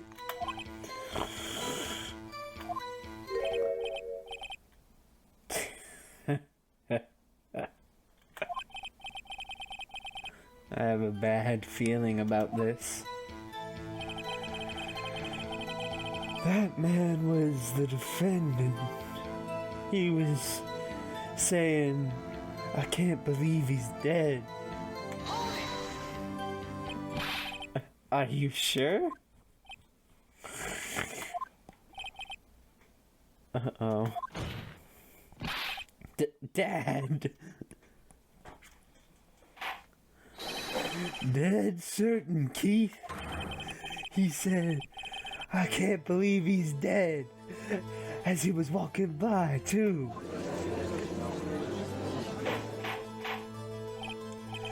Witness, are you sure that the person you saw was Miles Edgeworth? It was him, that Edgeworth boy.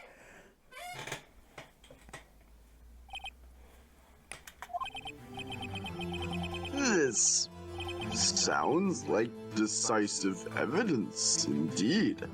I see no room for doubt. Von Karma. He lured me into cross-examining so he could set me up for a fall.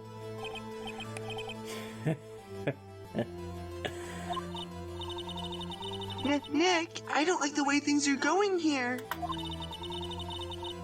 Everyone in the courtroom is glaring at us. I'd better act quick, or this trial is going to be over. Your Honor, we proved in yesterday's trial that it could not have been Edgeworth who fired that gun. Mr. Wright, are you referring to the fingerprints from Edgeworth's right hand found on the gun? And the photograph showing a man firing with his left hand? Exactly.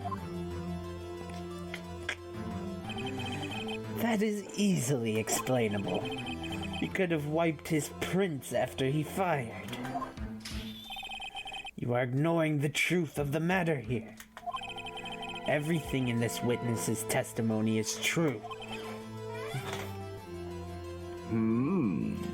So Edgeworth fires the gun with his left hand, wipes the prints off, but then picks it up with his right hand. Yeah, like, my biggest complaint with Edgeworth as a murderer is I feel like he would have a better idea of how to cover it up. Yeah, Edgeworth's smart. He wouldn't just shoot someone like this.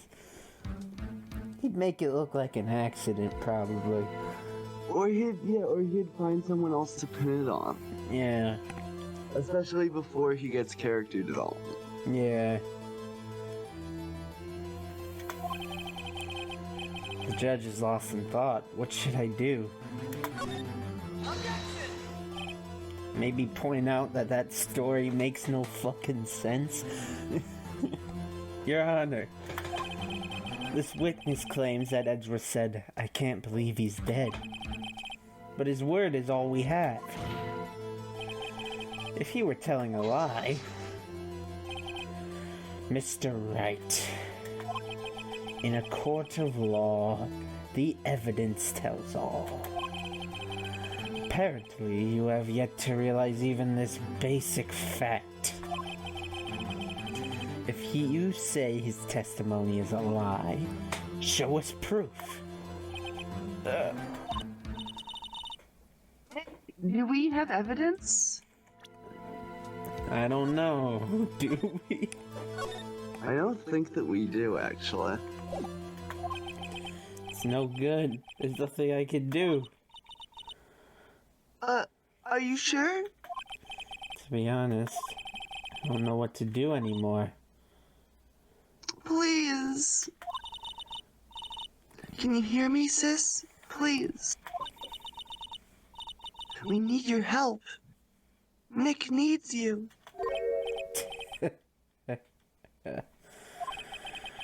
3 minutes was perhaps too high an expectation. However, 15 minutes isn't bad. This must be a new record. Von Karma is quite pleased that the trial is seemingly going to end in 15 minutes at least.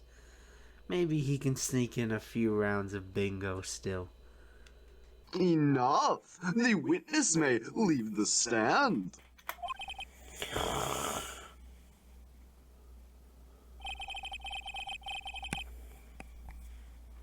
This court sees no reason to further prolong the trial.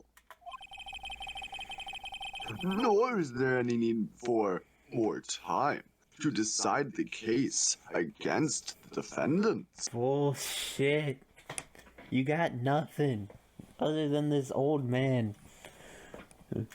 Can't even Well, remember. he's very charismatic. Can't even remember his damn name. This case is extremely clear. I see no room for the misinterpretation of the fact. Oh yes, extremely clear. What? No.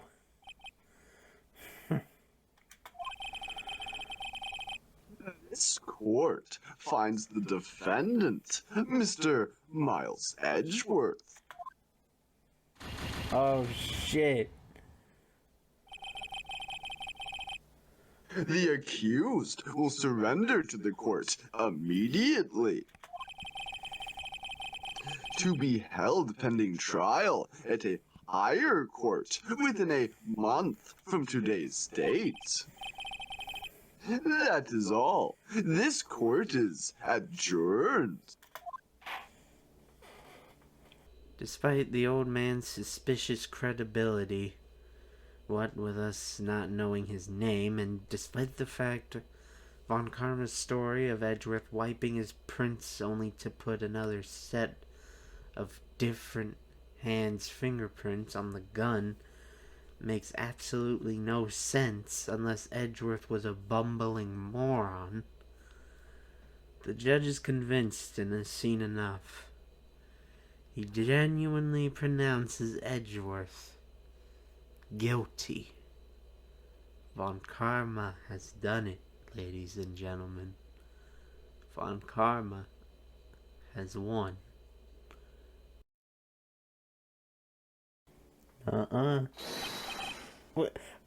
Wait!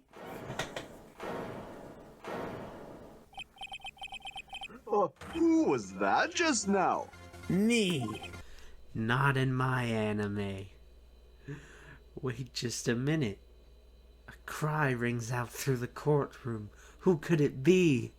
Will Maya undergo another contempt of court charge? No. The cry came from the audience. A figure from the seats lunges onto the witness stand. Who could this be? What is the meaning of this intrusion? It's Larry. The whole gang is here to save Edgeworth. And yes, this completely breaks court procedure because the verdict has already been announced. And yes, his testimony is going to be highly suspicious because he's biased. But goddamn do I love the drama. And this game is fucking stupid. So we are going along with this bullshit. Fuck yeah. Huh? Wow! Larry! What are you doing here? Listen, you gotta listen to me. I was there in the park the night of the murder. I wasn't sure about it until just yesterday, but today I remembered it. This seems so fake. Yeah. Like Phoenix Wright's childhood friend just barges in with quote unquote a newly remembered testimony. Yeah. I feel like he might just be lying, like Yeah. to save Edgeworth's ass, but Remembered what? the gunshot. I heard it too.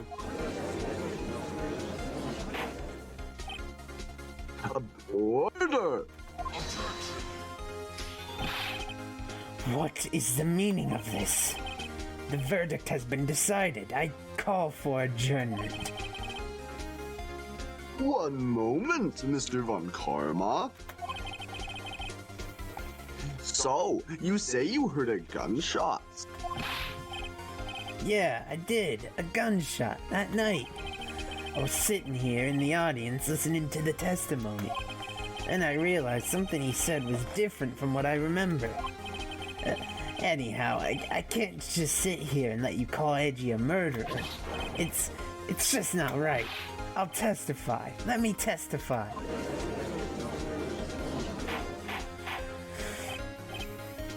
Order! Order! Well, this is the first time something like this has happened in my court. Yeah, you definitely shouldn't allow this. Especially after the verdict has already been given. Yeah, but this judge is so weak a human being, but Yeah, you love him though.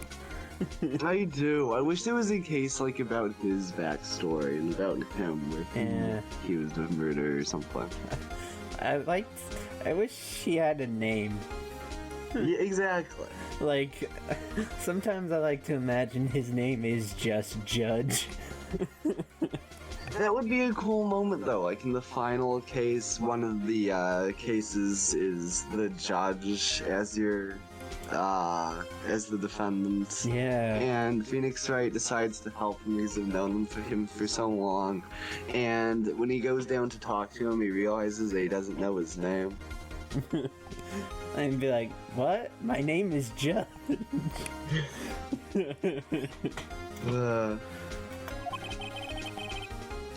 I'm not quite sure how to proceed. I love this. And like in the anime, it really puts it into perspective because it just shows Larry literally jumping from the audience section into the courtroom section, like just screaming, "Let me testify." That's exactly what I should say. Yeah. Judge, you've already given your decision. The trial is over. Nick! This is it. Larry's given us one final chance at this. She's right. If only it wasn't Larry. He could make things even worse. Mr. Edgeworth was just declared guilty, Nick. It doesn't get any worse. Yeah, he's probably gonna be executed. Oh, you're right. Okay. Your Honor, if there's another witness, it is our duty to hear him speak. Right here, right now. Waste of time. The verdict cannot be overturned.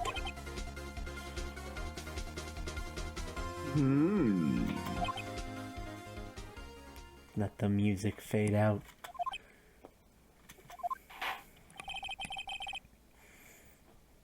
Allow me to speak my opinion. In all court proceedings, it is our duty to prevent an inaccurate verdict. In order to make sure no mistake has been made, every witness should be heard. What is this? I withdraw my previous verdict of guilty. What the fuck? What the fuck? Mr. Von Karma, I order you to call this new witness to testify. Now! What? The court will adjourn for a 5-minute recess. After that, we will hear this new witness. Court is adjourned. Man, Judge really found his balls in the second trial. And so, because of Larry, the judge literally just reverses his decision and the trial continues. This is such major bullshit, honestly. But I love it. Now, to be fair, we do know Larry was there that night. Although he said he left before midnight. However, we don't know when exactly he left. So it is very possible he heard or saw something. December 27th, 10:28 a.m. District Court, Defendant Lobby number 2. I was too close. Sorry to keep you on the edge of your seat like that, Edgeworth. I've seen worse. Yeah, right, Edgeworth. You're sweating bullets. Just wonder what Larry plans to say in there. Larry was at the lake that night? Yes. He said he went looking for the steel samurai balloon that flew into the lake. Oh, right. And he found the balloon in the air tank that night. Yeah. Hey, Edgeworth. Huh? You say something, right? Yeah, a lot of things. You seem out of it. What's wrong? It's nothing.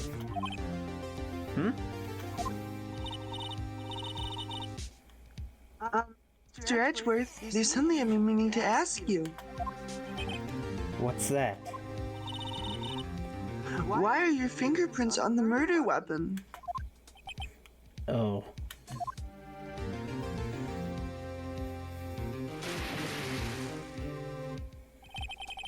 When he fell into the lake, I went into a daze. I couldn't understand what had happened. I couldn't think straight. And I saw the pistol lying on the floor of the boat in front of me. I picked it up without thinking. I didn't have a reason, really. I see. Right. Yeah? This might be our chance. Our chance? Von Karma has only ever run perfect trials. Perfect trials? Perfectly prepared witnesses, perfectly complete evidence. That's the secret to his success. This is the first time he's ever had to deal with something unexpected. He has to let someone he hasn't even talked to testify before the court. And that someone is Larry. What are you getting at? It's likely his testimony will be full of holes, right? That's right, Nick. No 10-minute trial this time. We'll milk this one for all it's worth. Hey, it was 15 minutes. 15! Everything's on Larry now. December 27th, 10:35 a.m., District Court, Courtroom number 3.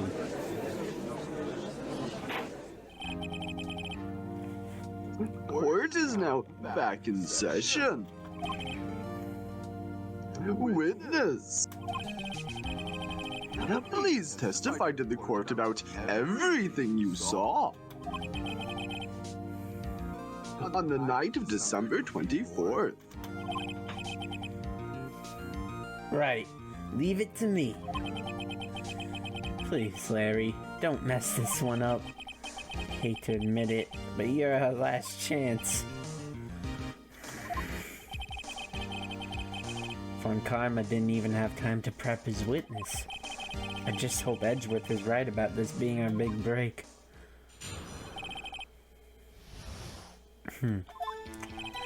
That night, I was out on a boat on the lake.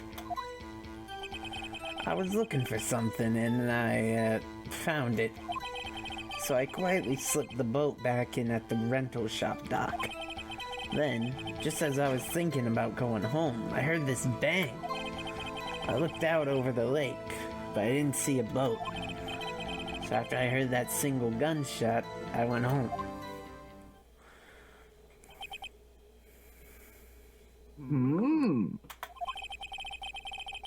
That was an unusually vague testimony, even for this court. In any case, Mr. Wright, you may begin your cross-examination. Yes, Your Honor. What's wrong, Nick? It's Larry. I have no idea what he's going to say if I press him. I'm a little scared.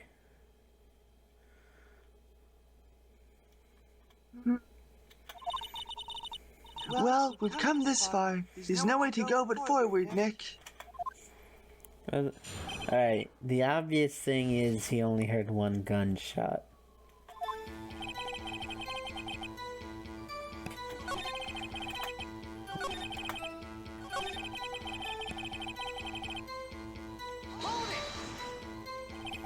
Where did the sound come from?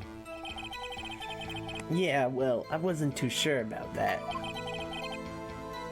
I looked around, you know. Did you look at the lake? Yeah, I looked.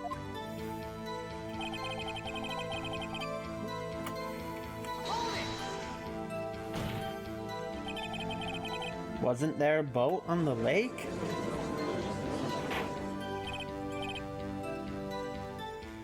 Order!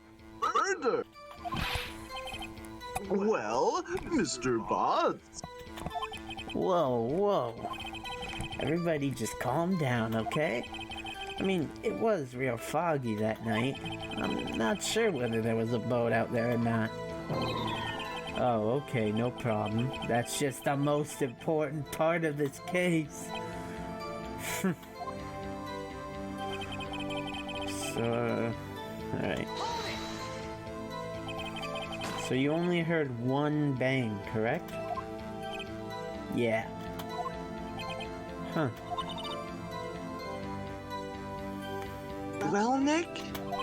It was a pretty wishy-washy testimony, wasn't it? I guess I should just start working on the contradictions. Sorry. I wish I could be more helpful. I wish I could call my sister. I think we can present Lada's testimony here. I heard 2 sounds like gunshots just after midnight. that sounds right. Wait a sec, Larry. What? You only heard one bang? You sure? That's what I said. But Miss Lotta Hart testified yesterday that she heard 2 bangs. And the old man just now said the same thing. They both heard 2 gunshots that night. Huh? Were you even listening? Were you paying attention at all to what they said? Yo, Nick, please.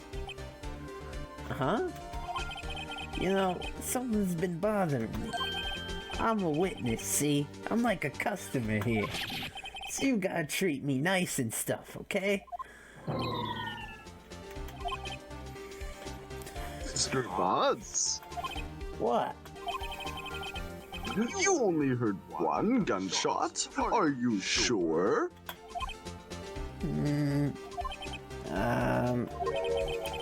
Well, to tell you the truth, I'm not sure. They? Not sure? How could you not be sure? Yeah, well, I might have missed the other gunshot. I was, listening to something else. Fuck, my voice is changing for him. Sorry. Something else? My radio, dude. With my headphones. What?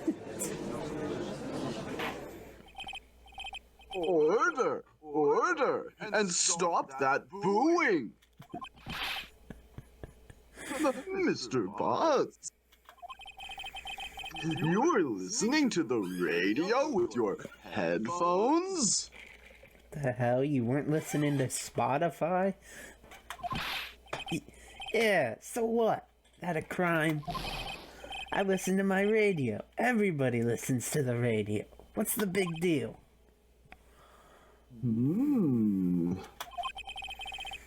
Mr. Von Karma, your opinion? Waste of time. I do not accept this witness nor his shoddy testimony.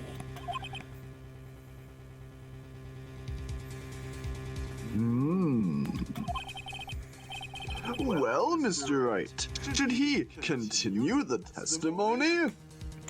He should continue. Right? I think so. Your Honor, please allow the witness to continue his testimony.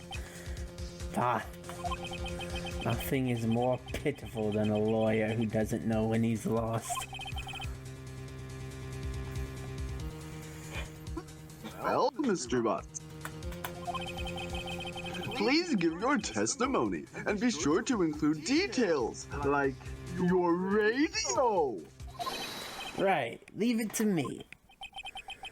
I wouldn't if there were any other way out of this, believe me.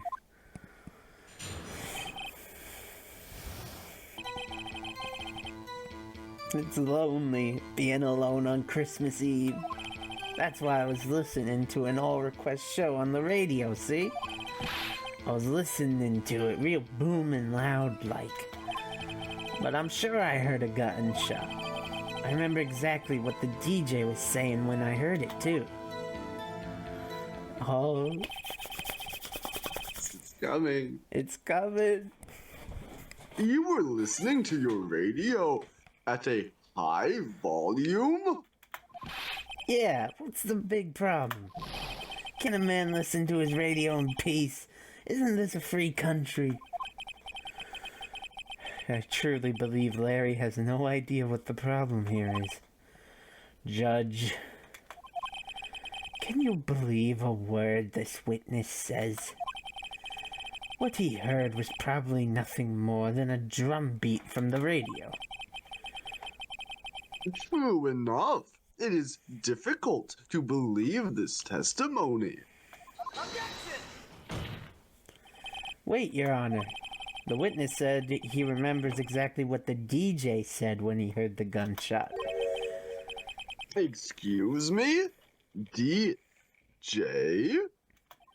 An announcer. The guy who says things on the radio. Anyway, what this means is, when he heard the sound, no music was playing. The DJ only talks between songs, so he could have heard the gunshot from the lake. I'd like to cross-examine the witness, Your Honor. Very well, Mr. Wright. Can't believe I'm continuing this charade.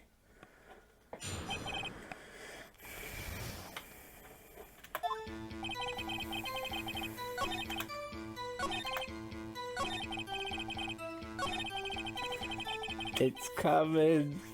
It's coming. It's almost here. It's almost here. What did she say? Mr. Wright, please cease these pointless questions. What possible good could knowing what a radio DJ said do us? Indeed, Mr. Von Karma has a point. I'll allow the question only if you see some reason why we should care. We should care, damn it, we should care. We should care, Your Honor, of course we should. Why? Well, how do you know if we don't ask, Fine, very well. Mr. Butts, please testify to the court. What was the radio announcer saying when you heard the gunshots? This is a truly magical moment, ladies and gentlemen. The DJ said, "It's almost Christmas." Do you understand what this means? I think we should hear it from Phoenix. This is the most ludicrous testimony I've ever heard. There's one gleaming ray of hope in there. I've got to press it until we get to the bottom of what happened. The light shining in the darkness.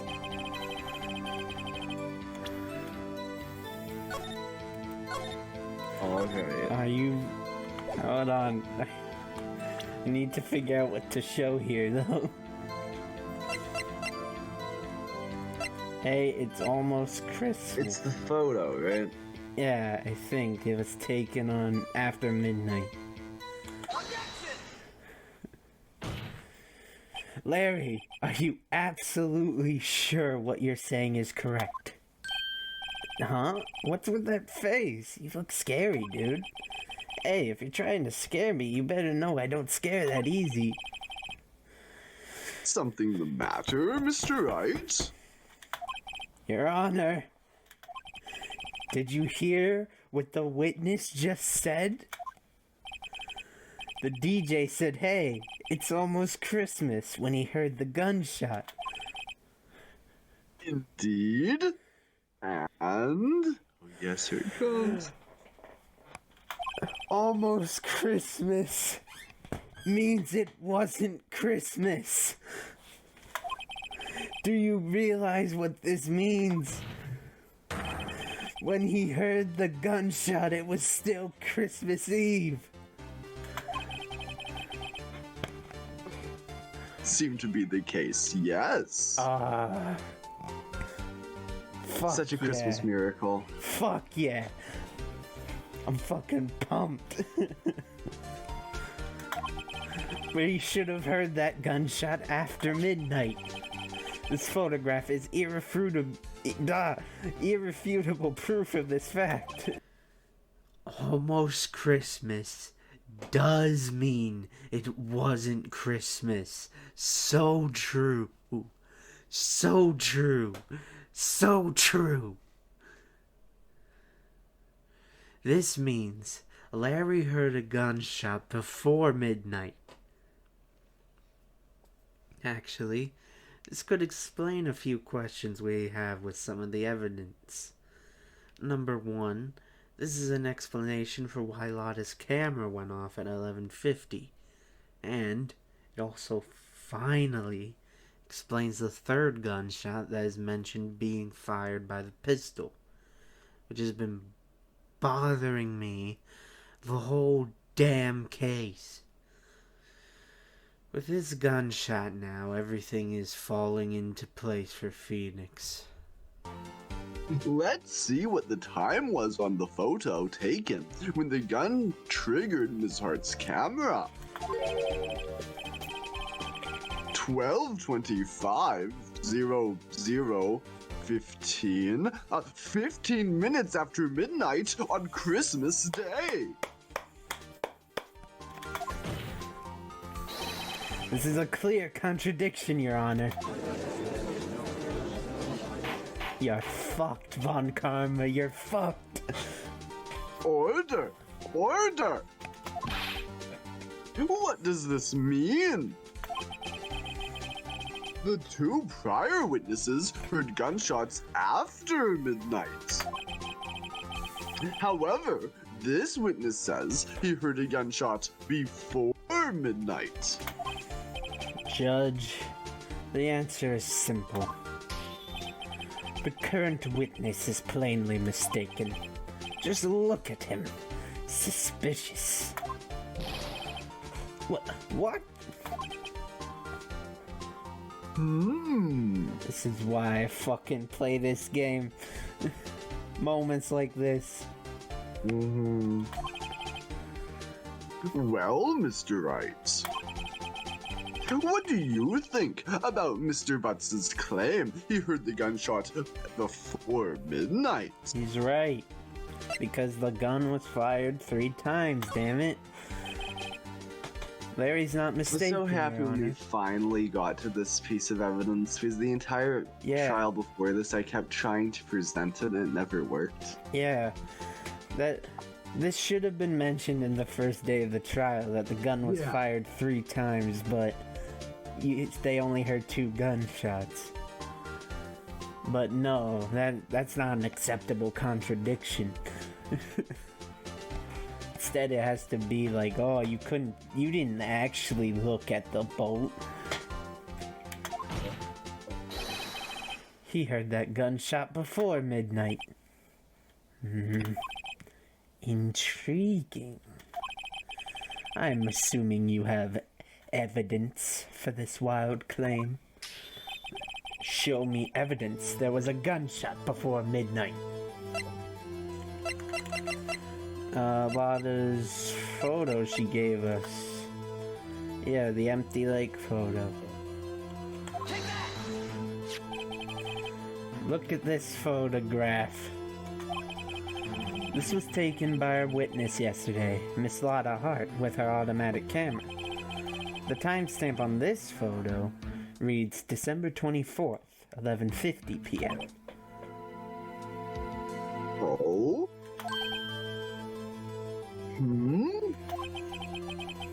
But there's nothing on the lake in this picture. Your Honor, the real issue here is not why nothing is shown in this photograph. It is why this photograph exists at all. No, I think the fact that there's no boat is pretty significant too. Yeah. Because Larry said there was no boat. So this corroborates his testimony completely. But no, let's ignore that. What do you mean? Your Honor, This photograph was taken by an automatic camera. That camera was set to go off in response to loud noises. Ah! Correct. There was a loud noise on the lake at 11:50 p.m. That is why this photograph was taken. In other words, when Larry heard the gunshot, it was most definitely still Christmas Eve. Indeed, it would seem that is the case. Then, where does that leave us? Miss Hart testified that she heard the gunshots after midnight. Are you claiming she was mistaken? Not at all, Your Honor. It is a fact that the camera also triggered at 15 minutes after midnight. Your Honor, that night there were 2 sets of gunshots, with a 25-minute pause between them.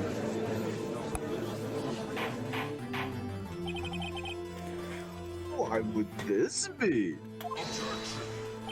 Don't be fooled, Judge. That camera was set to respond to loud noises. Yes? There is no proof that the loud noise at 11:50 was a gunshot. Why, the witness could have sneezed, triggering the camera. Hey, my nose was clear that night, man. Clear. Well, Mr. Wright.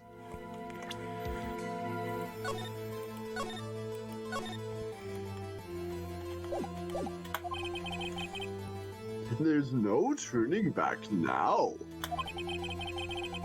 Can you prove that the loud noise at 11:50 p.m. was indeed a gunshot? Please show the court evidence if you have any. It's gotta be the gun now, right? Has to be. Please. Thank you. This is my evidence. The weapon? Something about this pistol was bothering me, Your Honor. Me too, Phoenix. Me too. Both of the witnesses who testified yesterday heard 2 gunshots. However, the murder weapon was fired 3 times. When, then, was the last shot fired? Only now have I realized the truth. That 3rd shot was the shot Larry heard just before midnight. Order! Order! That would make sense of the evidence we've seen so far. However, this leaves me wondering exactly what did happen that night on the lake. Exactly. If this is true, there were 2 sets of gunshots separated by 25 minutes. One at 11:50, another at 15 minutes after midnight. Why, I ask you? Why? Uh-oh, I'd better think of something quick. Wait a second. Gunshots separated by 25 minutes? Ah! What's wrong, Nick? I have it. Huh? Remember the case with the Steel Samurai? Huh? Yeah, of course I remember. The murderer in this case had the same idea as the murderer in that case. What do you mean? Maya, Yes? if we don't figure this out now, we'll never overturn Edward's guilty verdict. I've got a hunch and I'm going to run with it. Right. I mean, is this safe? Safe.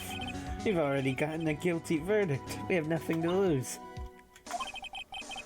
You just watch and let me know if I say anything that sounds fishy, okay? Right, Nick. Your Honor, Yes, Mr. Wright. The testimony just now has cleared up this entire case. What do you mean, Mr. Wright? So, you finally realize the truth? There can be no other murderer here than Miles Edgeworth himself. Wrong, Von Karma. A man was shot that night, but it wasn't Edgeworth who did the shooting. Listen, rookie. Take a deep breath and consider the facts. At the time of the murder, one boat was on that lake. This was shown by the witness's photograph. The defendant, Edgeworth, and the victim, Robert Hammond, were on that boat.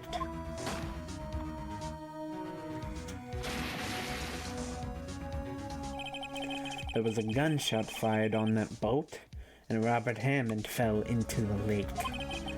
The distance of the shooting was 1 meter. It couldn't have been a suicide. Well, the guilty party has to be the other man on that boat. Admit, it is hard to imagine any other possibility. Yes. But this assumes that the victim was shot at 15 minutes after midnight. What do you mean by that, Mr. Wright? We have photographic evidence of the time of the shooting. The timestamp on the photo says 00:15. But Larry heard a gunshot 25 minutes before that. Robert Hammond was killed then, 25 minutes before the shot on the lake. That's the only way that Edgeworth could be innocent. Mr. Wright, are you quite mad? Explain who the two men on the boat are. It's Edgeworth and the murderer. Of course, it was Edgeworth and the murderer. After the murderer killed Robert Hammond at 11:50, he assumed the guise of Mr. Hammond and met Edgeworth.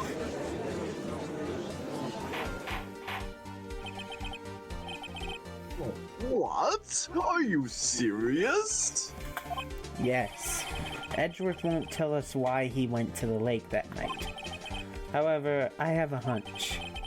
That night, Robert Hammond called Edgeworth to the lake. Now, Edgeworth didn't know Robert Hammond's face that well.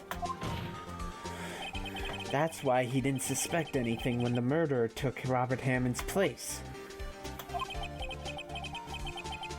I'm not sure what to make of all this. Ludicrous.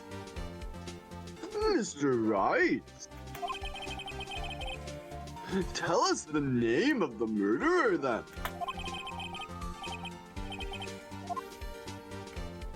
Lot of heart. I don't know. Actually, I don't know the murderer's name. You don't know? Again, you waste my time. I don't know because he never told us. The murderer is the caretaker of the boat shop, that old man.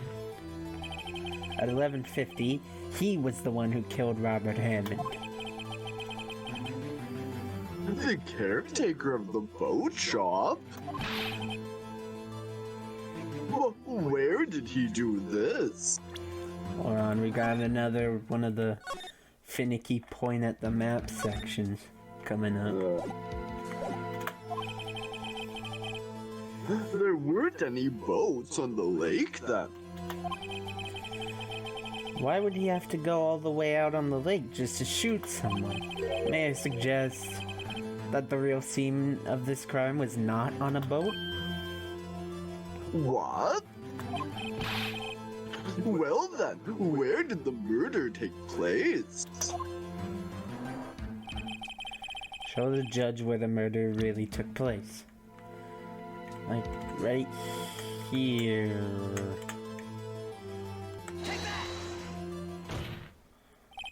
Around here, maybe? Maybe, Mr. Wright? And does this maybe include the reason why the killer would have chose that spot? Yes, well, maybe because there is no good reason. The murderer thought we'd never expect it. Maybe you should try again. He wasn't even surprised I goofed up. Alright. I know I'm in the right area, but... let's try just pointing at the boat shop itself. Here, of course. The boat shop where he lives. That way he could meet with the victim without anyone seeing. Do you have proof that the boat shop was the scene of the crime? Recall Larry's testimony, if you will.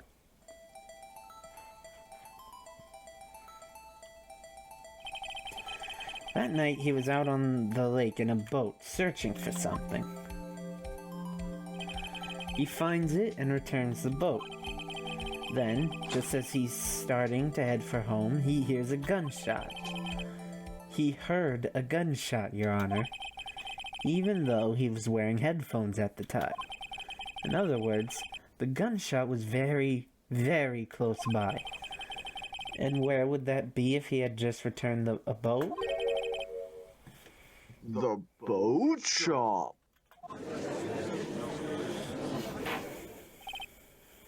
Mr. Wright.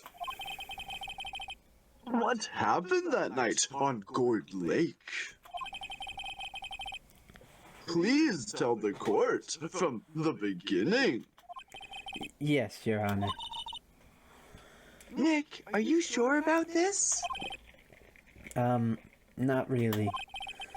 But I think if I start at the very beginning, and I take it slow, I might just be able to figure this out.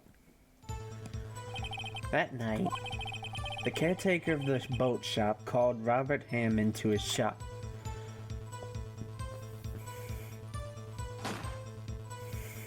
Damn, what a picture. This was around 11:50. That was when the gunshot that Larry heard was fired. After that, the caretaker put on Robert Hammond's coat. He became Robert Hammond. Then, he got in the boat with Edgeworth and went out into the middle of the lake.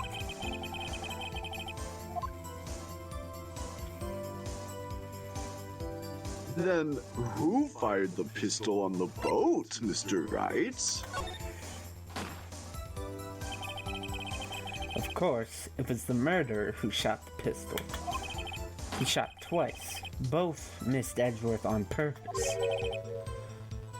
Wait a minute. Yes? Why would he shoot twice if he didn't mean to hit anyone?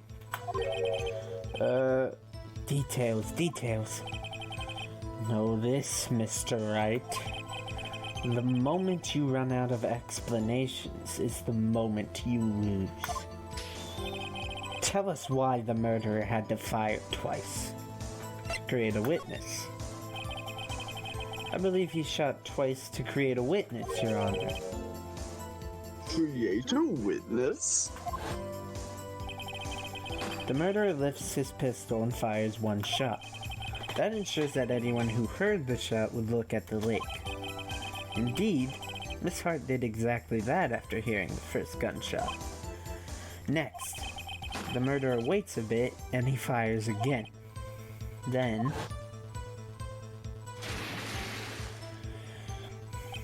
the murderer jumps from the boat himself, leaving the pistol in the boat behind him.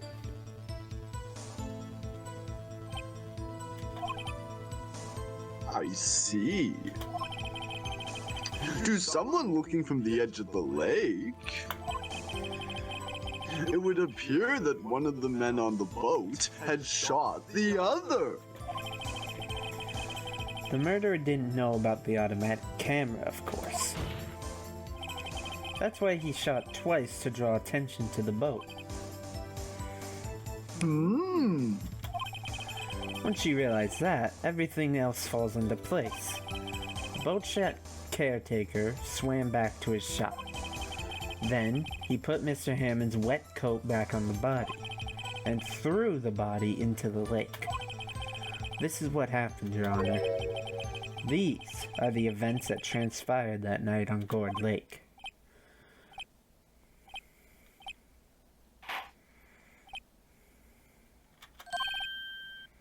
Bailiff? Bring out the witness from before. The boat shop caretaker, quickly!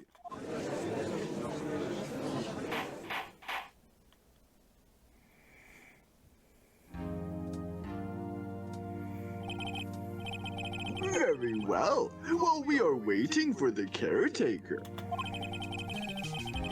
I would like to ask the defendant, Miles Edgeworth, a few questions.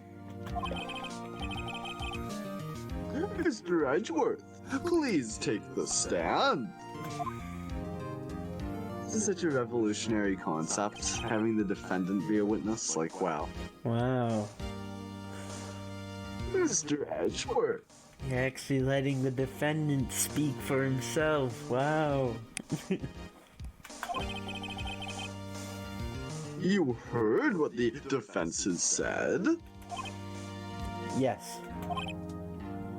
Well? Why did you go to the lake that night? What Wright has said was mostly correct. Astonishingly so, actually. Yes. Several days ago, I received a letter. The letter was signed Robert Hammond. He asked me to come to the boat shop by the lake at midnight on Christmas Eve. He said he had something very important to discuss with me. Something important? I'm sorry. I can't say what it was.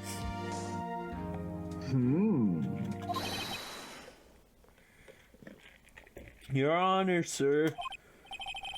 Bailiff, we are conducting a trial here. I ask that you remain quiet. A witness has disappeared. He isn't at the boat shop either. What? What should I do? Find him, quickly! We cannot allow him to get away!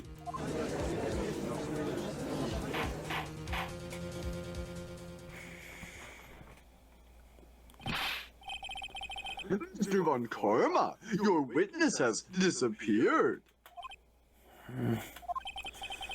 A search warrant has already been issued.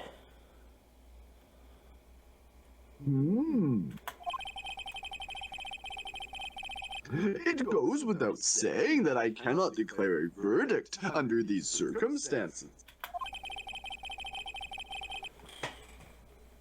I will extend the trial until tomorrow, the final day allowed. I request that the police department utilize all its forces to find that witness. Am I understood? One more thing. Just who is that boat shop caretaker? I think his identity has become very important to this trial. I want him, and I want to know who he is. Very well. Court is adjourned.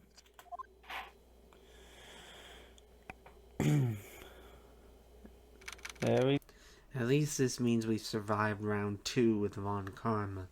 Once again, just barely though. Edgeworth was even declared guilty this time before the decision was reversed, so it was actually worse this time. But it does feel like the tide changed rapidly here after Larry's testimony. Now we even have a new strong suspect, one that's looking incredibly guilty right about now because he ran out on the trial. Everything's looking up for us now, actually. But in the lobby, Edgeworth still isn't happy. And not just because he's angsty this time. Another day of Von Karma's wrath survived.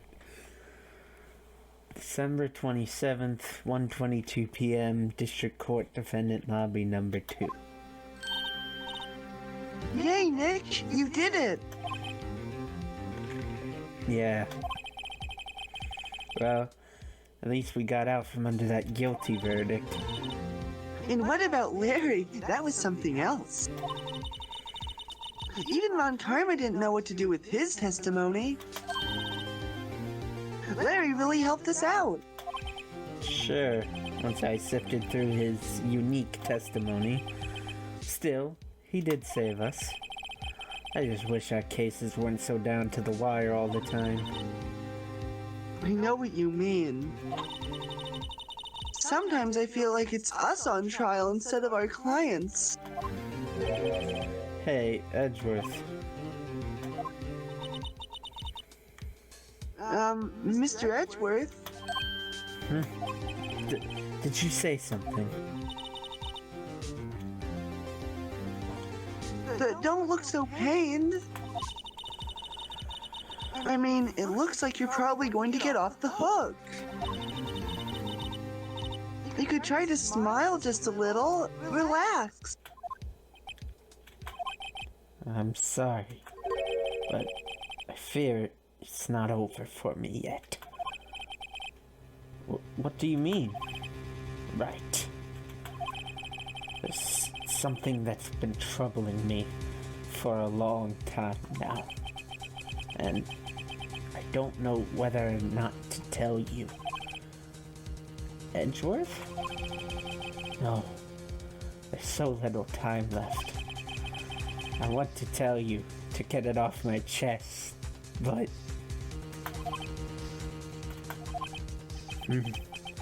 I can't make up my mind. What is this about, Edgeworth? He's gonna confess his love. It's a nightmare I've had. A memory of a crime that I committed.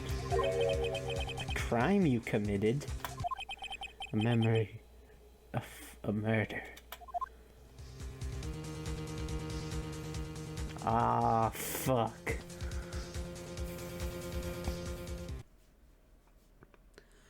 A memory of a murder he committed? Looks like things won't be so peachy for us going forward still. And what a cliffhanger, because with that, this trial segment ends. Wonderful stuff. Ace Attorney at its most dramatic and silliest. A lot of bullshit in this one. I can understand if it's too much bullshit for you, but personally, I love it. It's very fun. And god damn it, I was on the edge of my seat when I first played this, and I still adore it now.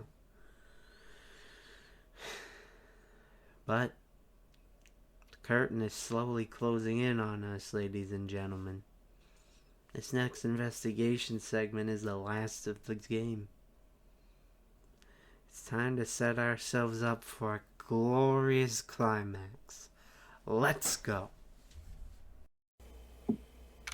December 27th, 2:11 p.m., Wright & Co. law offices.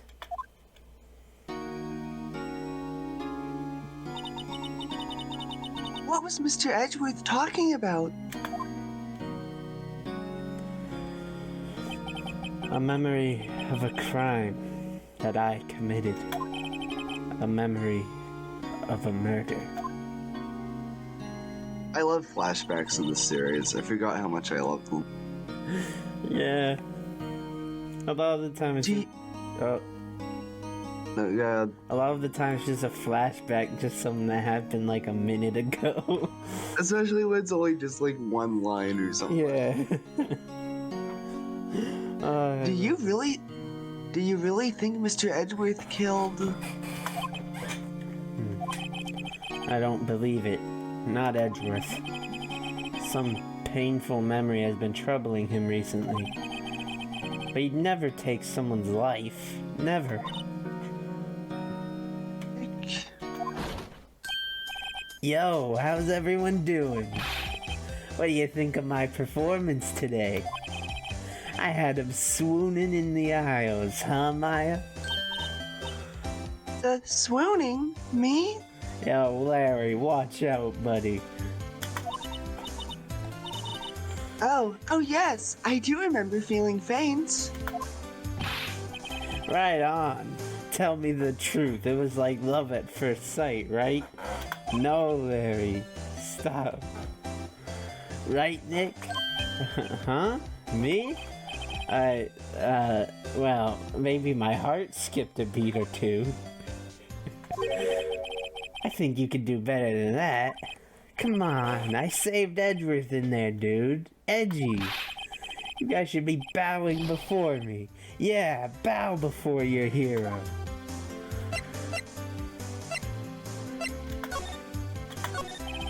Larry, you really helped out in the trial today. You did. If you weren't there, Larry, I'm sure Mr. Edgeworth would have been found guilty.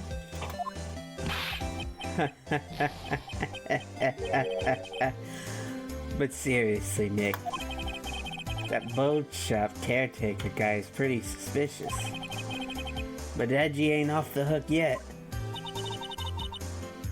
Spoiled the mood, Larry. Hey, I'm just a guy sitting in the audience, you know? But from where I was sitting, Edgy seemed pretty edgy. I mean, can you really know he's telling the truth about that night? Nick? I don't know. But what I do know is I'm going to believe in you two until the end. Us two? Edgeworth and who else? You mean me, right? Nah, he means me, right, Nick? Yeah, you, Larry. Not me? But why you, Larry? Huh? Actually, yeah. Why me, Nick? Enough with this silent treatment. Nick, why do you trust Mr. Edgeworth so much? I mean, he's changed recently, true. But when we first met him, he was kind of a jerk, don't you think? You didn't know him back then. Back when he wanted to become a defense attorney. Wait. Was that when you two were classmates? Yes. In grade school. They saved me. Miles and Larry. They saved me and I'll never forget it. That's why I became a defense attorney, you know? Wow. Hey, Larry, what's he talking about? Huh? Sorry. I kinda forgot.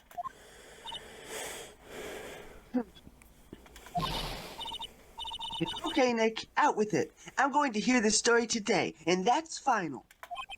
Okay. It's kind of a long story, so hang in there. I love this because no one else but him cares about it. I don't know, that's just funny to me. Yeah. It was the very end of 3rd grade. I was on trial. A class trial. A class trial? Does he mean a class action lawsuit?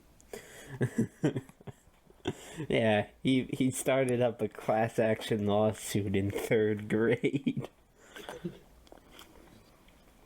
You remember, Larry? Spring, end of 3rd grade?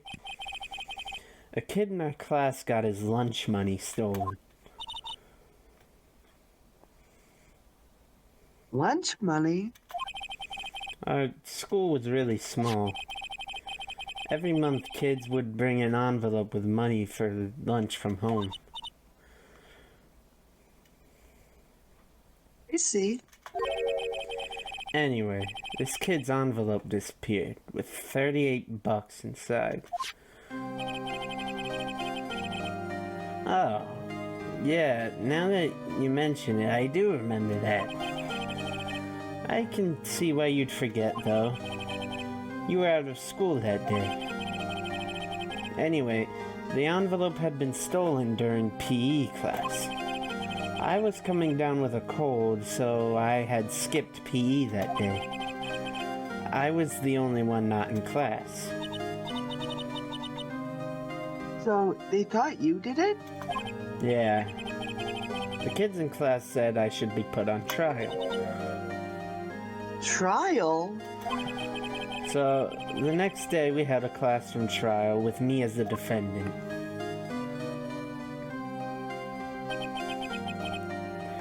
Shit. I didn't do it. Guilty. He did it. Guilty. It was you. Thief.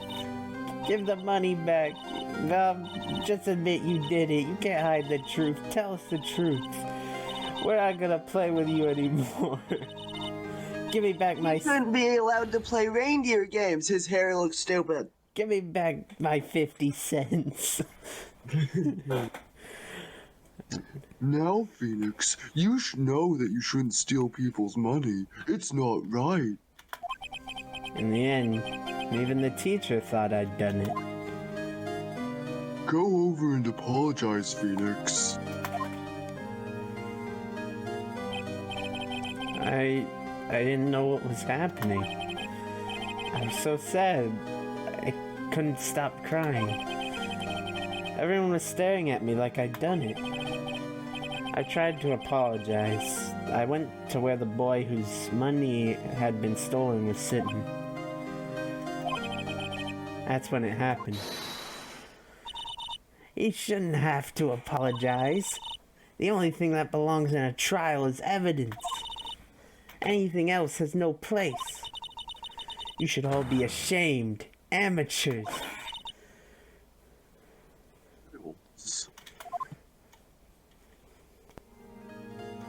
He's got a little bow tie on. I love the bow tie.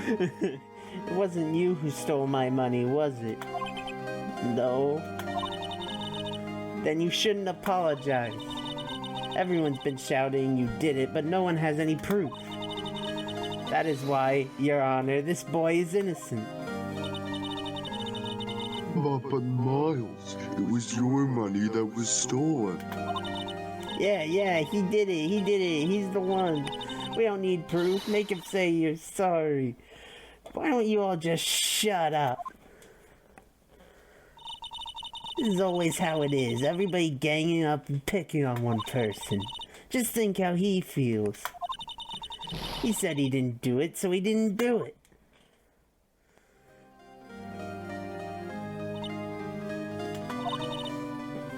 Very well. I will replace the money myself. This class trial is over.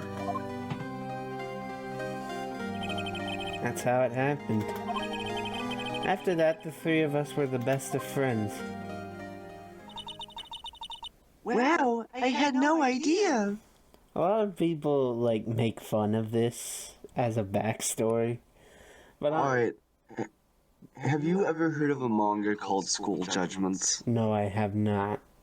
Alright, I'm going to paste like the cover in one of the Discord servers just so you can see it. It's like a bunch of third graders who participate in like really high stakes dramatic trials.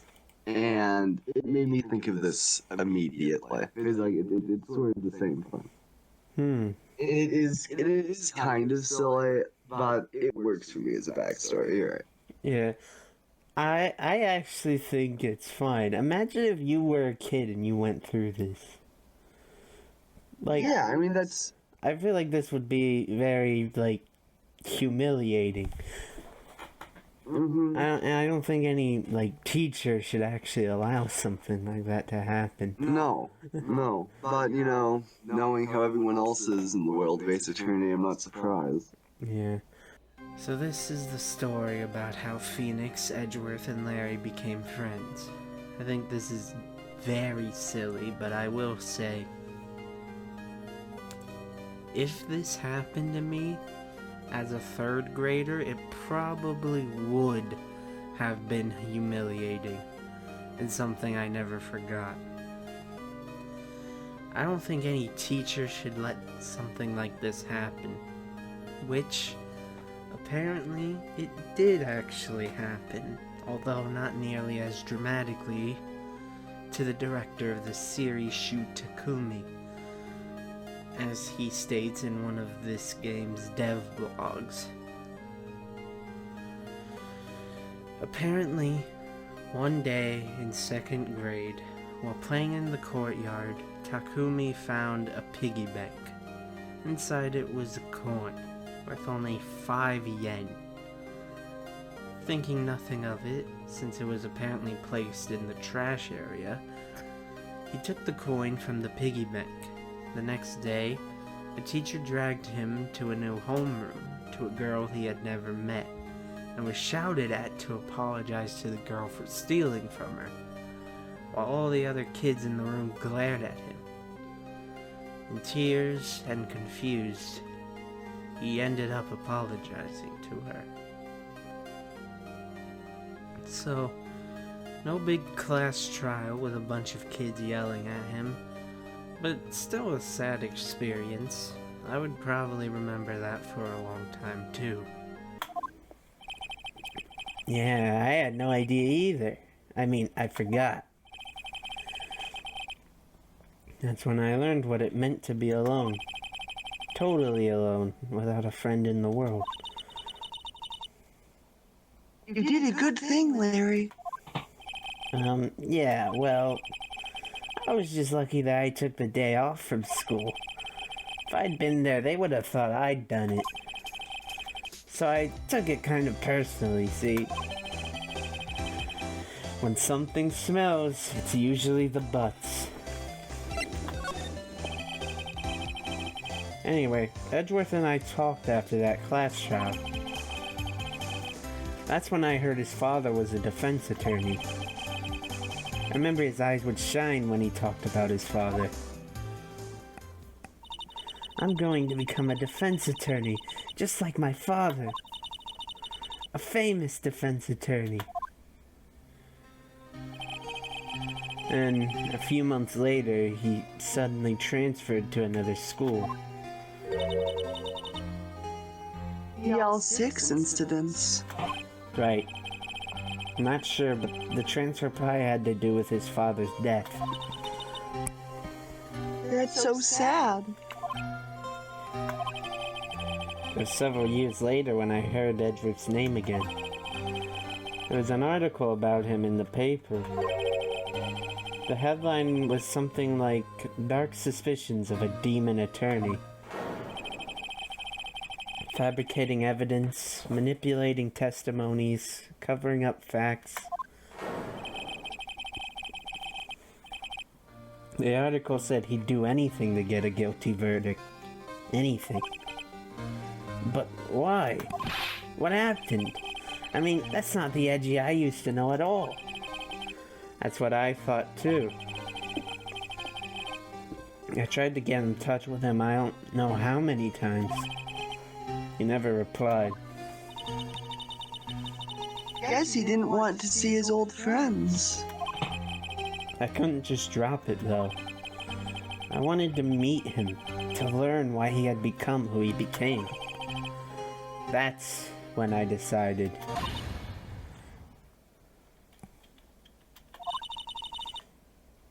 Wait, you don't mean... That's why? That's why you became a defense attorney? To meet Edgeworth?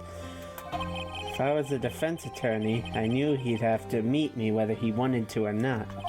In court. Edgeworth believed in me, and I believe in him. He's in pain, and no one's on his side. I'm the only one who knows the real Edgeworth. I'm the only one who can help him. Whoa, Nick. So is that why you helped me out for free?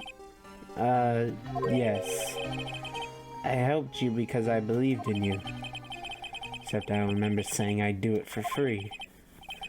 Aw, Nick.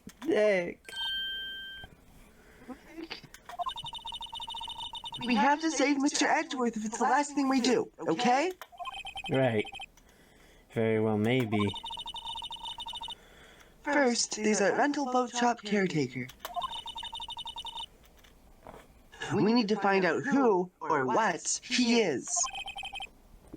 I'd settle for who. I guess I can clean out some of this evidence I no longer need. Okay, let's go. These guys are gay. This man literally changed career paths because he read an article about someone he was once friends with and thought, I can fix him. And god damn it, he's actually doing it. Come on. You will never, in a million years, convince me these two are just really good friends. They are gay. G-A-Y. They kiss, and that's the end of the story. Let's go down to the detention center to see them be gay some more. Let's see what's still in here. I hate clearing out evidence you no longer need. Yeah, what the heck? It just seems like a bad idea. Yeah. Man, if that is not the gayest thing I've ever heard, though. I know, I was thinking about that. Like, damn, how did I miss the love story the first time I played this? Like, yeah, one true shit. Man literally, read the newspaper and was like, I can fix it. I know, like, he had a childhood friend, and he became a defense attorney just to meet Edgeworth. Yeah. These guys are gay. There's no, other way. Yeah, I feel like Maya has that moment of realization where she realizes that, like, Oh, man. whether or not they admit it, they're in love with you. Yeah, she has that moment of realization, like, this motherfucker's gay.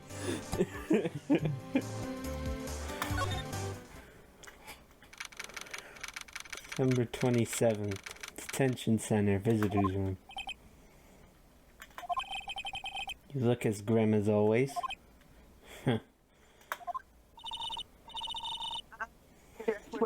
I heard a story about the class trial. Class trial? What do you mean? You don't remember? No, I don't. Your lunch money was stolen, wasn't it? In 3rd grade?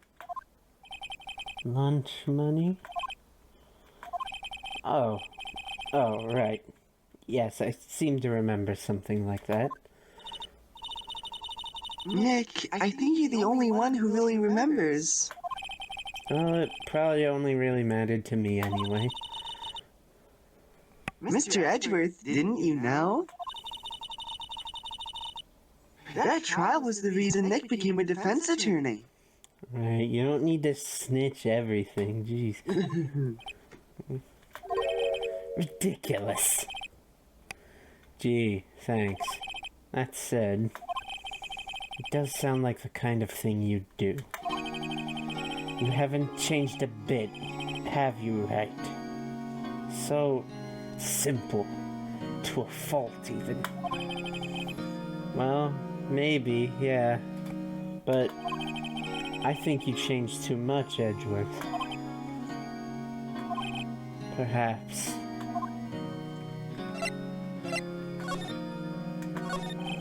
Hey, Edgeworth. Why did you become a prosecutor anyway? You used to look up to your dad. You said you wanted to be a defense attorney, right? I couldn't let myself deny reality like you. What do you mean? My father was taken from me. And you want me to defend criminals? I'm sorry, Wright, but I'm not that good of a person. One suspect was apprehended in your father's murder, right? Yes.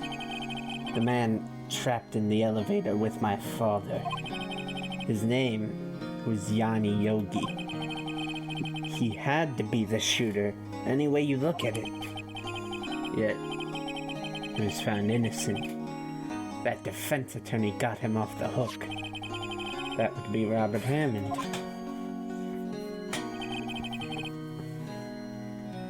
On that day, 15 years ago,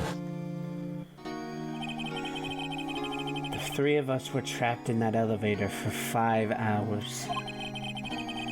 When we were rescued, we all suffered oxygen deprivation. I had lost all memory of the murder. Lost your memory? Even now, I can't recall what happened in that elevator.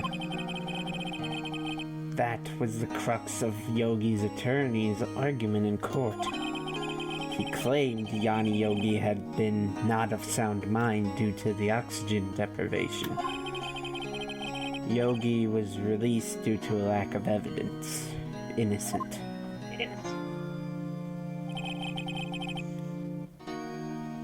That's when I changed my mind. I started to hate defense attorneys. So, one thing. It seems that Yanni Yogi was let go because they pled insanity, no? So, they stated he did do it. Why exactly then would they go after Misty? The suspect they were pointed towards wasn't wrong, they just couldn't be charged.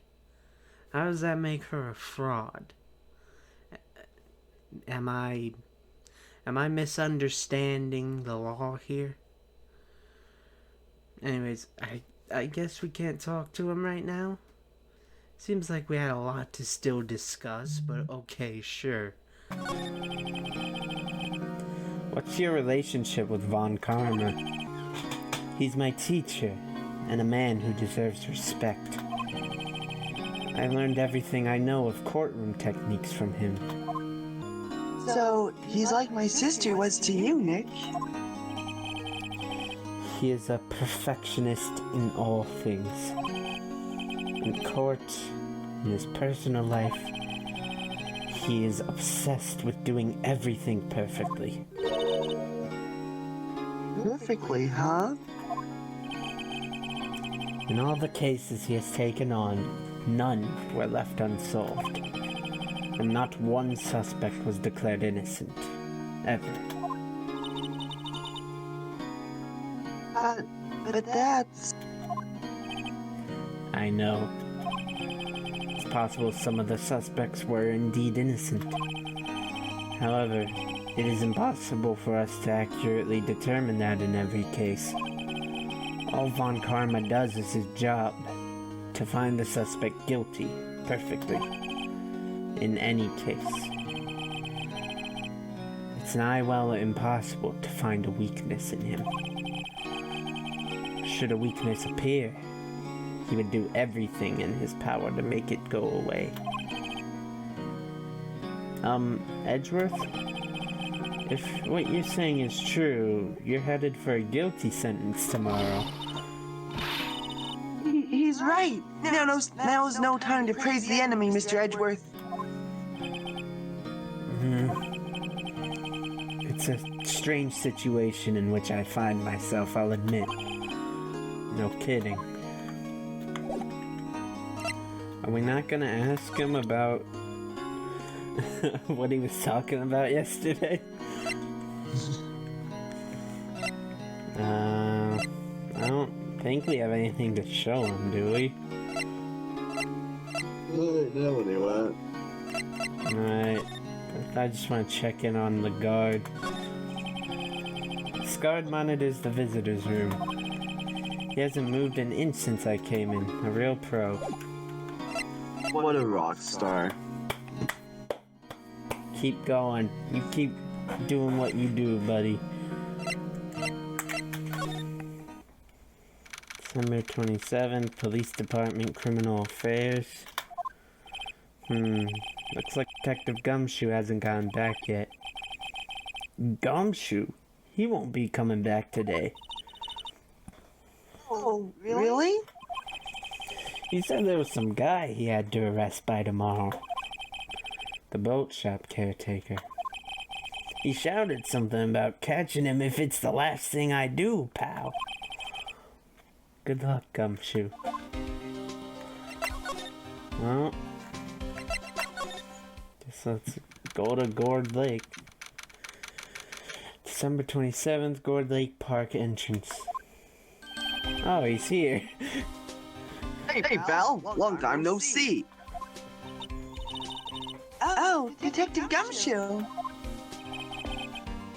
Last one today, eh? I got so worked up, I snapped my tie in half. Sorry about that. No problem, pal. Thanks to you, we now know who really did it. You mean the boat shop caretaker?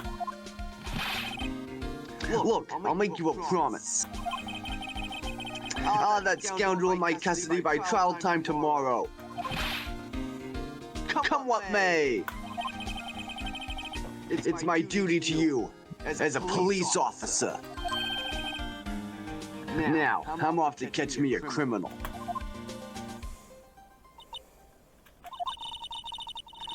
Detective Gumshoe sure is active today. Oh, one other thing. Hey! No one can go into the woods today. The woods? Where Lada was camping? The woods are off limits to camping, and apparently the park ranger found out. He got pretty mad. No one can go in for a while. Not even for a murder investigation? I love the fact that a park ranger seems to outrage them. Guess Lada's in a lot of trouble. Well, anyway, I'll be seeing you tomorrow.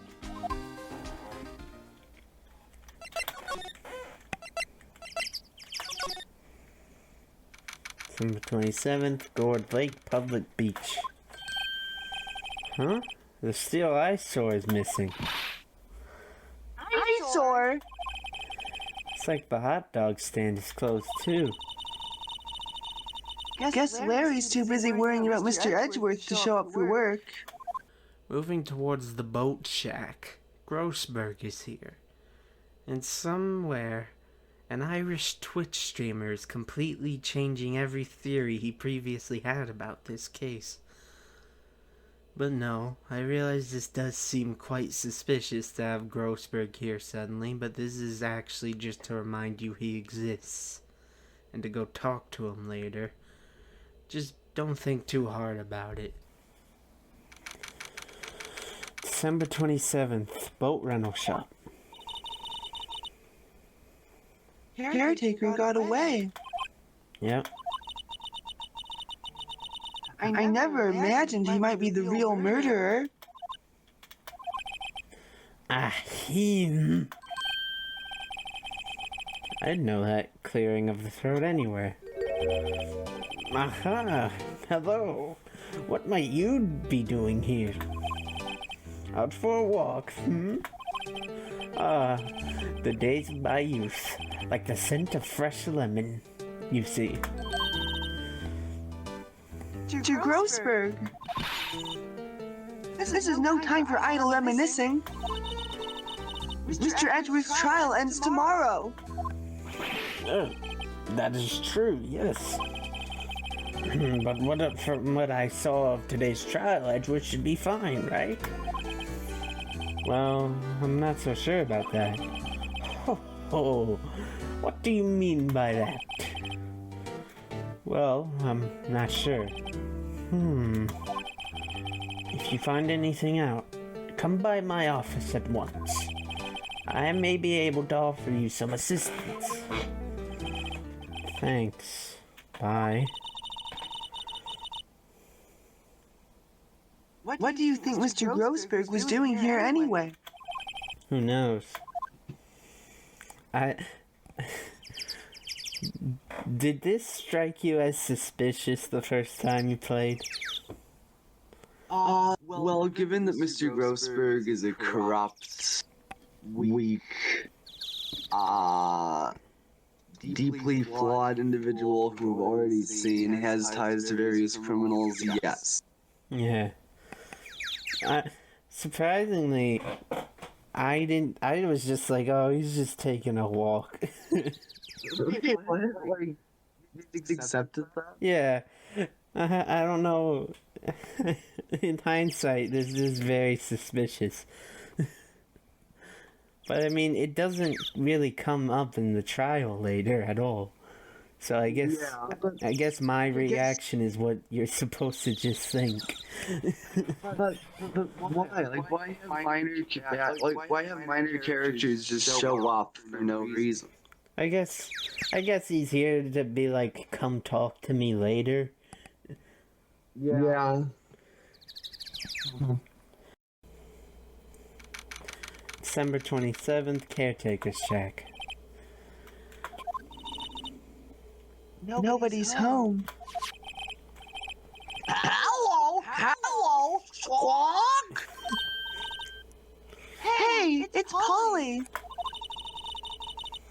I wonder where your owner's gone, Polly. Hello, Squawk. I can't believe he'd run off and leave his poor parrot to fend for herself. Hello, Squawk. You're gonna die.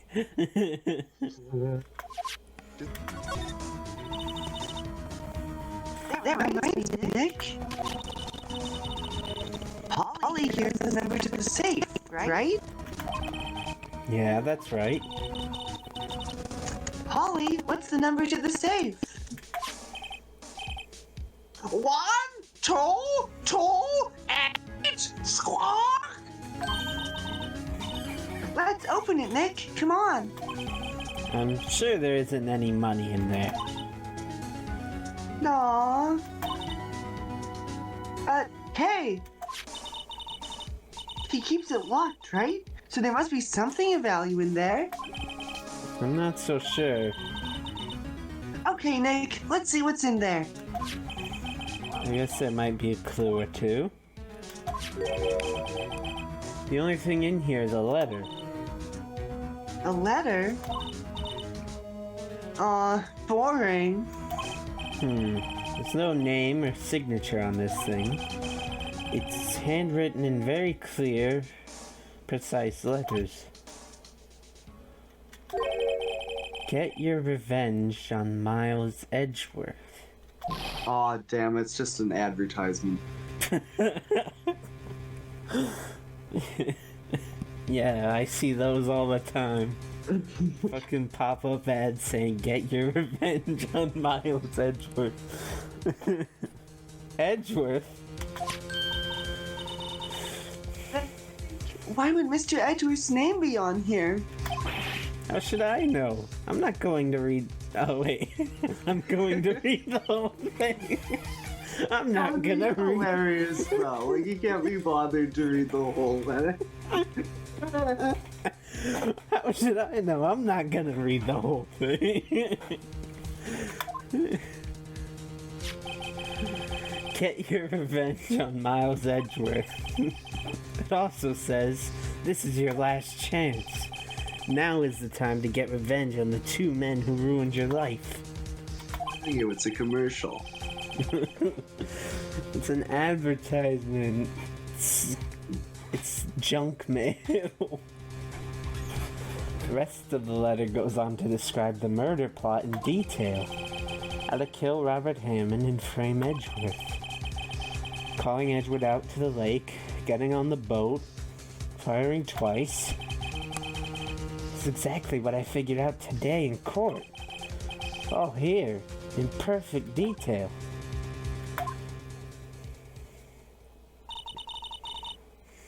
What do you think it means, Nick? I'm not sure. I'm not gonna read this whole thing, Maya. I don't know. But it looks like these are instructions for that caretaker. When he killed Robert Hammond and called out Edgeworth, he was following instructions. Who could have written that letter? And what does it mean to get revenge on Miles Edgeworth? Look, I don't know, okay? I'm not gonna read this whole thing. But one thing's for certain. This letter is an amazing clue. Letter from the safe added to the court record. Get your revenge on Miles Edgeworth. This note details the murder and the setup. A letter in clear, precise handwriting showing exactly how the caretaker committed the crime. Wow. This is a phenomenal clue. Not only does this open up an entire new bunch of questions regarding who sent this, but we also have decisive evidence against that old man. Man, I sure hope nothing bad happens to this letter. By the way, this old man is an awful killer who keeps memos, especially memos about murder plots. Talk to the parrot for good measure. You did take care of Polly, Nick. You probably shouldn't just kidnap her. The police know about her anyway. I'm sure they'll do something. Well, okay. Sorry, Polly. He says I can't take you. Great, now the bird's going to hate me. I wish you kept Polly. Like in all the future cases, she was at the detective agency. That'd be awesome. But now the bird hates us, and it's gonna be a valuable witness tomorrow. He only hates you, to be clear. Yeah, they hate me. They like Maya, though, so it's a good thing we have Maya around.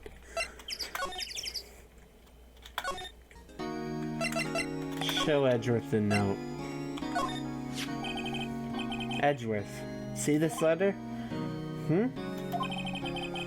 This came out of the safe in the shack where that boat rental caretaker lives.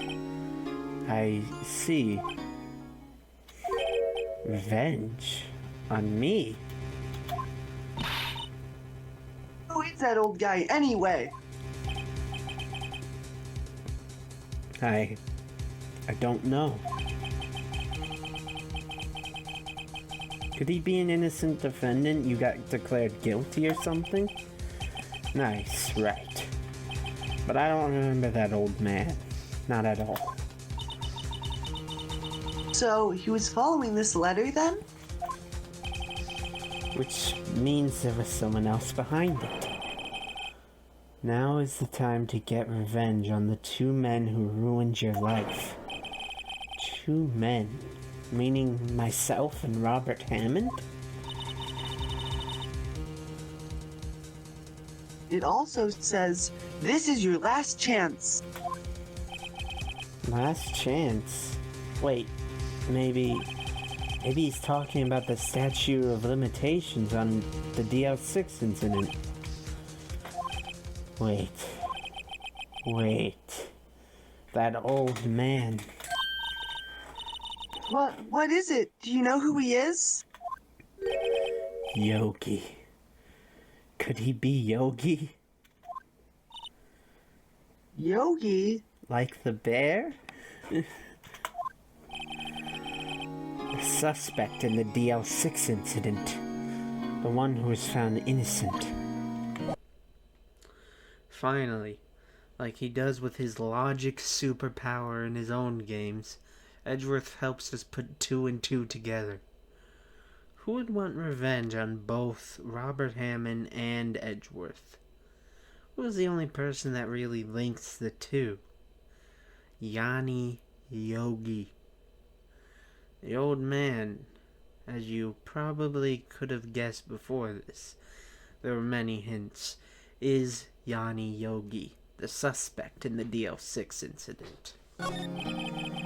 Yanni Yogi was a court bailiff at the time. We just happened to be in that elevator together 15 years ago. The quake was incredibly strong. Before I knew it, everything was dark. We were there for so long, it felt like forever. The air thinned and the darkness closed in on us in that little box. We became unsettled. Help! I can't breathe! Quiet, I said quiet. You're not making this any easier. I want to get out. Help! Get us out! Don't shout.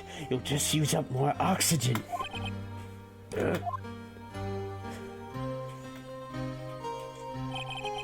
That's all I remember. When I came to, I was in a hospital bed, staring up at the ceiling. In court, Yanni Yogi's mental condition was called into question. They claimed the oxygen deprivation and stress had caused temporary insanity. In the end, the claim passed the court, and Yogi was found innocent.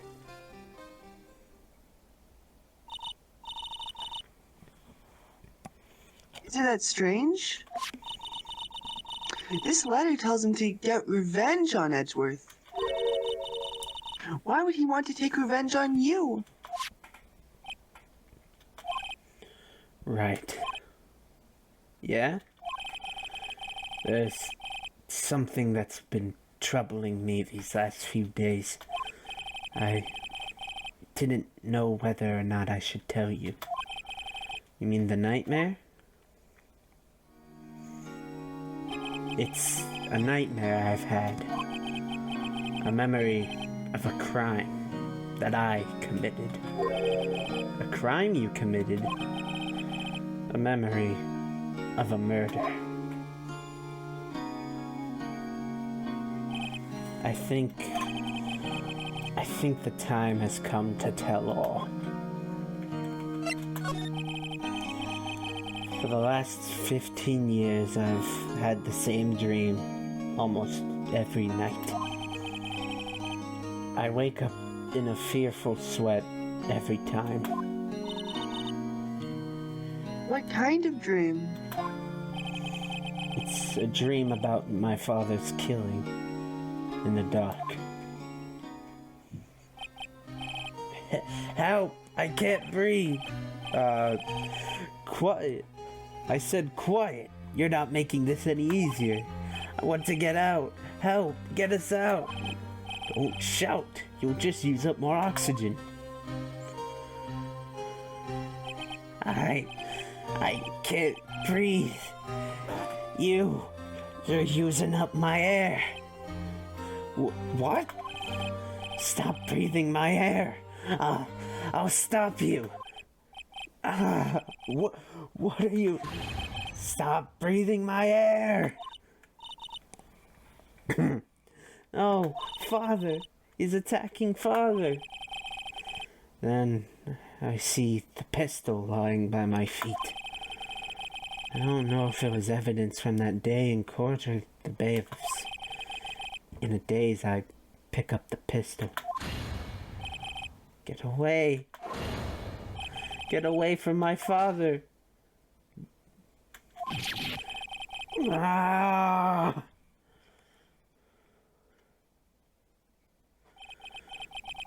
And with that scream, I wake. It's a bone-chilling scream. A scream that has rung in my ears for the past 15 years.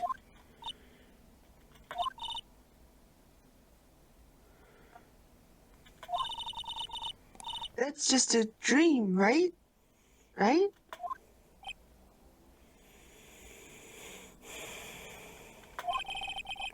That thought is the only thing that has kept me sane for the last 15 years. But what if I'm wrong? What if it's real? They say that sometimes people shut out memories in self-defense. Maybe it was I who killed my father. What? If you think about it that way, this letter makes sense. Get your revenge on Miles Edgeworth. Think about it. Yogi was really innocent. That's why he wanted revenge against me. Wait, Edgeworth, you mean... It was me. I was the true criminal of DL6. I shot my father. This is bad.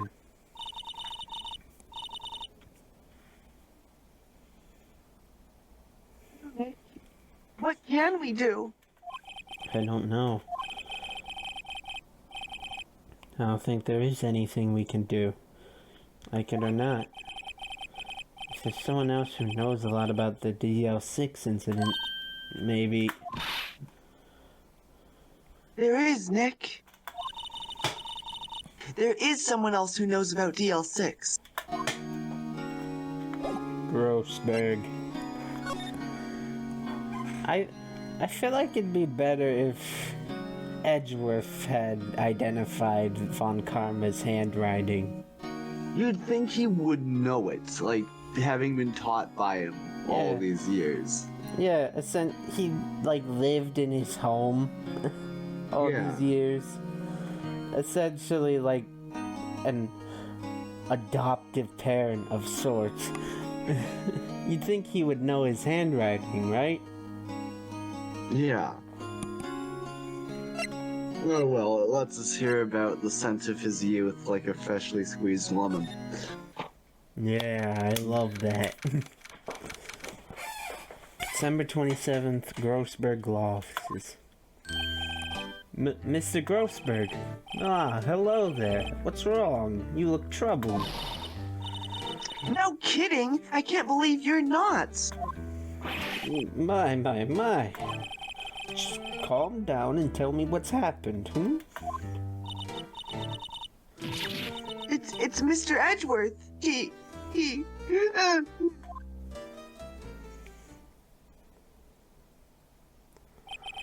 I see. So, Edgeworth dreamt he shot his own father. It's only a dream. Only a dream. I wonder.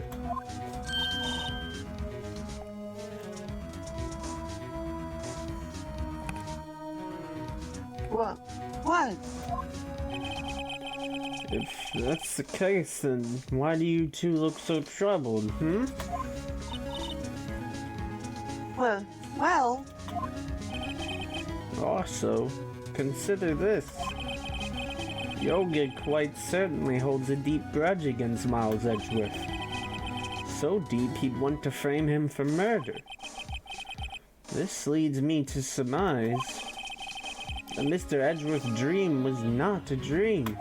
It was real, as you imagined. Miles Edgeworth threw the pistol to save his father. The pistol fired, and the deed was done.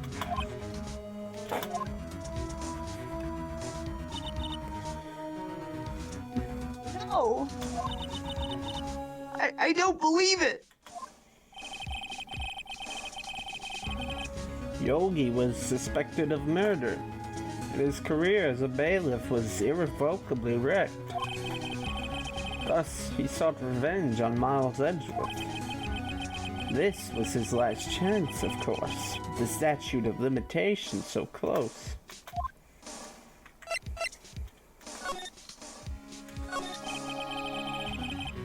What do you know about Edgeworth's father? He was a defense attorney without peer.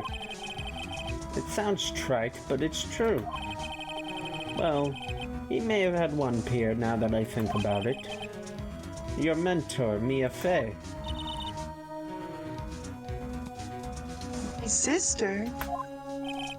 Gregory Edgeworth was very disapproving of Mr. Von Karma's techniques. That's no surprise. Von Karma is an extreme man. Forged testimonies and evidence are nothing to him.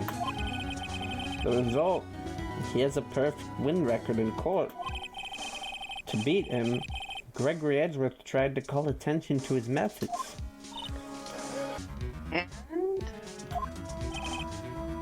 He lost. And died in despair, as it were. I see. I'm thinking now, it would be kind of crazy if Grossberg was the villain, wouldn't it? I feel like there's enough material to make some kind of game theory that he's the real culprit. Also, Gregory's spirit from beyond the grave being channeled and lying about who killed him to save his son. I actually really like that idea, honestly. A spirit protecting their own child even after death. It sounds like a sick plotline. When Gregory Edgeworth was killed, the police called on a spirit medium. That was your mother, Misty Fey.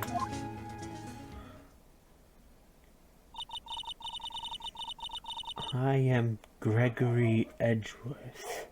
I have been killed. The one who shot me was the bailiff, Yanni Yogi. Yet, Yogi was found innocent. Yes. Everyone called her a fraud. That's right. Everyone thought she was, you see. Yet, now that I think about it, it seems the one who lied was Gregory Edgeworth's ghost. Gregory Edgeworth must have known who shot him. I don't believe it. So you're saying he falsified his testimony? That Edgeworth's dad lied to protect his son? It's only a possibility, mind you. But a possibility nonetheless. Oh-ho! So this is the letter. It does seem that Yogi was following this letter when he killed Hammond. But why kill Robert Hammond? Hammond was a skilled defense attorney, but he defended clients not for their sake, but for his own. Huh? His own sake? He never trusted his clients, that one. The only thing he trusted was his own ability. But he got his client found innocent, so why should it matter? Actually, my dear, it's quite different. He won that innocent verdict for no one but himself. Yogi was a free man, but socially, he was ruined. Huh? You'll understand soon enough. Wait. What is it? This letter. I've seen this handwriting somewhere before. A long time ago. Whose handwriting was this? Do you have any idea who wrote this? Manfred von Karma, maybe? Could it be Manfred von Karma? Von Karma? Why would he have something to do with this? Well, I'm not sure. Von Karma. Von Karma. What? Wait, you're right, my boy. This is Von Karma's handwriting, I'm sure of it. I used to see it all the time on court reports. What? But that means the one who told Mr. Yogi to kill was... Correct. Manfred von Karma himself. What does this mean, then? Why would von Karma want to frame Edgeworth? This is quite a revelation, but how?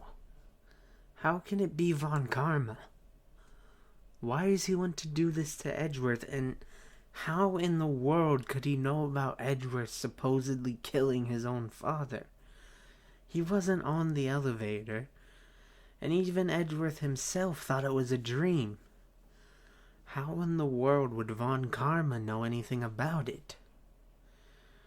Well, we know why von Karma might want to do all this. An incredibly cruel scheme. Raise the son of your greatest rival, turn him into the very thing that the man wanted to destroy, and then, as if that weren't enough, rip it all away in the end, framing him for the father's murder. It's beyond cruel when you step back and look at it all because of a single penalty.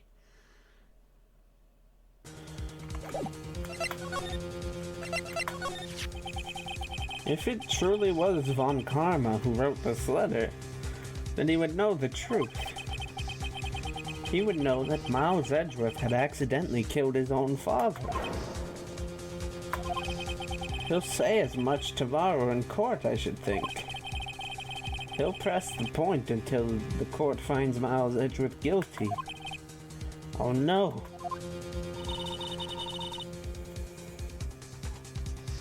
But how could von Karma know about Mr. Edgeworth's past like that? Even Mr. Edgeworth thought it was just a nightmare. That I do not know. Yet I do know that von Karma is both persistent and a perfectionist. He may be seeking to satisfy a grudge against Gregory Edgeworth by hurting his son. What do you mean? It was 15 years ago. Von Karma met Gregory Edgeworth in court, and von Karma did win. But he didn't make it through the trial unscarred. What happened in the trial between Edgeworth's dad and von Karma? Von Karma got the guilty verdict he wanted. He won the trial. But Gregory Edgeworth accused von Karma of faulty evidence. And though he lost the trial, Mr. Edgeworth's accusation stood. The evidence? It was the only penalty von Karma has ever received in his career as a prosecutor. Gregory Edgeworth dealt a blow to his perfect trial record. Wow.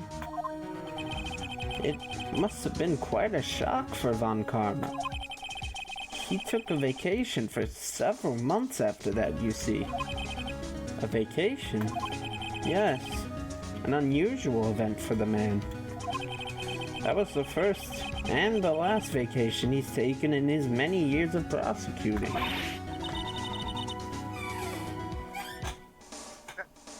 He doesn't take vacations? Like, go to the sea or, to the mountains? Mr. No Days Off. He didn't even take a day off to go to his children's births. He doesn't care. Tell me he's never been to Europe. What does this mean? Maya, he lives in Europe, I'm pretty sure. And also, why is this the deal breaker for her? Like, don't tell me. Why do you Like, care? how is that? And how is it so surprising? Like, assuming he's not German or whatever. Like, how many people just casually go to Europe all the time like it's a given? Even if he, like, lives in America, what if he just doesn't like leaving the country, huh? Come on. Yeah, that's a weird one. But and makes even less sense because I'm pretty sure he lives in Germany. Yeah, like... Well, at least in this translation. I think in the original, him, or at least Franziska, live in America, actually. As opposed to, like, Japan? Yeah, they don't live in Japan, they live in America. Because Franziska says that she gave up a promising career in America to come to Japan to seek revenge. Yeah. I don't know, Franziska works so well to me as a German. I know, I can't think of these two as not being German. It's just weird. I mean, they could be German Americans, I guess, but come on. Yeah, they have to be German. You have strange ideas about vacations, Maya. In any case, that was the only time he took a vacation from work. I believe the penalty upset him quite a lot. If he wanted to keep a perfect record so badly, why would he take such a long vacation? You do, Nick?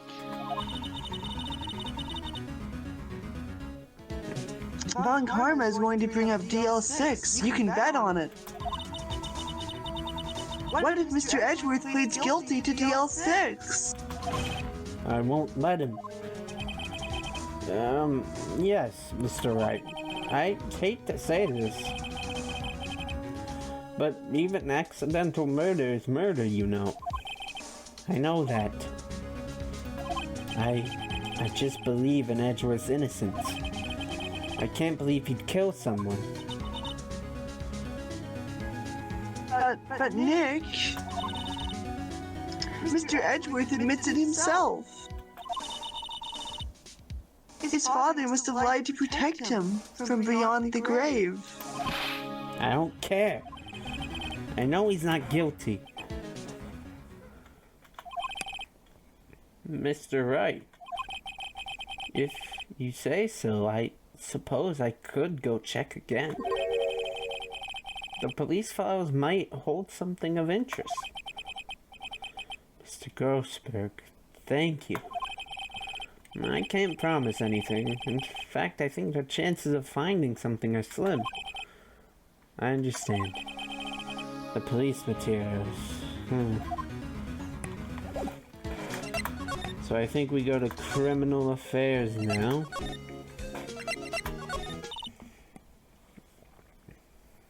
There's hardly anyone here.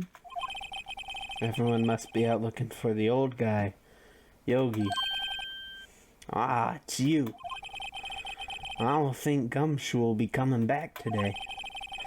Staying out late looking for someone. Sounds like Detective Gumshoe is pounding the pavement for real. We were wondering if we could check out the records room again. Well, now I can't have just anyone wandering around in there. But I guess Mr. Von Karma's in there now anyway. You can go in as long as he's there. Von Karma? Yes, he just arrived, actually. Von Karma's in the records room.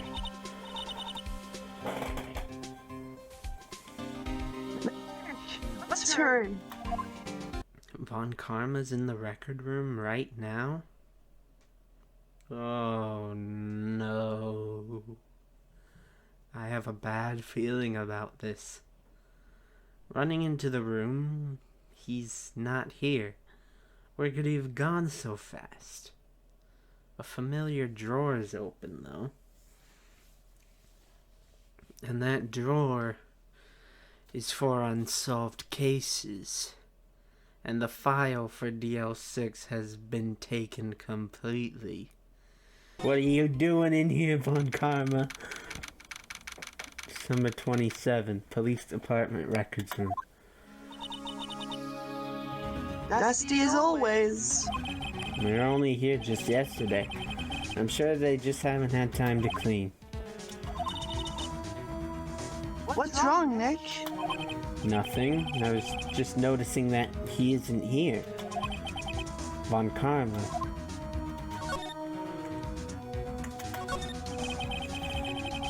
Here are files of collected case reports. It's quite a large volume of reports here. Wow, these are all case reports? Yeah, it's like a graveyard of police cases. I guess my sister's case report is in here too, quietly gathering dust. There are shelves stuffed with case files in the back of the room too. Forgotten cases rotting away for eternity. Nick, let's get what we need and get out of here. All this dust is getting to me. Open drawer. Huh? One of the drawers here is open. Someone must have been looking in it recently. The label says Unsolved Cases Evidence. Unsolved cases? Nick, the file for DL6, it's completely empty. What? What are you doing in here? Then, from out of nowhere... How did he get the drop on us? Did he hide and lie in wait? Eek! Karma! You! How do you know my name? Huh? Have we met? What are you saying? We see each other every day, don't we? We're Miles Edwards' defense team. Defense team? I beg your pardon. You see, I rarely remember defense attorneys. They are like bugs to me. Needless things to be crushed. I can see how this guy was Edward's mentor. I have to take the opportunity to present my badge to him. Fool. You think I, a prosecutor, would give you, a defense attorney, information? Bah. Deep.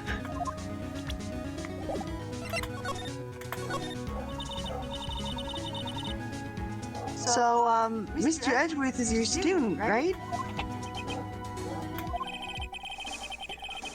A romanticist who still can't shed that veneer of amateurism. Just like his father. Always second rate. Mr. Von Karma. You had an axe to grind with Mr. Gregory Edgeworth, didn't you? Me? A grudge against a mere defense attorney? Why? Because he dealt a blow to your otherwise perfect trial record? So you did. But what I don't get is, why did you take his son under your wing afterwards? The son of your most bitter rival. That, my dear attorney, is none of your business. Tomorrow will be the last day of this trial. It's been a while since I've had a defense attorney last this long. Still, you will lose in the end. Miles Edgeworth will admit his own guilt. His guilt of 15 years ago, you mean?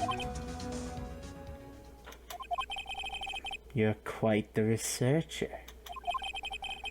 If you've done your homework so well, then certainly you must understand. You know what Miles Edgeworth will tell the court tomorrow. Right. So Von Karma is going to bring up DL6 in court tomorrow. Right. I'm pretty sure we do the dumb thing again, like we do with Red, White, and just straight up show him the decisive evidence against him. Mr. Von Karma, have a look at this. This was you, wasn't it? You instructed Yanni Yogi to commit murder. Yanni Yogi. How many years has it been since I've heard him called by that name? He's a fool. I told him to burn it after he read it.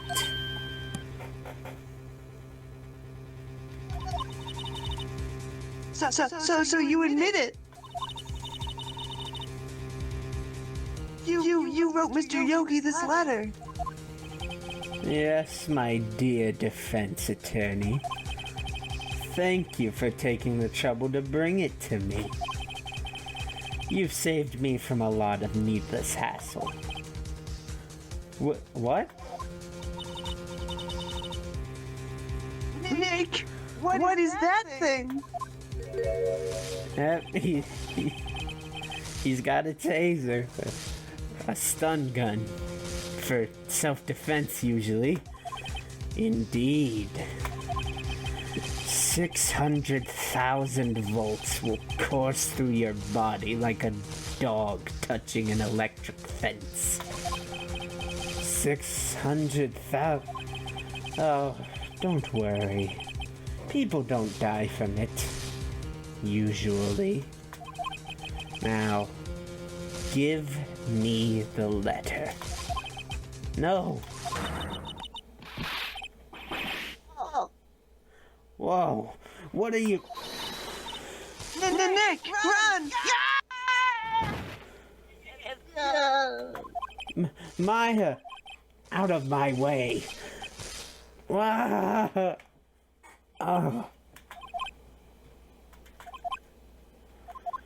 Maya tried to jump on him to stop him so we could get away. Phoenix was too stunned, though, so her sacrifice was in vain.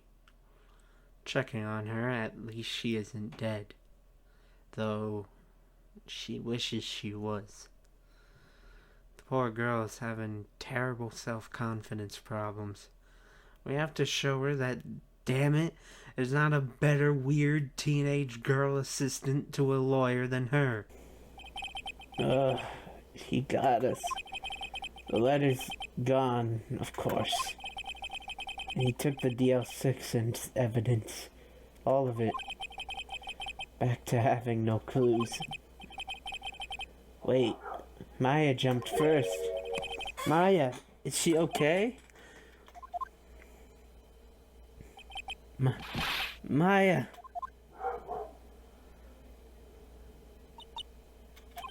Maya, open your eyes. Maya.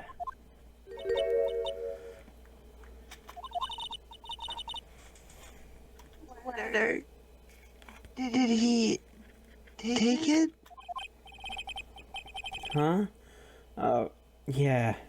Are you okay? I couldn't stop him. I jumped as fast as I could, but one shot from that thing knocked me out cold. I'm useless. I'm no good as a lawyer or a medium. I can't even call my sister. Not even now. We need her the most. I wish I hadn't woken up at all. Maya! There has to be some way I can help her. I'd better do something about her self-confidence first. Huh? Maya. She's holding something. What is that? A bullet? The L6 incident, evidence number 7. Taken from the heart of Gregory Edgeworth. I remember. Von Karma was holding this when Maya jumped him. The L6 bullet stashed in a pocket. Taken from Gregory Edgeworth's heart, still bears clear ballistic markings. I'll prove it to you, Maya. You're most definitely not useless. I'll prove it to you tomorrow in court. To be continued. My question is there really no security cameras in the records room? The security camera question comes up again and again in all mediums. Star Trek be like half of what it is if there are only security cameras throughout the Enterprise. Yeah, I'm just saying, it is a police department. Yeah, like it would be the bare minimum. It would make things way easier. You could. You're telling me nobody noticed that this old man just tased 2 people inside a police department and walked away? I like to think that Von Karma's was just so confident and so domineering. It went in and did it and walked out with a armful of evidence. Like no one bothered him. No one wanted to get his way. But on the other hand, the more I've seen of Von Karma, he's less of a magnificent bastard than he is a whiny bitch.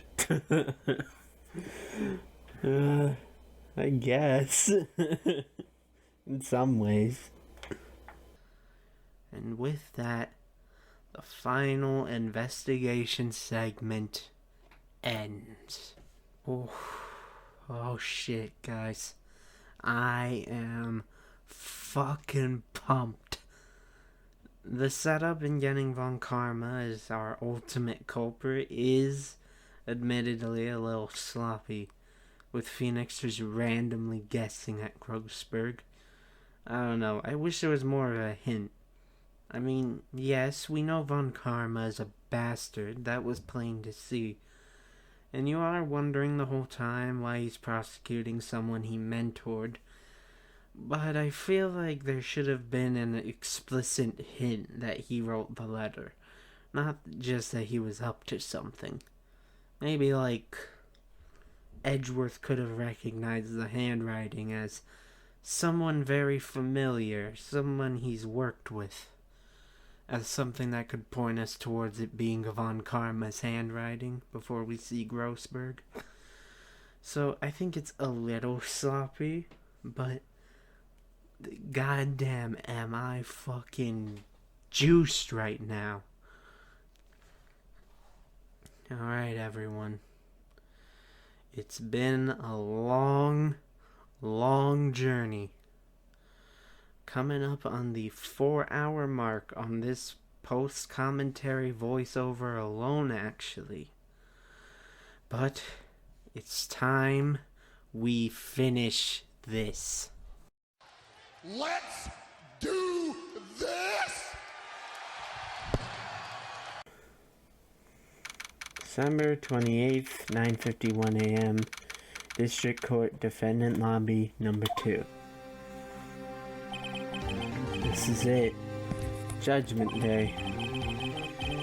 today things are going to get settled at last. A lot of things. Ah! What's the big idea? Sorry, Nick. I only touched your shoulder. I guess the shock hasn't worn off from my run-in with the stun gun yesterday.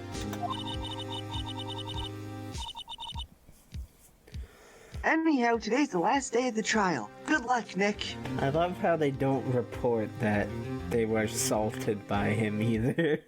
Well, why would they? You know, there's an honor system. Yeah, thanks, Maya.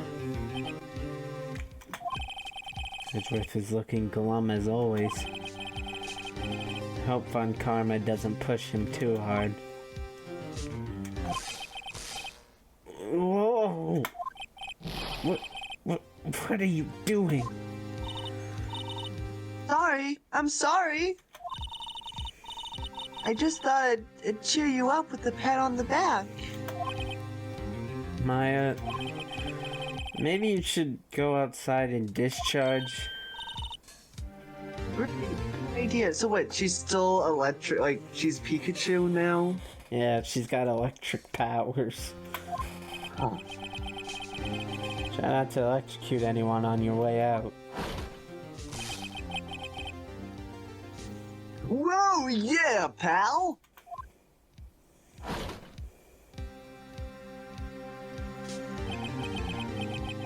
What's gotten into that girl?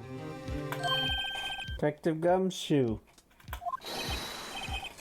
Morning, Mr. Edgeworth. Good morning.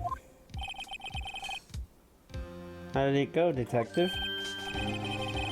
Have no fear. As promised, I've captured our runaway caretaker. I just brought him in. Took all night, pal. Thanks, Detective Gumshoe. You must be tired. Actually, after that shock I got on the way in, I feel pretty good. Yogi says he's forgotten his own name. But that has to be a lie. Why would he want revenge on Edgeworth if he couldn't remember his past? He does remember, and I'm going to prove it.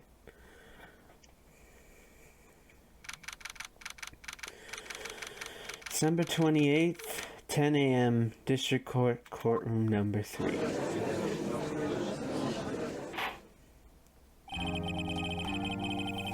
Court is now in session for the trial of Miles Edgeworth. The defense is ready, Your Honor. The prosecution is ready.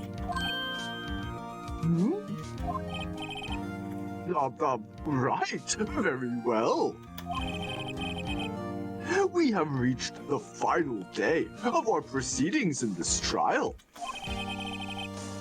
I ask that the prosecution submit decisive evidence. Understood. Nope. Come on, don't be awed into silence by every little thing he says. Beginning the trial, and Von Karma is being more cooperative than usual. Could it be a sign of respect for having made it this far? Who knows? Who knows what's going on in the bastard's head? Very well, Mr. Von Karma. Your opening statements. Right. Thanks to Detective Gumshoe's efforts, the boat rental shop caretaker has been arrested. In yesterday's trial, the defense asserted that the caretaker was the murderer. However, the caretaker has yet to confirm this. I would like to ask the defense to cross-examine him as much as necessary. Well,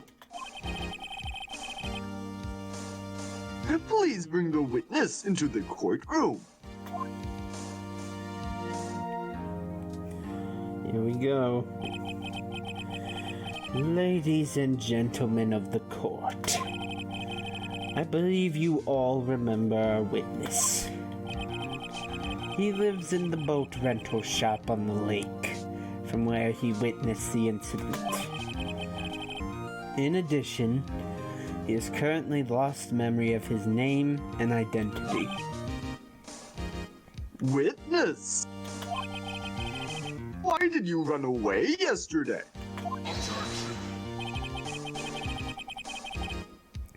The witness was not running away, as he will now testify. I see. Very well. Please begin your testimony.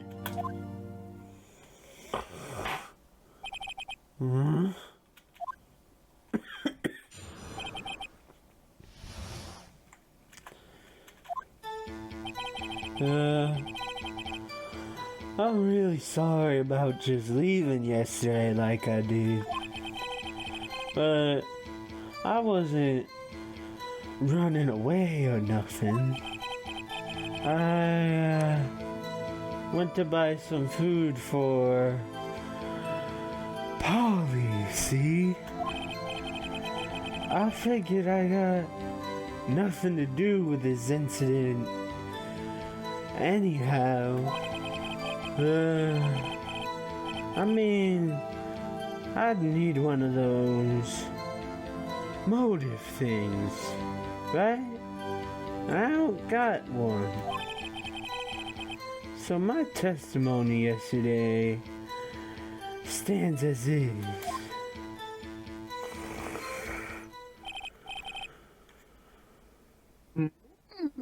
Very well. Let's begin the cross-examination, shall we? He has to know his name. Yanni Yogi. You're Yanni Yogi, and I'm going to prove it. I don't know how, though.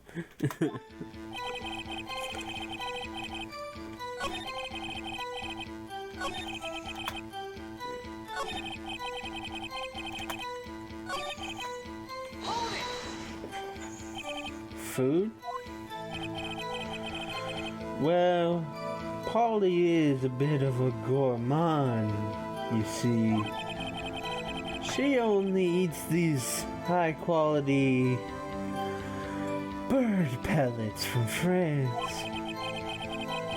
They only have them in the big pet shop downtown. But you weren't arrested until this morning. Why didn't you go back to the caretaker's shack? Well, I kinda got lost, you see? The witness has trouble remembering things sometimes. When the police apprehended him, he was on his way back to the shack. Yeah, right. Nice try, Von Karma. No one's going to believe that. I see. So he was lost. Please, Your Honor, come to your senses.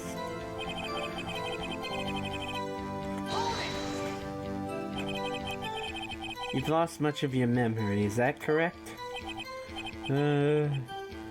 Yep. Seems like it. Then how could you know that you didn't have anything to do with this incident? Or maybe you're lying about not having your memory, You know exactly who you are. The witness has testified quite clearly that he has no memory of who he is. If you claim he's lying, then show the court proof. Yeah. How am I supposed to prove what's going on in that old codger's head? It's impossible. I'm glad you've come to your senses, Mr. Wright. Very well, witness. Please continue.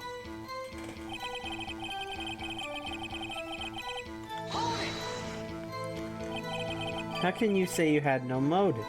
I say you do. You had a grudge against Edgeworth and the victim, Robert Hammond. That's why you took revenge on them, right? Please don't make me repeat myself, Mr. Wright. This witness has no memory of anything beyond several years ago. He can't hold a grudge. It's impossible. I have to prove he's lying about his memory. Otherwise, it's going to be the same thing over and over until the trial ends. Did I say something, Mr. Wright? Yes, Your Honor? You've been saying the same thing now over and over. You've been calling the witness's memory of the past, or lack thereof, into question. But does this really have anything to do with the current case? Of course, Your Honor. The witness has said he has nothing to do with this case, and no motive. Both of these statements are lies.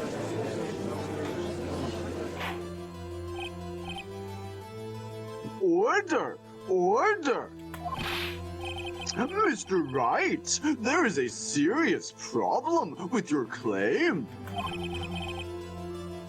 Or are you saying you know who this witness is? Of course, Your Honor. Oh, now this is interesting. I would like to know myself. So, who is he? Don't play dumb, Von Karma. Mr. Wright, please tell us this witness's name. His name is Yanni Yogi, a former court bailiff. Yogi? That name seems familiar. Oh! Yanni Yogi from the DL6 incident! It figures the judge would have heard of it. It was such a famous case. What does this mean? Your Honor, if this man is Mr. Yogi, then he has a clear motive.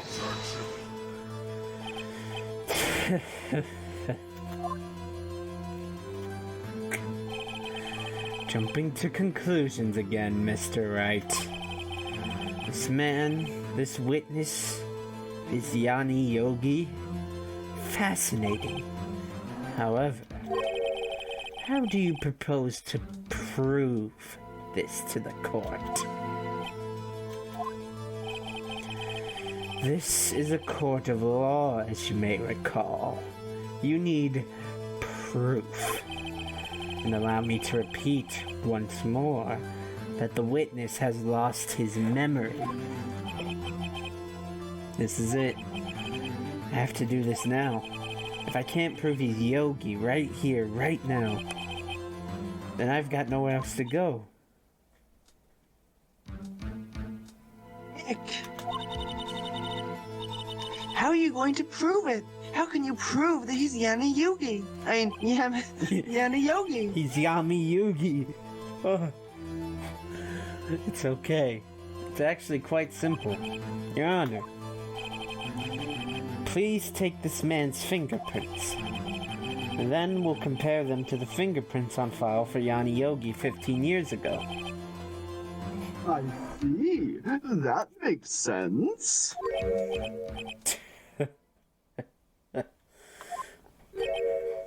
Huh? I'm so very, very sorry, Mr. Wright. Why? The witness has no fingerprints. What? What? No fingerprints? You see, before I worked as a caretaker, I worked at a chemical plant. I burned my fingers working with that stuff. Yep, What? Yogi, you sneak. You burned your fingerprints off to hide your past. Well, if the witness has no fingerprints, I guess we will not be able to prove his identity, since apparently dental records don't exist. Oh, well, you see, I burned off all my teeth in the chemical plant too. No, it's because he worked in a candy factory afterwards, and he rotted his teeth out eating that. Yeah. Like, you know? I can only eat yogurt and soup now. No. Well, what will you do, Mr. Wright?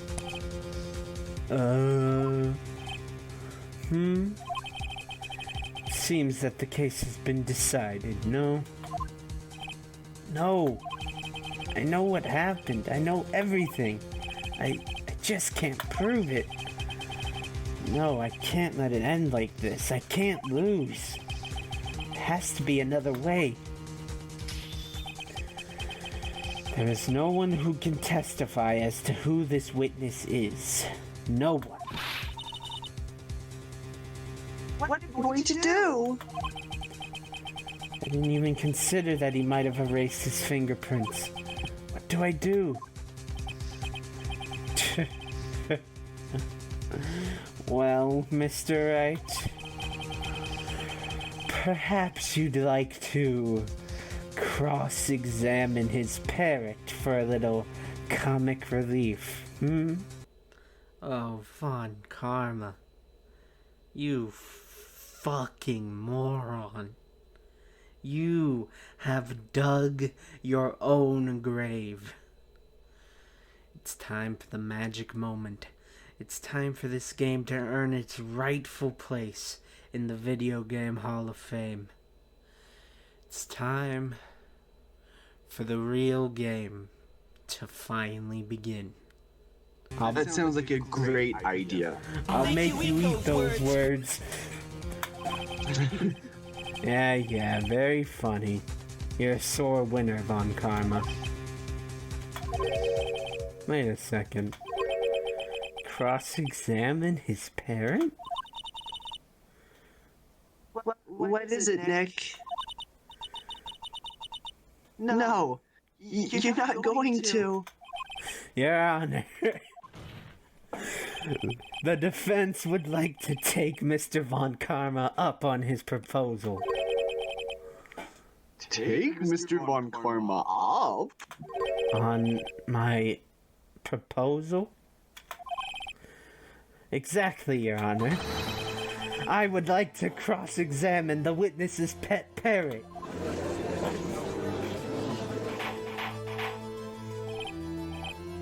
Order!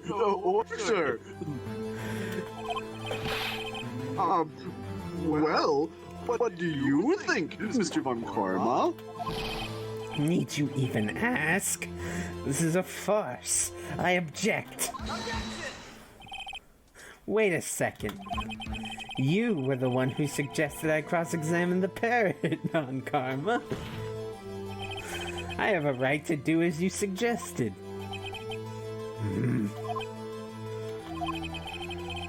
Well, if you're so desperate, then please be my guest. Of course, should you go through with this, and nothing comes of it, then I hope you're ready for the consequences. This is crazy!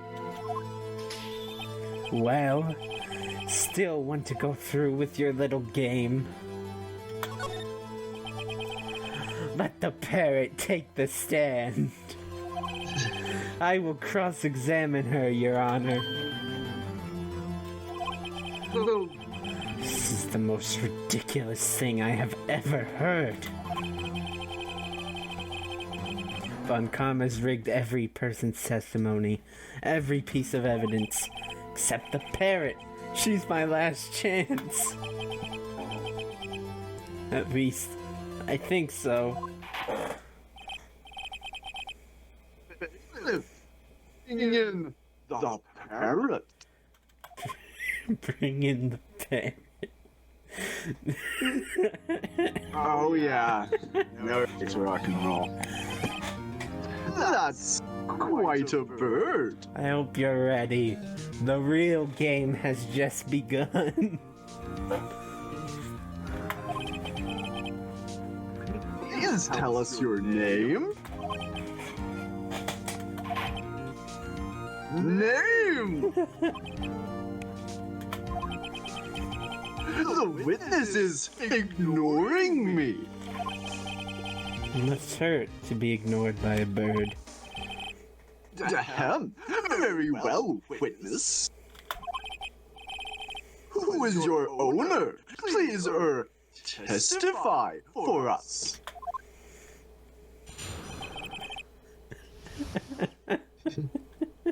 This is such a genius move. The audacity is just amazing. You gotta say, there's a lot you could say about him, but Phoenix has balls.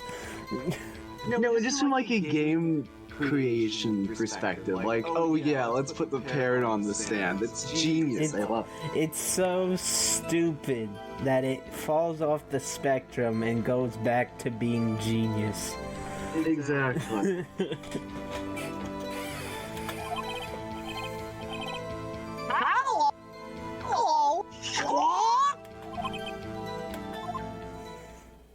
Well, that was very valuable.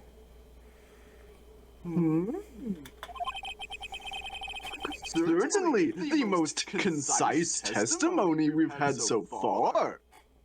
So true. Very well. Begin your cross-examination. Right. What are you going to do, Nick?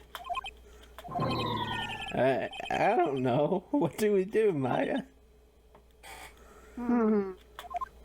I love how even Maya's like, what the fuck are you doing, Phoenix?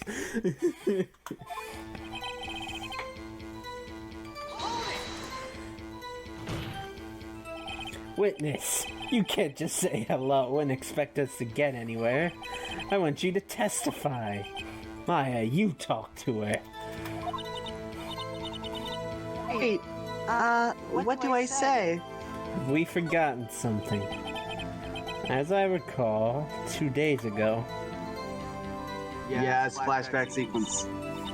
Polly, have we forgotten something? Squawk! Don't forget GL6! Squawk! But why did Maya randomly ask Polly that? I think it's because the caretaker said he uses her to remember things he forgets, right? Oh, yes, that's right. If I can get Polly to say that here, that will prove that the caretaker had something to do with DL6. Polly, have we forgotten something? But the music cut out. This is very intense. Yeah, alright. Alright. Hello! Hello! Squawk!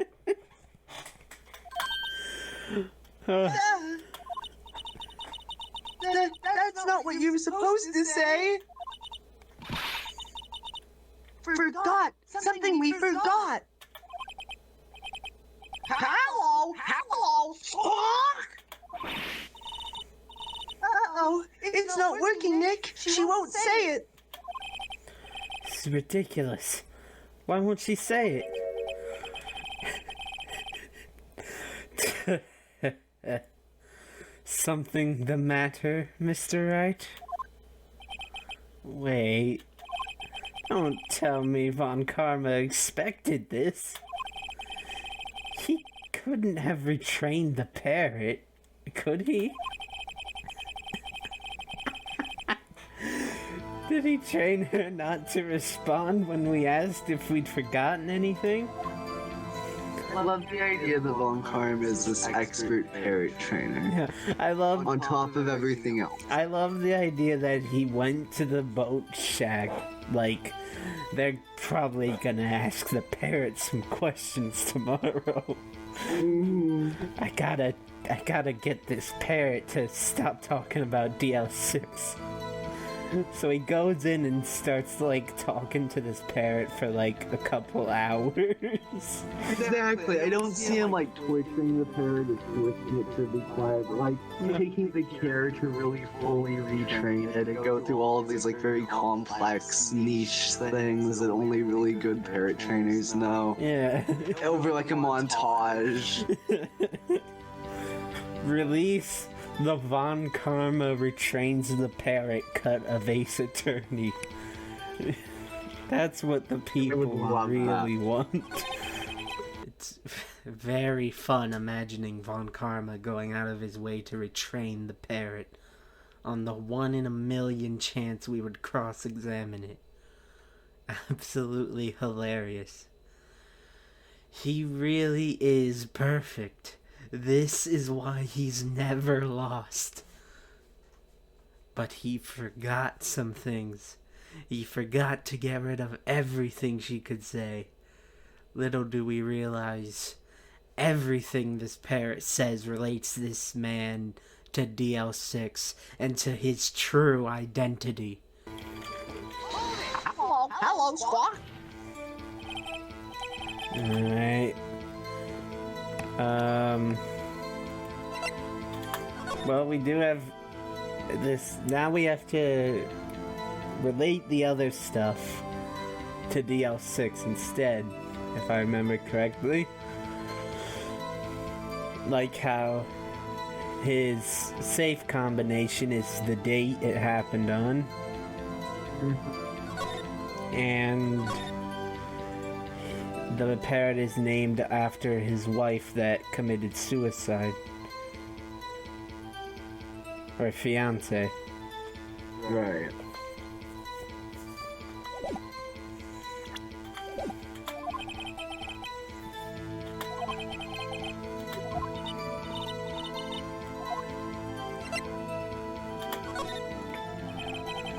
Maybe I should get her to say her name?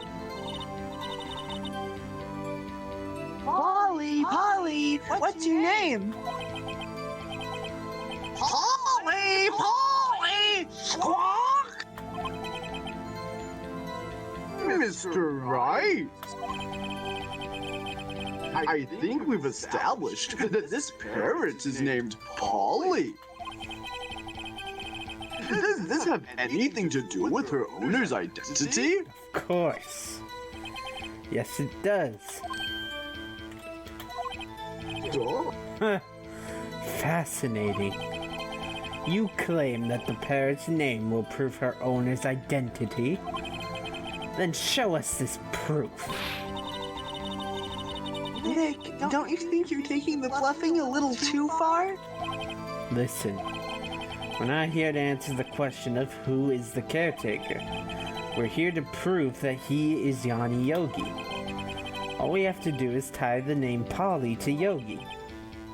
Your Honor, the proof that the parrot's name reveals the caretaker identity is...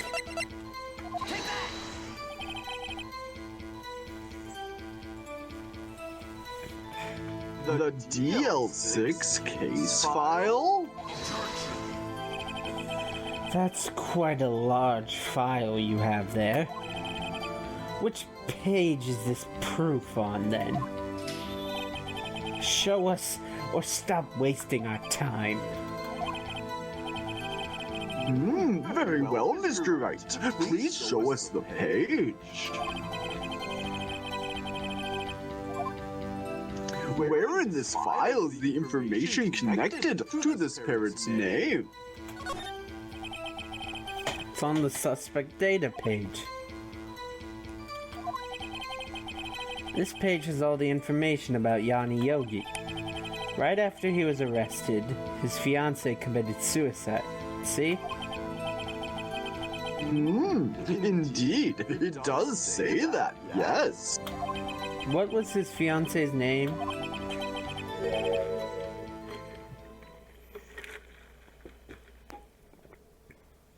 Polly Jenkins?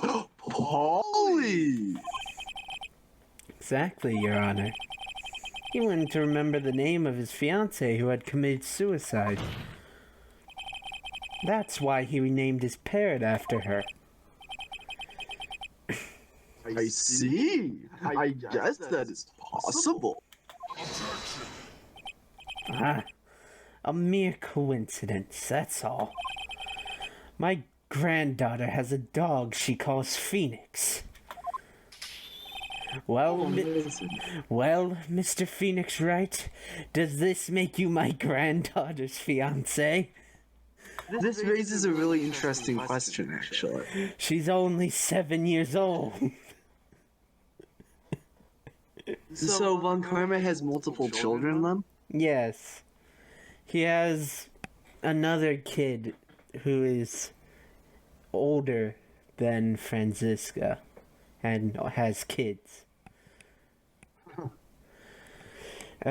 We never meet them, but it's just implied. Franziska's the only kid of Von Karma's that we meet. But Interesting. But yes, supposedly Von Karma has multiple children.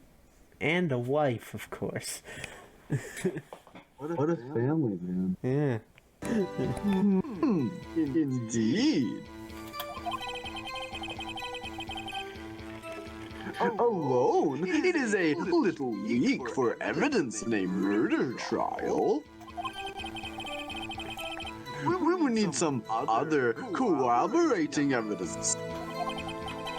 Where am I going to find that? Nick, we're getting closer. One more. If we can just get one more piece of evidence. Right, but what?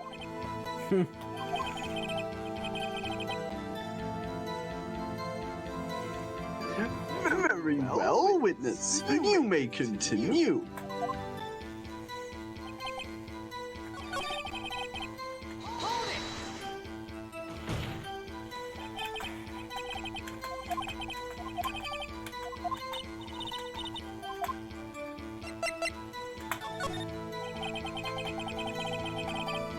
Maybe I'll get her to say the number of that safe.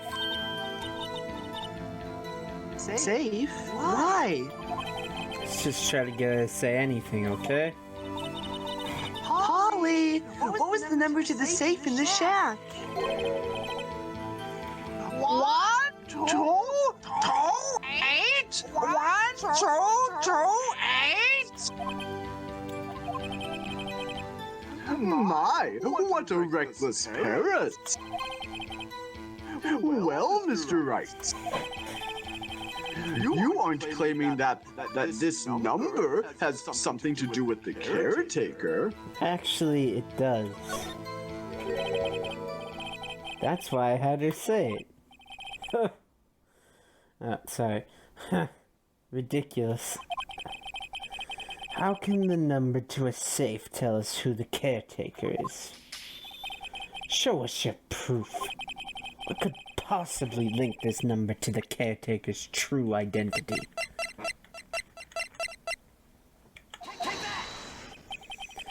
The DL6 case file? What is this obsession you have with that case? Mr. Wright. Where in this file is something relating to the safe number? It's on the case summary page. The case summary? Specifically the date on which the DL6 incident occurred. The date of the incident? December 28th? Why, that's today's date, 15 years ago. And the number on that safe is 1228. Da! He used the date of the DL6 incident as the number for his safe, Your Honor. That's how important that date was to him. I see. It is an interesting coincidence, certainly. People do often set their secret numbers to dates. This is not tangible proof. I set my ATM's card number to 0001 because I'm number 1. Dang. Thanks, Von Karma. Thanks for the information. This has nothing to do with a date. Nothing. That's enough. I think we've reached a conclusion here. This is a mere coincidence, that's all. True, that is a possibility. However, two coincidences at the same time seems more like a pattern to me. What are you saying? Summon the caretaker of the boat shop. Immediately!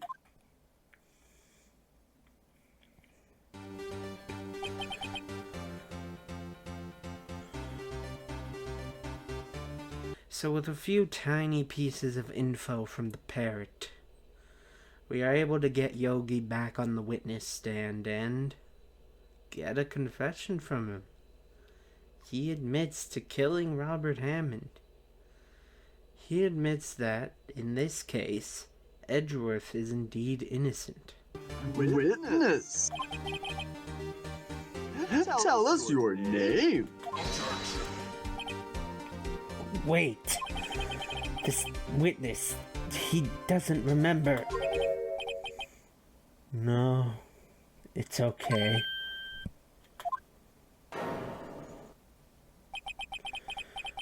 I've accomplished what I wanted to do. I'm done.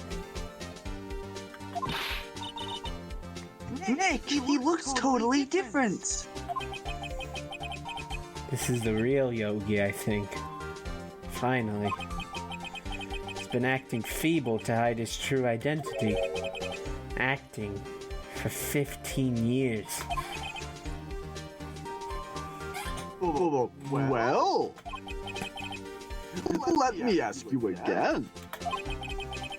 Please state your name for the court. My name is Yanni Yogi. 15 years ago, I served as a bailiff in this very court.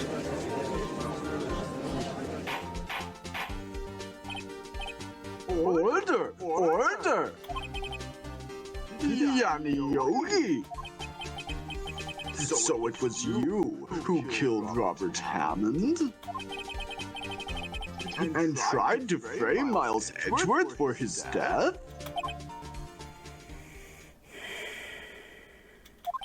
Yes, it was me. I did it.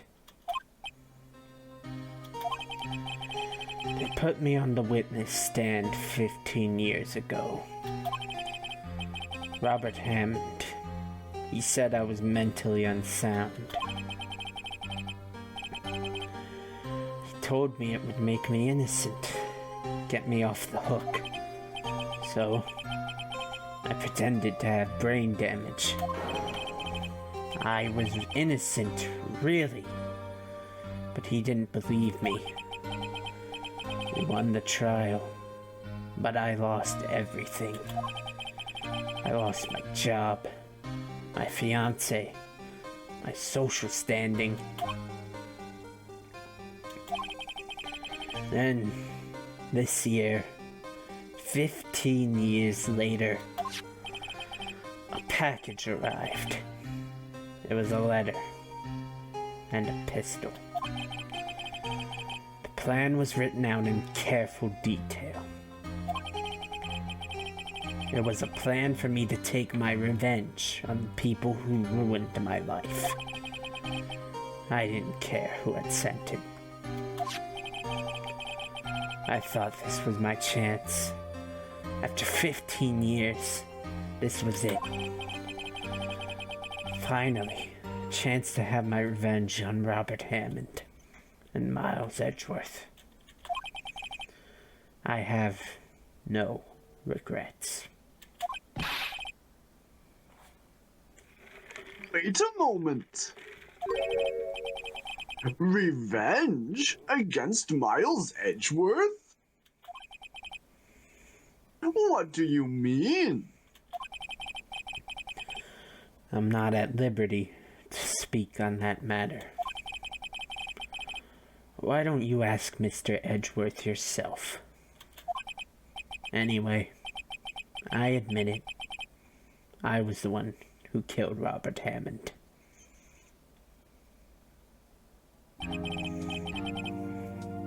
On Karma, where is Mr. Yogi? Under arrest, Your Honor. I saw no room for error in his confession.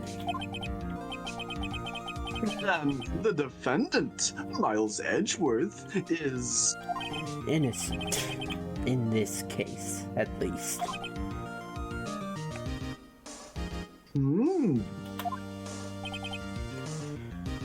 Very well.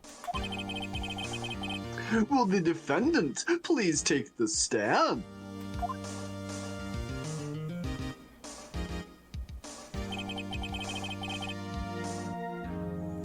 There are a few mysteries left unsolved.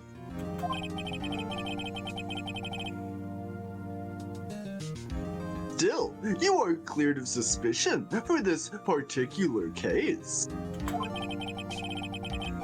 So I would like to pass judgment on the murder of Mr. Robert Hammond. Any objections?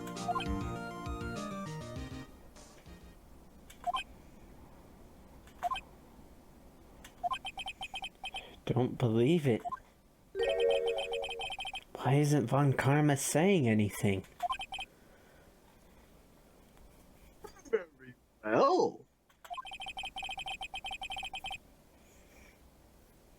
This court finds the defendant, Mr. Miles Edgeworth, Not guilty. Wow. Yay, well done. I like the parrot. Yeah. That is all. This court is adjourned.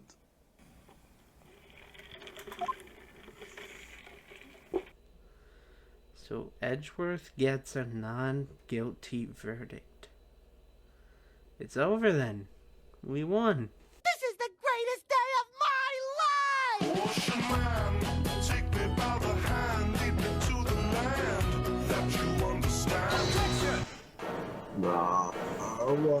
Uh-oh. Did someone just say objection? It wasn't Von Karma. Wait, but that means no. Edgeworth? Your Honor. I object to your judgment. You're pointing the wrong way, Edgeworth.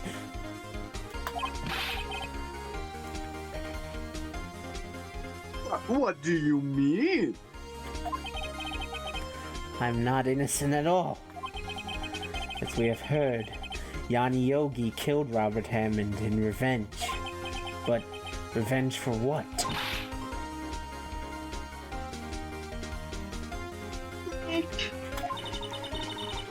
Edgeworth is trying to confess. He's going to say he's guilty.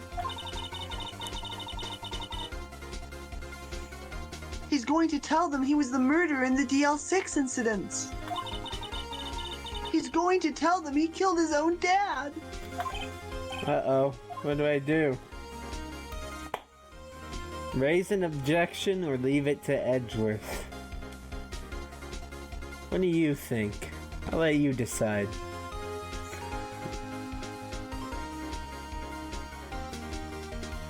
Don't give me this decision.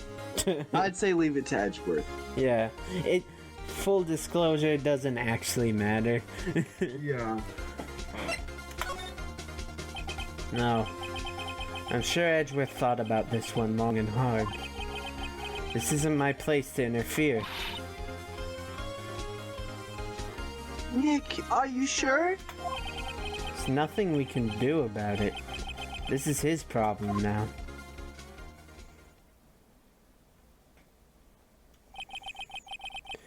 For 15 years, I have had a recurring dream. A nightmare. It's only a nightmare. That's what I told myself. But now I know it wasn't a dream. Yanni Yogi wasn't the killer. You mean in the incident where your father died? From the distance of the shot, it wasn't a suicide either. Everything was as clear as day. The murderer, the criminal, in the DL6 incident, it was me. Your Honor, I confess my guilt. I am guilty for DL6, the statute of limitations of which ends today. The culprit is me.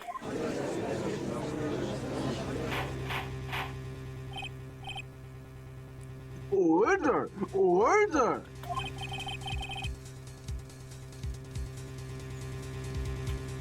This is certainly unexpected. The defendant, declared innocent, is confessing to a different crime. A crime for which the statute of limitations runs out today. I'm not really sure how I should be dealing with this.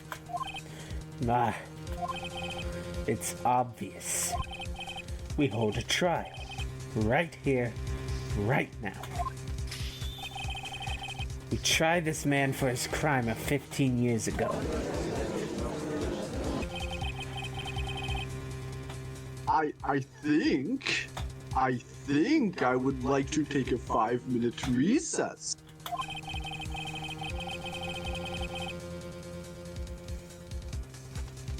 During this time, I will consider the appropriate course of action to take. Court is adjourned.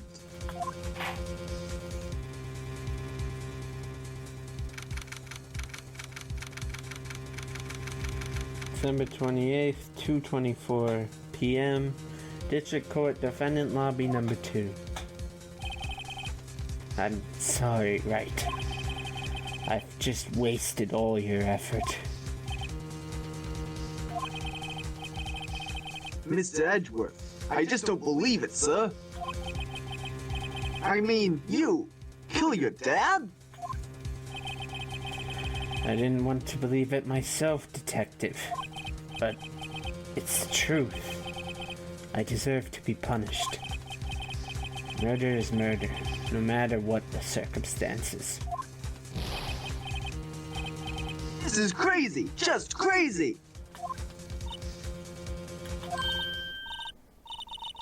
Nick, what are you doing?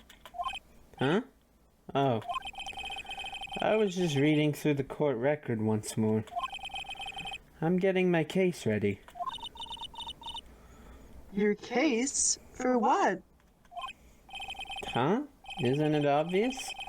I'm going to prove that Miles Edgeworth is innocent. Phoenix is still determined to defend Edgeworth.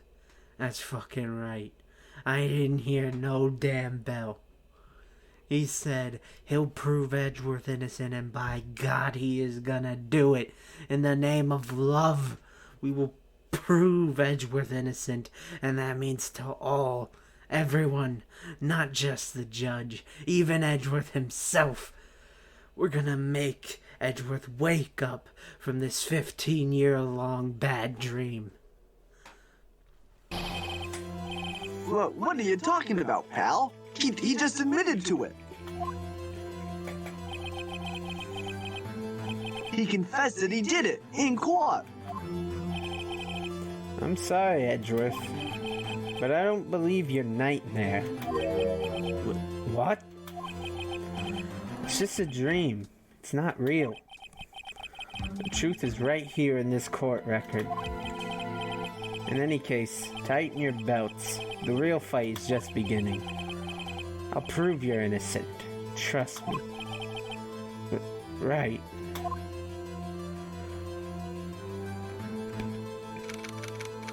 December 28th, 2:30 p.m., District Court, Courtroom Number 3.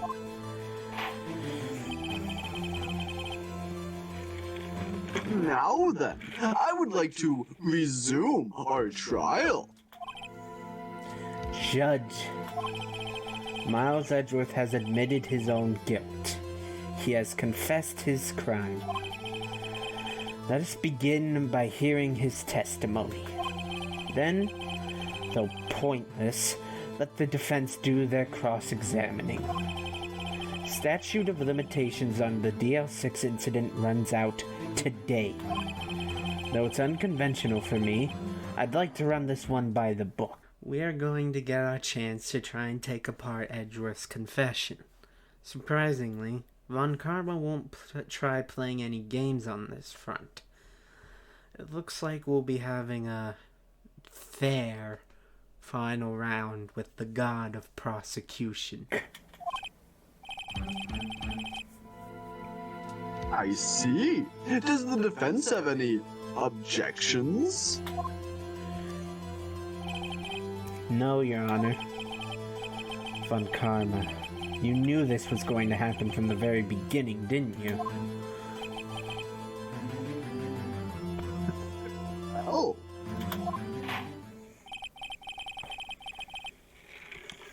Will Miles Edgeworth take the stand?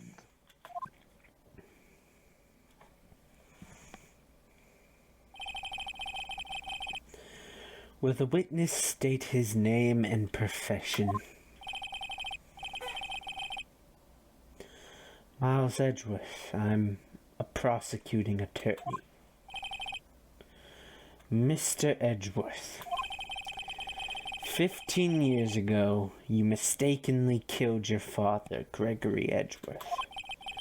Is this correct? It is correct. Then testify about this matter to the court. When Edgeworth was telling me about his dream yesterday, I noticed something. One detail didn't quite fit. That will be the key. But only if I can get it to work. Please. Please.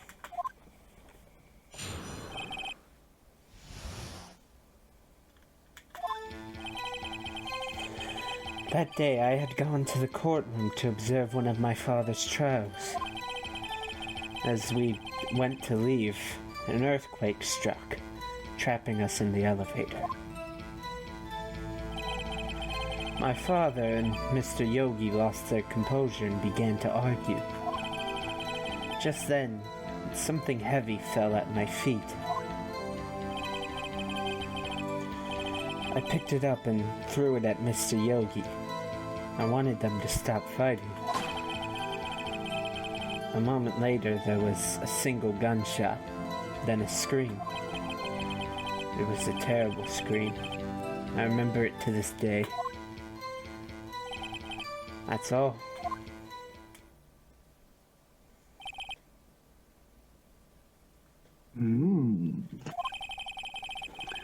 And until now, you thought this memory was a dream?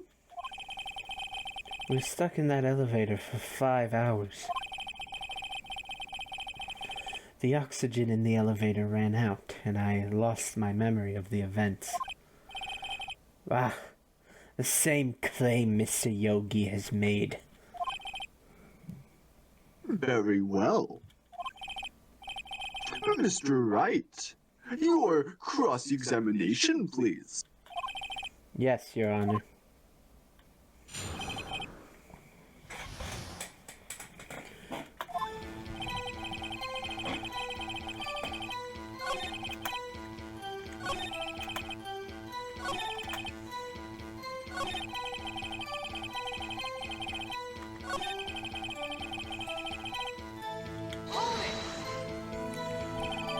The gun fired once? Yes. I think after I threw it, I lost consciousness. Since then, they've echoed in my mind every day. That gunshot and horrible scream. Scream.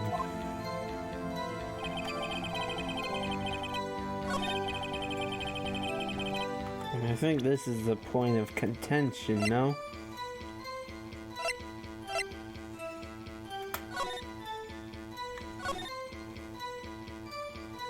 Yeah, it was fired It was twice. fired twice.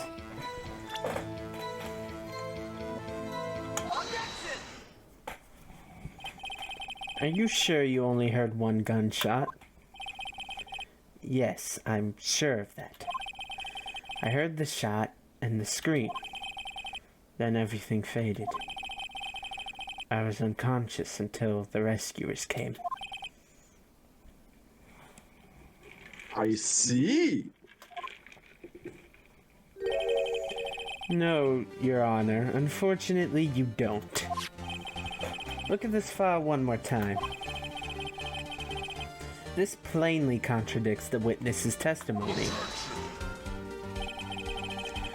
You do enjoy dragging out that file, don't you?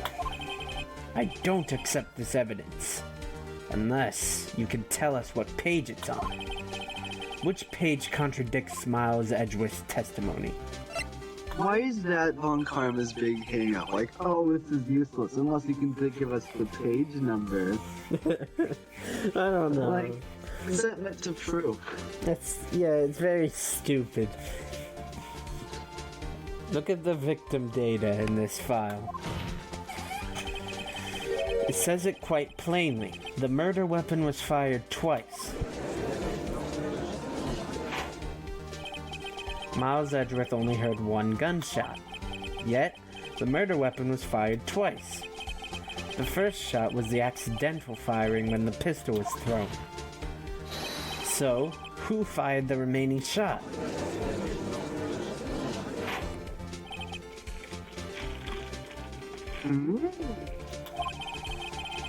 Was there perhaps another shooter who fired that second shot?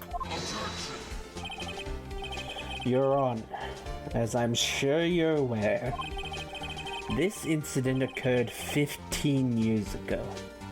The evidence is dated. The pistol did fire twice. However, we do not know when that second shot was fired. It might have been fired the day before the incident. There's no proof that the second shot had anything to do with this incident. What? Luckily, we can prove that. We still have a photo of the scene of the crime from the DL6 incident. But in it, there's something that people have been ignoring. A truth to this case that people have been ignoring for 15 years. A singular bullet hole. I see. You do have a point, Mr. Wright. The murder weapon was fired twice, as we have heard. One of those shots was fired by the defendant, a boy at the time. Do you have any proof that the other shot fired had something to do with this case? Yes, I believe so. Do we? Yeah, we have the picture. Let me show you. You see? That's right, yep.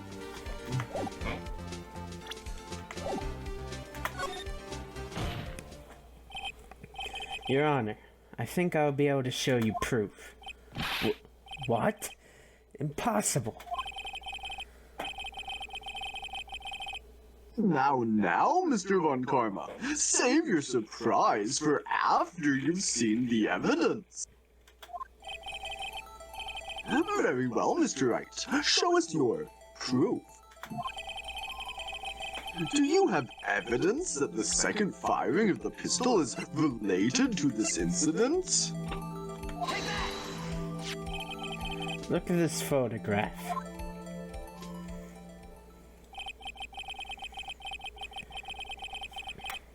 This is a photograph of the scene of the crime 15 years ago. I can see the victim lying there is Gregory Edgeworth. This proves that the murder weapon was fired twice at the time of the incident. This photo proves it.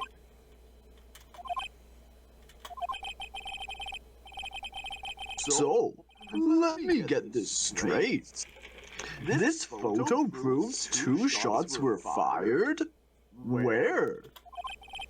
Your Honor, please, get a clue. Show the judge the contradiction in the photo.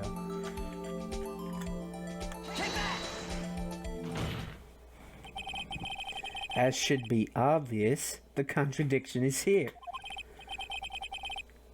I see. A bullet hole in the door. Your Honor, Gregory Edgeworth was killed by a shot from the pistol. Yet there is also a bullet hole in the elevator door.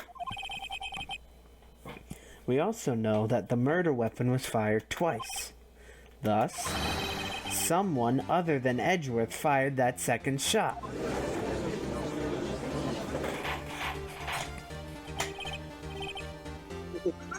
Order!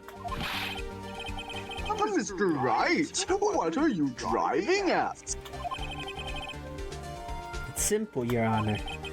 At the time of the incident, 2 shots were fired. One went into Gregory Edgeworth's heart. The other hit the elevator door. Remember that the defendant lost consciousness after the shot he fired rang out. In conclusion, we must agree that the second shot was fired by someone else. But, Mr. Wright, but who could that someone else be? The murderer, of course.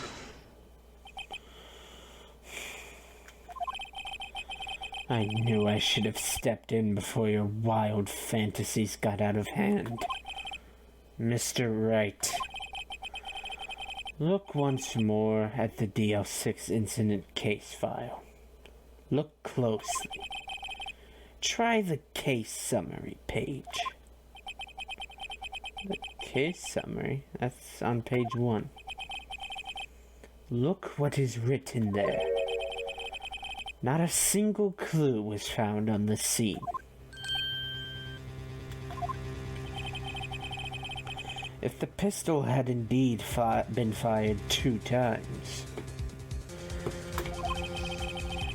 then the other bullet would have been discovered on the scene. Does have a point. That second bullet has never been found. Why? Because the second bullet does not exist. The bullet that claimed Gregory Edgeworth's life was the one fired by his own son. That is the truth of this matter. The whole truth. That doesn't explain the bullet hole in the door. It does not. It was undoubtedly something else that made that bullet hole in the door. Like, what? Well, you know, people shoot guns in elevators all the time. It could have been. Yeah, surely. So, Von Karma's response to this is to say that because the second bullet was never found, the second shot didn't happen, despite the clear proof that it did. God damn it, you can't just ignore the evidence that causes questions you can't answer. Like, what are you driving at? Something else made the bullet hole? Or it happened at a different time? Someone shot a bullet through the window of an elevator in a district courthouse at a different time than this shooting occurred? Bullshit. Order! I will have order! Man, these prosecutors can get away with not explaining shit, but Phoenix has to find the real murderer every time, or else his It's a double defendant standard. is guilty. It's fucked up. Like, oh yeah, he wiped his prints off, but then put more prints on the pistol. Cause he's a fucking Yeah, that's fine. Cause he's a fucking moron, I guess. Mr. Wright has proven one thing to us quite clearly. That the murder weapon was fired twice at the time of the incident. However, as Mr. Von Karma says, the second bullet fired was not found. It is highly unlikely that the police merely overlooked the second bullets. Is it? I feel like it's not. But I'm just saying that it's not that unlikely that the police overlooked it. Yeah, especially like with the quality of the police. Yeah. So, all we have is the single bullet fired. I am afraid I have to discount the defense's claim. What? He's gonna have to put it on sale. You just said that the gun was fired twice. And that it had to have been at the incident because of the bullet hole, right? So, surely this means you can't declare Edgeworth guilty right now. One would hope. But there's a whole lot of problems with charging Edgeworth and having a trial like this here. Yeah, this is... Like, It's very rushed, of course. yeah, it really doesn't work. I don't think it would hold up on almost any level. No. Especially considering that, you know, he was, what, 7 or something at the time? That's true, too. And, like, this is the very last day, so you can't get everything put together in time. Yeah. We haven't even gotten all the evidence from that case. Exactly. We haven't looked at the evidence from the case. We haven't communicated with any other officials or anyone else who might have to give permission or say. Yeah. And of course, if they did go looking for the evidence for this case, they'd find out Von Karma took all of it. Exactly. So, really, there should be like a mistrial, and then, the statute of limitations runs out and nothing can happen anymore. Exactly. So, because the second bullet is missing, it looks like that's it for us. We're so close. Can we really fail like this?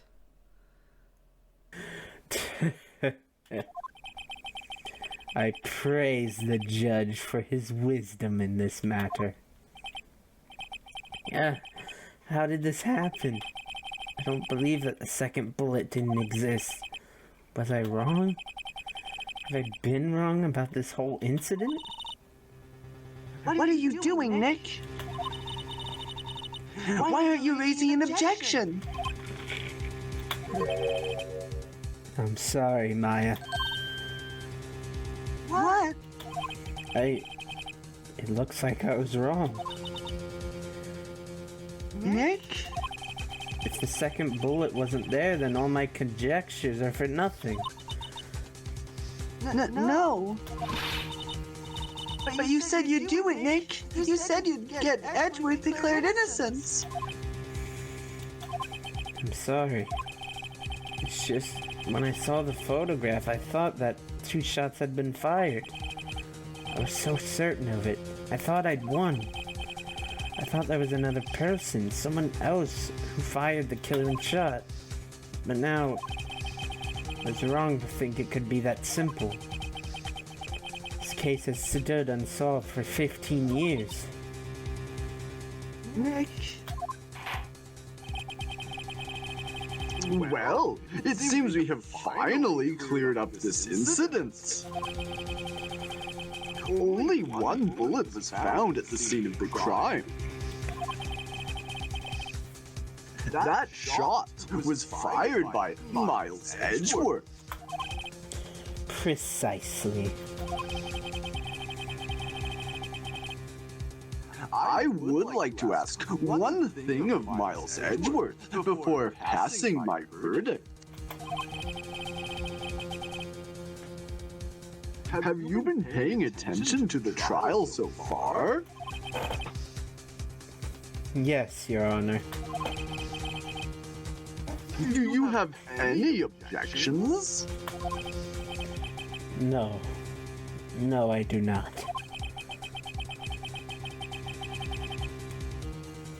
So you killed your father, though that was not your intention? Yes, I did.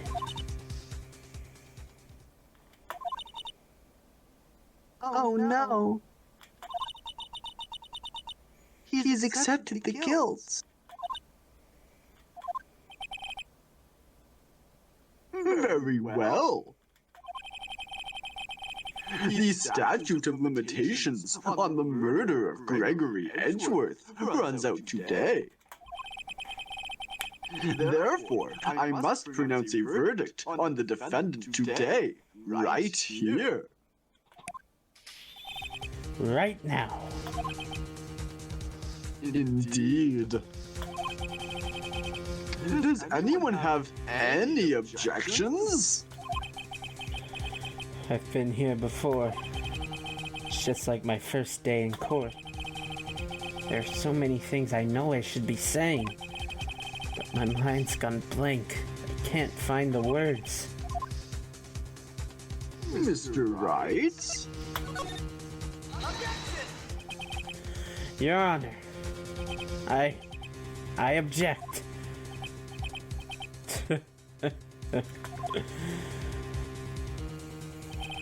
Mr. Wright, on what grounds do you object, Ugh,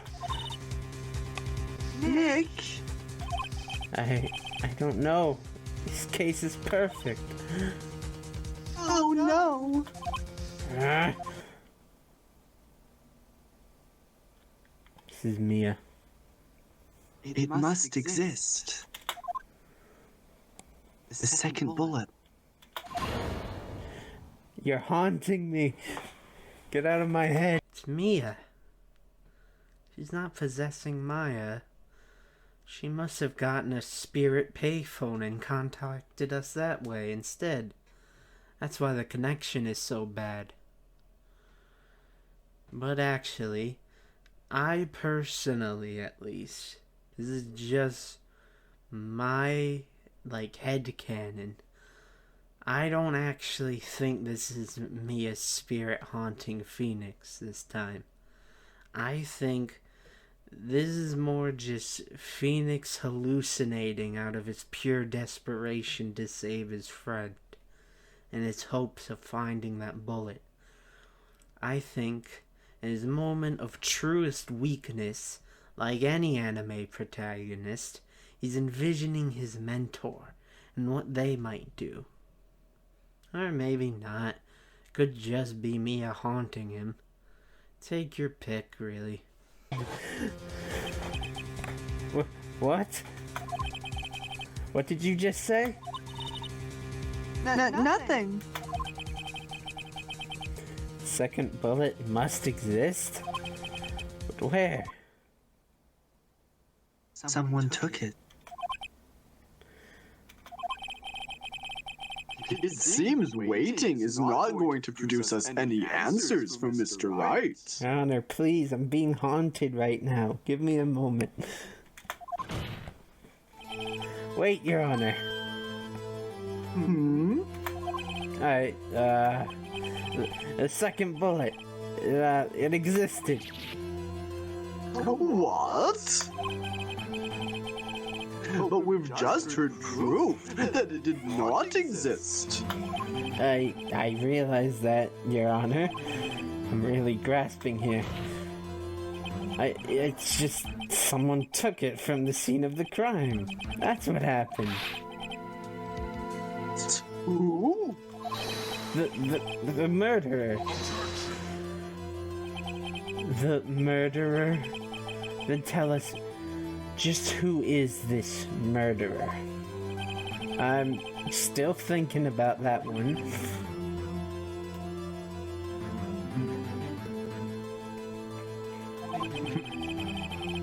So the criminal took the second bullet. But why? Huh? First of all, how would they have found it? It's not easy to find a stray bullet, Mr. Wright. Was there some pressing need for the murderer to search for that bullet?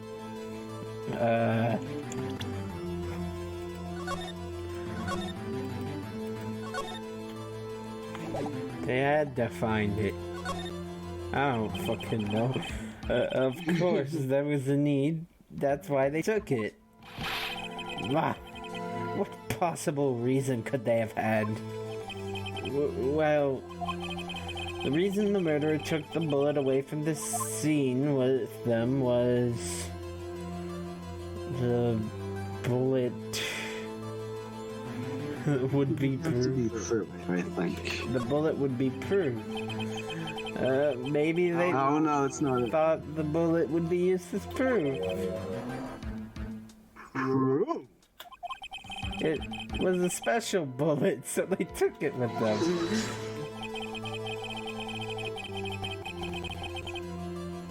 If that was the case, then they should have taken the bullet from inside Gregory as well. Huh? Why would they only take one of the two shots fired? Oh, right. Right. Have you really thought this through? I'm going to have to penalize you. This isn't going so well. Was there some pressing need for the murderer to search for that bullet? You won't ruin my perfect record, damn it. The murderer didn't need it. Why would the murderer have spent the time to look for that stray bullet? I haven't got a clue. What's wrong, Mr. Wright? The murderer had no reason to take that bullet. You don't want to admit it, but it's true.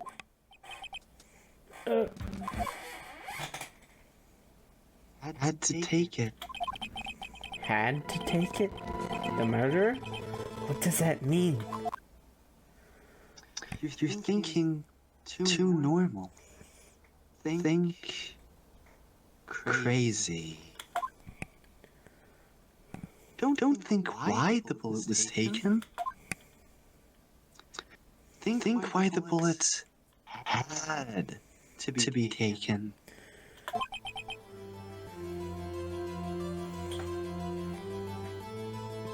Mr. Wright! I like to visualize this as not that she's like haunting him, but actually that he's just like so desperate that his mind is just like going wild, and now he's hearing Mia's voice in his head just because she's his mentor.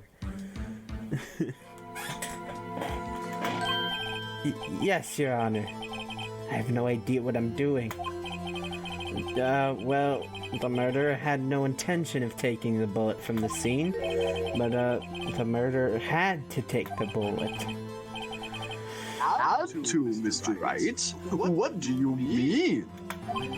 Well, for instance what? Maybe the bullet, hit the murderer? The bullets hit the murderer? Just saying, for instance, I mean, if it hit you, you would have to take it with you, wouldn't you? It's not like you could perform surgery right there. You know?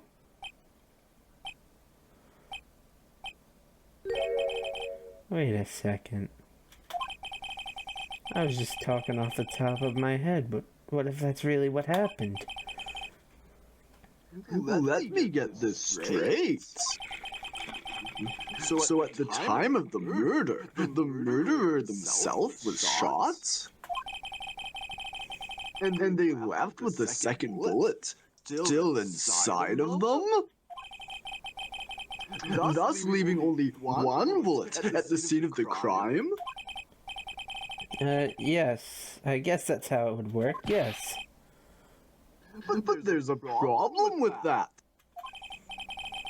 The other two people rescued from that elevator, Miles Edgeworth and Yanni Yogi, were both unharmed.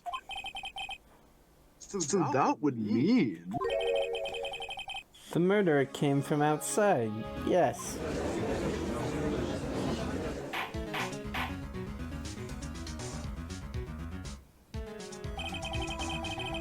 The two men fight inside the elevator. Trying to stop them, the boy picks up the pistol at his feet and throws it. The pistol just charges, and the bullet goes through the elevator door and hits the murderer outside. The boy loses consciousness. Then the murderer opens the elevator door and sees the men inside.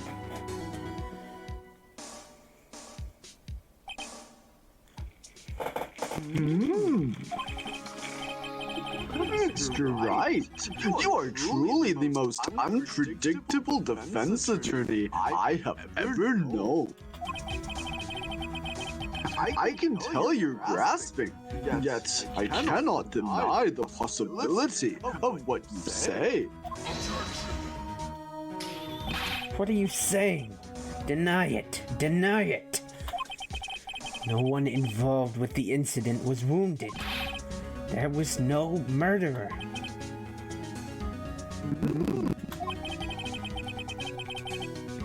No one was wounded at the time of the incident. He's right. I can't think of anyone. Well, Maya herself has a great idea.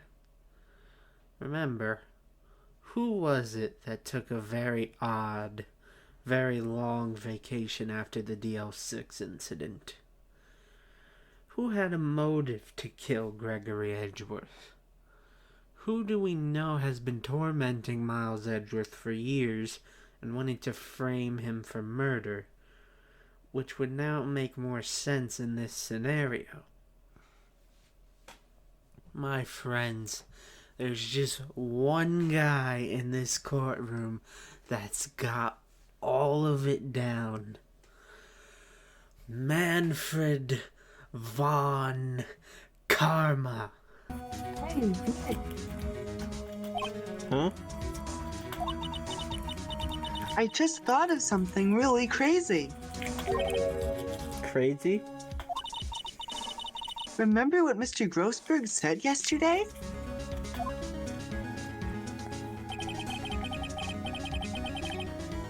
Gregory Edgeworth dealt a blow to his perfect trial record.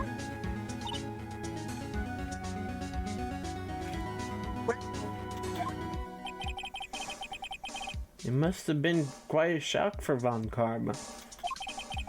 He took a vacation for several months after that, you see. Yeah, it's an unusual event for the man. That was the first and the last vacation he's taken in his many years of prosecuting.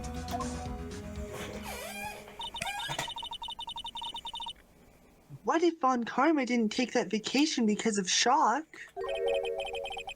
but took it because he was injured? I think that was me, actually. Oh, sorry. But took it because he was injured. Which would mean could only mean one thing. He was the murderer in the DL6 incident. He was the man who shot Gregory Edgeworth. It was Von Karma. Oh man. Something wrong, Mr. Wright? You seem dazed. No, Your Honor. Well, you have indicated the possibility that the murderer came from outside. Can you give us the name of your suspect? Uh-oh. Should I come out and say it now? You gotta. Your Honor, there is a suspect. One lone suspect.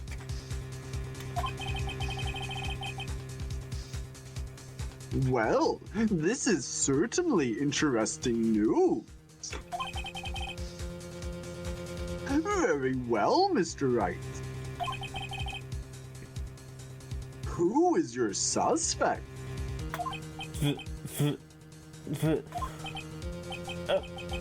My hands are shaking. The what? Von Karma. Von Karma?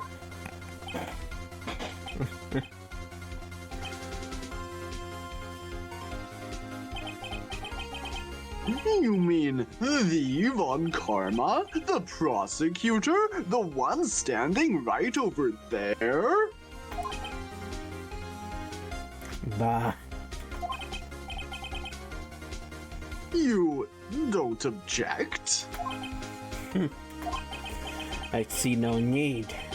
Why honor this ridiculous outburst with my objection?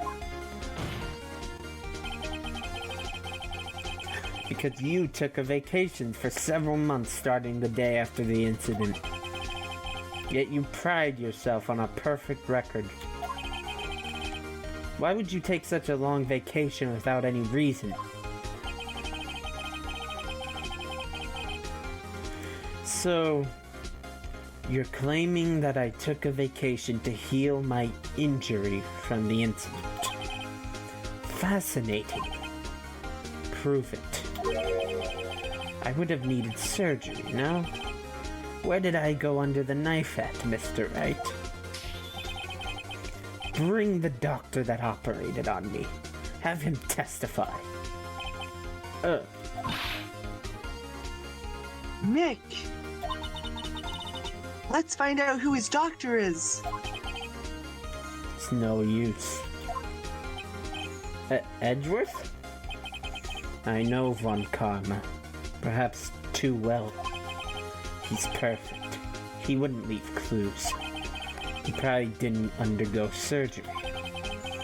That would leave a doctor as a witness. Edgeworth then has a point. It's no use calling in any doctors. Von Karma wouldn't have them as witnesses.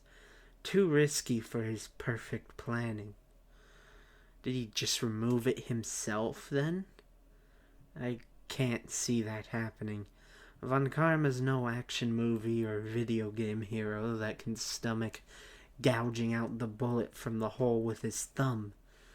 But then, what would that mean? If he really is the murderer, and really was struck by the bullet, and couldn't remove it, what happened to the bullet then?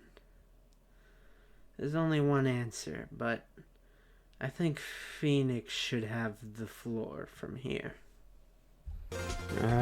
Nobody's that perfect. So what, Nick? Did Von Karma pull the bullet out by himself? That's insane. No, he couldn't have. You can't just pull bullets out of yourself. Wait. What does that mean? That bullet has to be somewhere, but where? Well, Mr. Wright, can you produce evidence to prove that I was shot? We have it. Yeah. Oh, it all comes together. It all comes together. Alright, Von Karma. I'll prove it. And I'll even use evidence. I know how much you like it. What? The evidence that proves Von Karma was shot is... the metal detector. So, the metal detector comes back at last as a critical piece of evidence. Gumshoe really did have the most powerful secret weapons. Oh, such a great coming together. Von Karma is perfect. He wouldn't risk surgery, leaving an evidence trail. So then I ask, where is that bullet now? I think it unlikely that Von Karma performed surgery on himself. You don't mean... I do. There is the possibility that the bullet is still inside Von Karma.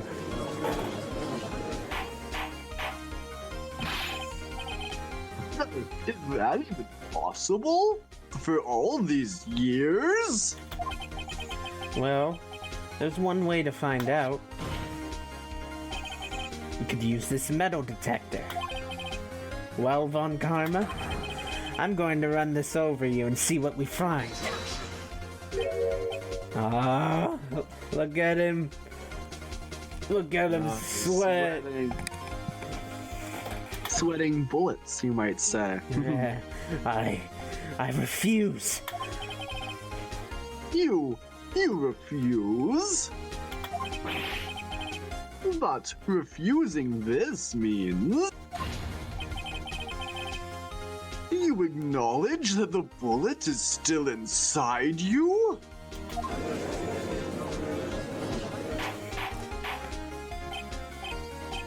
Order! Order! Order! Your Honor, the defense requests that we be allowed to use the metal detector.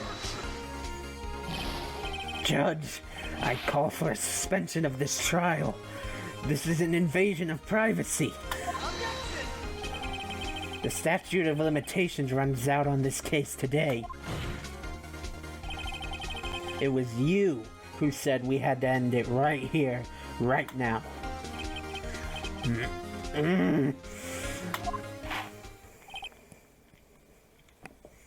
Enough.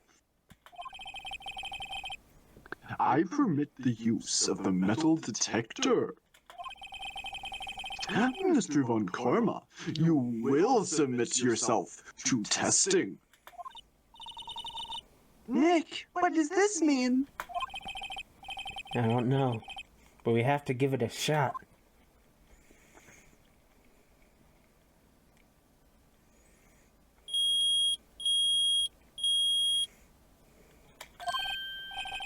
It reacted. Something's inside his right shoulder. The bullet. Mr. Von Karma? You.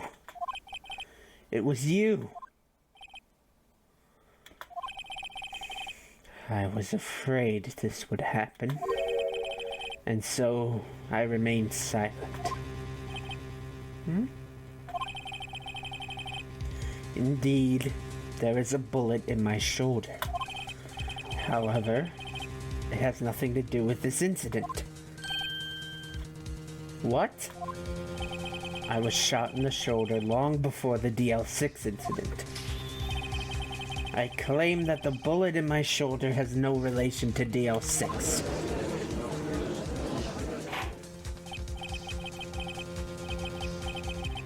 Mr. Von Karma, Can you prove that? Prove? I have no obligation to prove anything. It is Mr. Wright who must prove something here, not I. Now, surprisingly, he admits it. There is a bullet in his shoulder. But he's not finished just yet. He's not willing to give up. He claims that actually, while there is a bullet in his shoulder, it's a bullet he got from a different case. And that we can't prove that the bullet in his shoulder is the same as the one fired from the DL6 murder weapon. This would be because he took it all. He took all the DL6 in evidence. Would be. But he didn't take everything. He missed one little thing. Taken by our dear, valuable assistant. A bullet. The one from Gregory Edgeworth's heart. The one that still bears clear ballistic markings. We have him now. You could maybe even say that this legend, this giant of prosecution, one of the greatest enemies we could ever face, is cornered.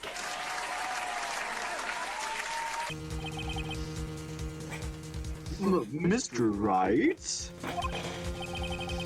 Well, can you prove it? Can you prove that the bullet in Von Karma's shoulder was from DL6? Of course he can't. You don't have any of the DL6 evidence. It's because you took it out of the records room yesterday. With no proof, you cannot convict me of any crime. So sorry, Mr. Wright.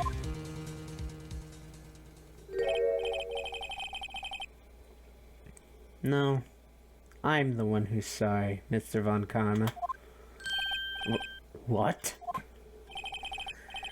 You were close. One day away from freedom.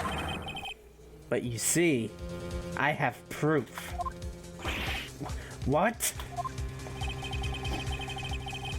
Who would have thought you would dig your own grave trying to convict Edgeworth? I can link that bullet in your shoulder to the DL6 incident. And here's my final proof. And it's all thanks to Maya.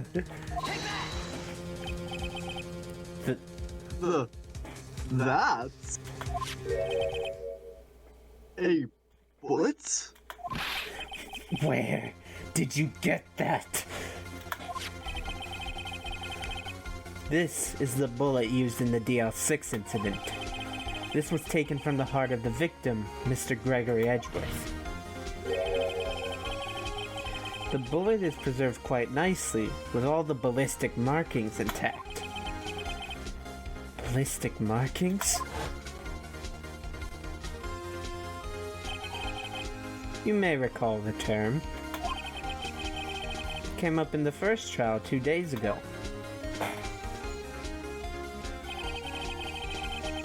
Ballistic markings are the fingerprints of a weapon. All bullets fired from a gun are marked with that weapon's unique pattern. By examining the markings, you can tell which weapon fired the bullets. It's quite accurate.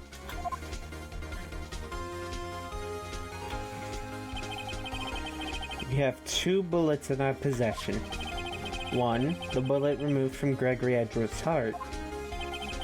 The other, Mr. Von Karma, is the bullet buried in your shoulder. We could analyze both bullets. Then, if the markings matched,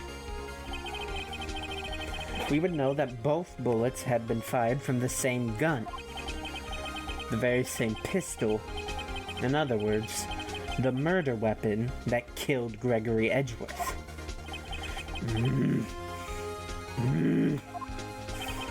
Mr. Von Karma, you will let us remove the bullet from your shoulder. Then we'll compare the ballistic markings to those on this bullet and solve this case once and for all. Well, Mr. Von Karma?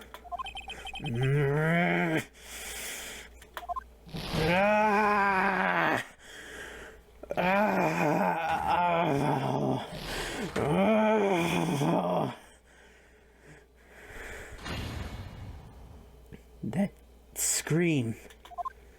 I've heard that scream before. Wait. I know. Help! I can't breathe! Quiet. I said quiet. You're not making this any easier. Stop breathing my air. I'll stop you. Stop breathing my air. Get away. Get away from my father. Ah!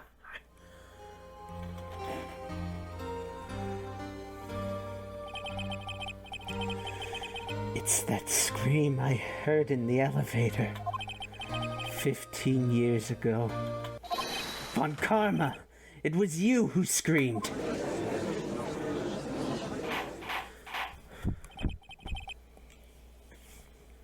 Mr. Von Karma?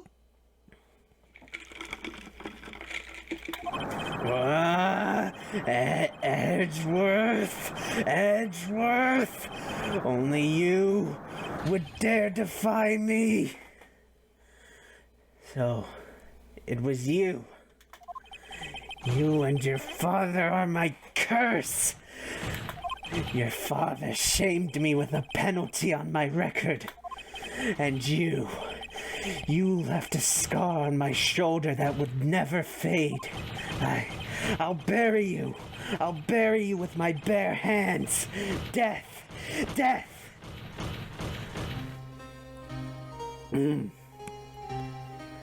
15 years earlier. Chief Prosecutor, I am sorry. Can you read this? Yeah. Von Karma, it's not like you to make this kind of error. I never would have thought that Edgeworth would be the one to catch you.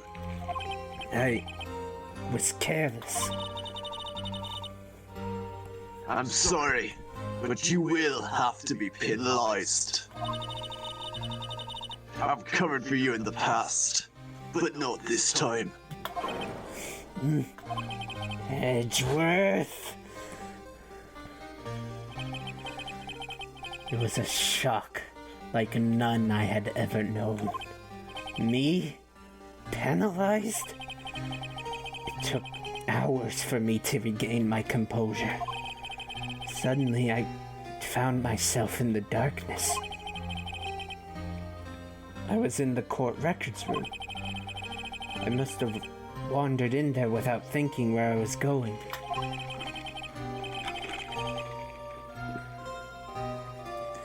The room was pitch black. The lights had gone out.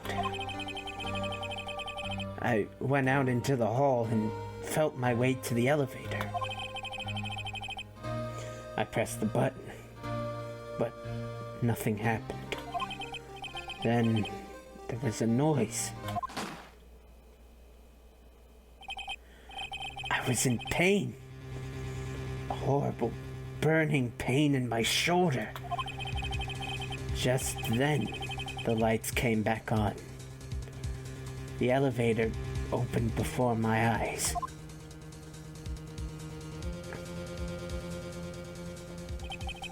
I saw 3 people inside, all lying unconscious from oxygen deprivation. Much to my surprise, a pistol lay at my feet. I knew then it was destiny.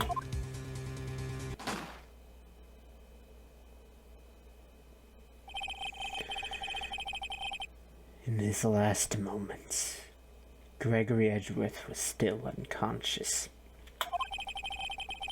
He died, never knowing who had shot him.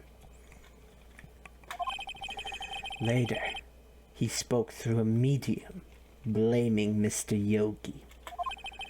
He was fooled. It was the perfect crime.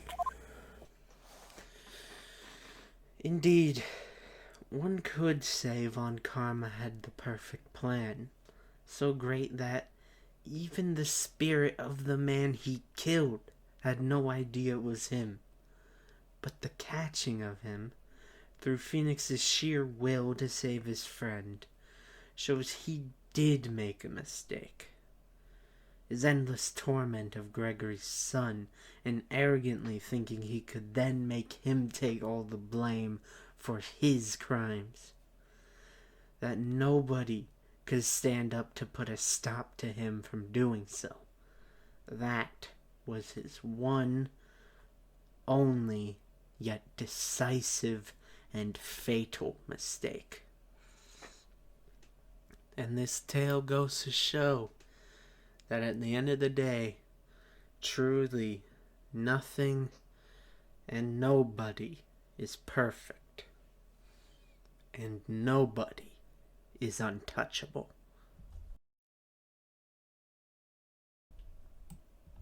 Quick personal note. We're going to be having a Discord game night on my own personal Discord for my Twitter mutuals and I. Only for the ones that watched all this way into the video, though. Because there's gonna be a secret passcode to get in. And for them, right here, the secret password is unnecessary feelings. Those two words will get you into the Discord game night, but only if we are Twitter mutuals.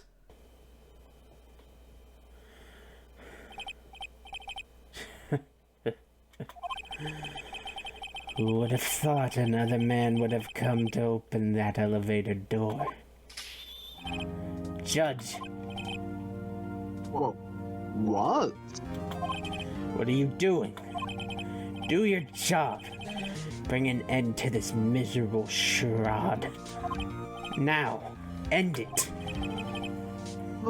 Very well.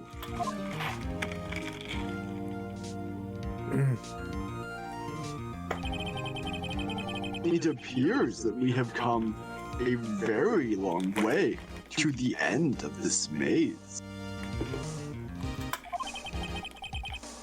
15 years later, Mr. Miles Edgeworth?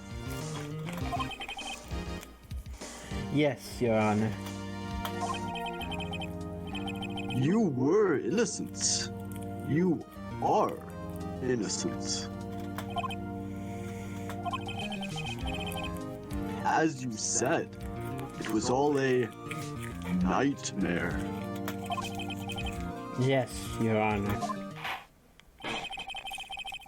This court finds the defendant, Mr. Miles Edgeworth, Not guilty. Oh.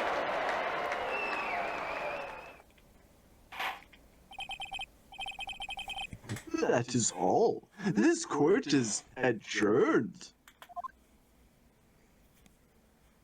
And with that, our final trial here ends. Before we wrap things up, I think I want to leave you just with the uninterrupted finale and credit sequence. Nick, we did it! Did you see his face? Von Karma looked even paler than usual. He's pretending to be all cool, but inside you crushed him, Nick. Crushed! I gotta say, I'm impressed. It was pretty close, though. I was sure we'd had it. I know, I was on the verge of tears the whole time myself. But now it's all just a good memory.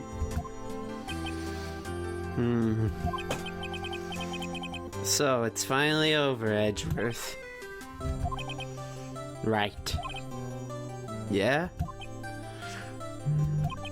I'm not sure how to say this. I know. Try, thank you. I see. Thank you, right. You're welcome.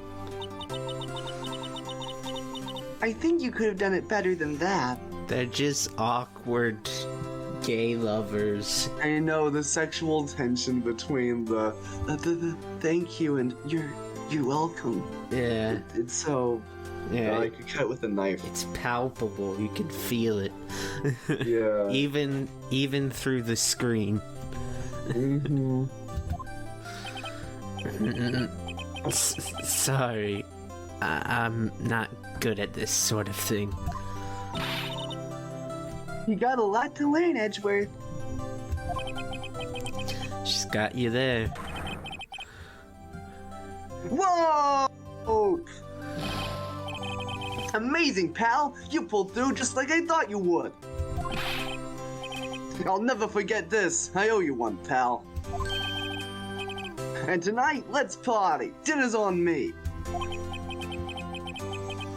Yeah, my salary went down a bit this month. But who cares? See, Mr. Edgeworth? You should take a lesson from Detective Gumshoe. Yeah, you should pay for dinner, fucking rich boy. That's how you say thank you. I see. Woo!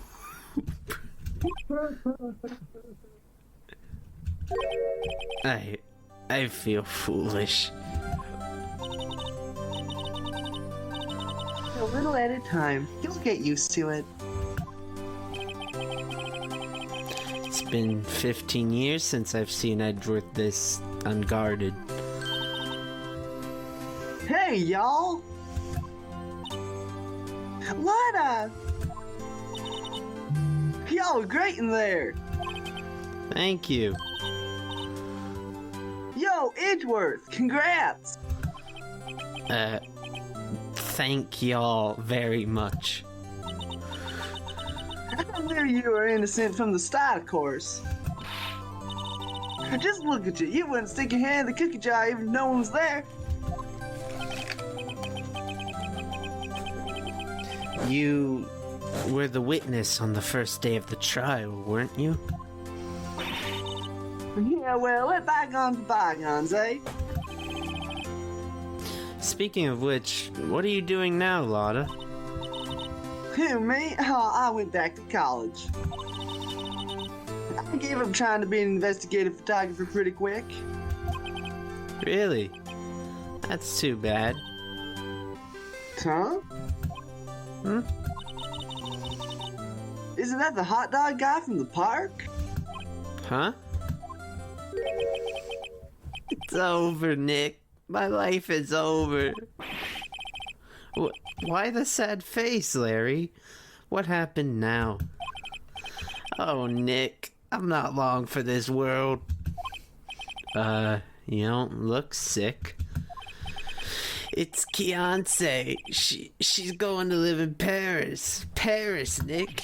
She's leaving me behind. Should have seen that coming. Yo, Edgy, there you are. Yes, here I am. Congrats, Edgy. Here, a little gift from me in celebration. Celebration? That's unusual for you. You come along tonight too. My treat, pal. Huh? Thanks. Looking forward to it. Yo, Nick. That's the suit that questioned me. When he says treat, that's not police talk for prison food, right? Right? I think you'll be fine, Larry. Right. Yeah? What's up? That envelope that Larry gave me. It's got money in it. Well, yeah, that's not that strange. People give money away to celebrate sometimes. It's $38, right? Huh? What a weird amount. I mean, it's not a little, but it's not a lot either. $38 exactly?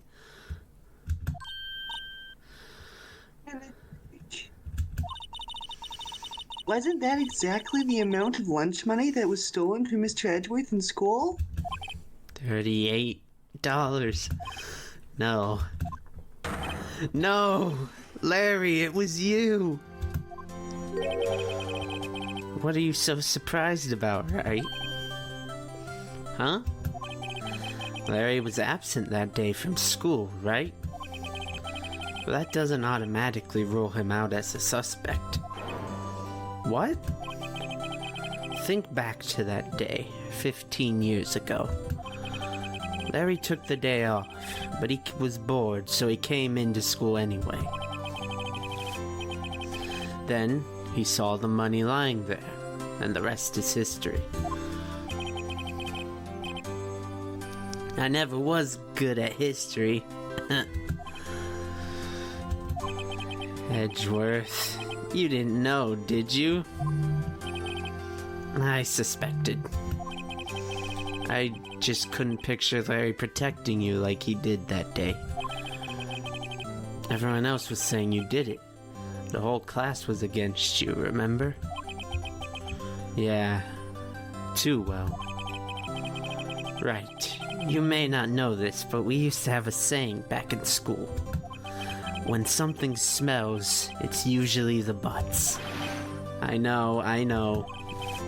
Really, Wright. I'm surprised you didn't figure it out. Well, this sure is an unexpected turn of events, eh? Edgeworth. You should have told me. No, Nick. It was 15 years ago. Don't you think the statute of limitations has run out, Mr. Edgeworth? I'd say so, yes. There you have it. Where does that leave me? I became a defense attorney because of what you two did. Well, you have always been something of an insufferable emotionalist. Yeah, and you get worked up too easily, too. Death? The death sentence for both of you. Man, if only I had known, I'd have become a prosecutor. The same goes for me, only the other way around. For the longest time, I thought that I might have killed my own father. I thought I might be a criminal. I became a prosecutor in part to punish myself. If I had known the truth, I might have become a defense attorney after all. Edgeworth. Wanna switch, right? Y'all, line up. I'll take a photo. Hey, photo time. Let's go.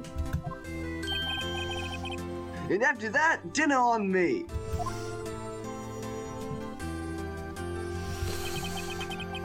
Detective Gumshoe took us out on the town that night. We celebrated Edgeworth's newfound freedom, even though Edgeworth himself was still in detention.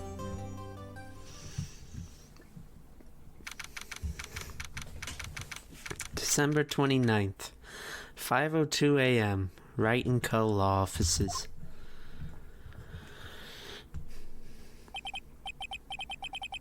Whoa, I went a little overboard yesterday. My head hurts. Huh? It's still only 5 a.m. Maybe I should go back to sleep. What's this? A letter?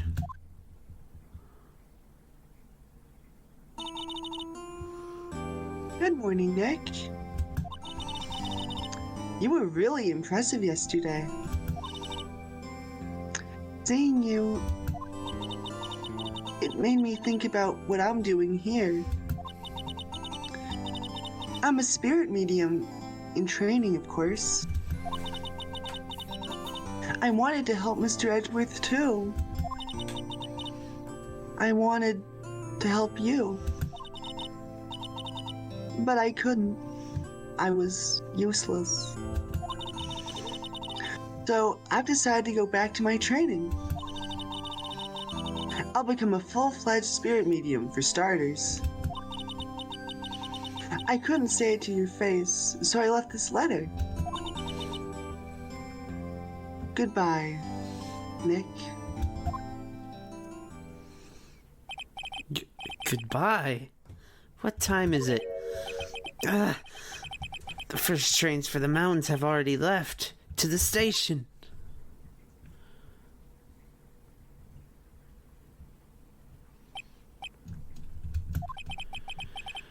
I guess I'm too late.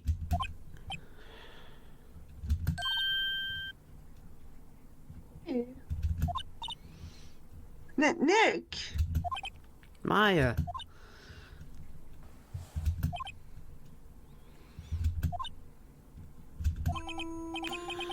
So, you're leaving? Yeah. It's hard being a spirit medium who can't talk to spirits. And I think you'll do fine without me, Nick. Be good, okay?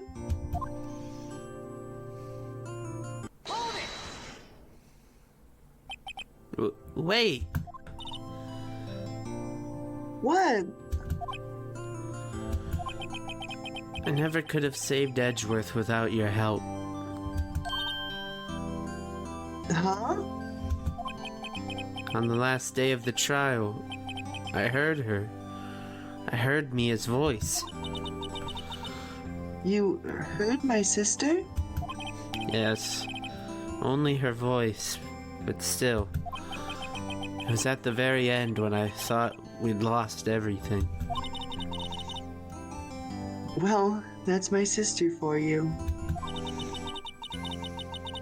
Detective Gumshoe helped, and Mr. Grossberg, and even Larry.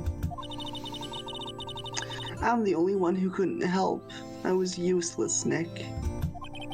But you were the one who stopped Von Karma, Maya. Huh? I didn't do anything. All I did was wander around in a daze. Sorry, but I have evidence that you helped. Evidence? Show Maya some evidence to cheer her up. It's the bullet. It's the bullet.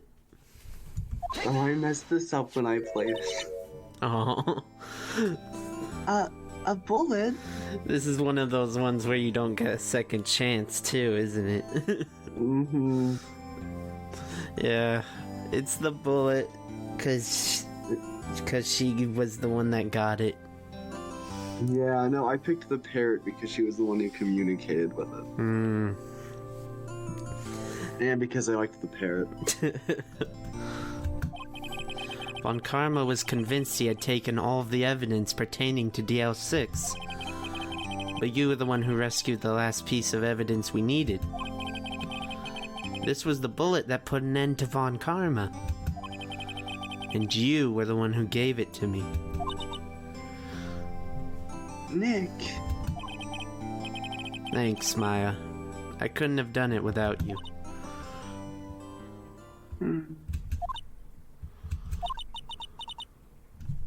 I'll be back soon. Huh? I'm going to complete my training and come back. Okay. I'll be waiting. Of course you will. You can't run that office by yourself. You're hopeless. I don't know about that.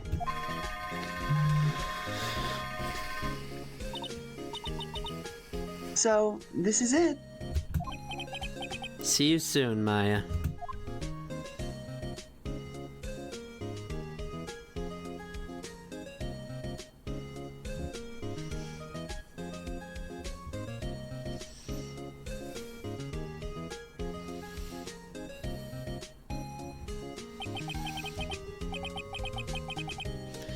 And so my story ends.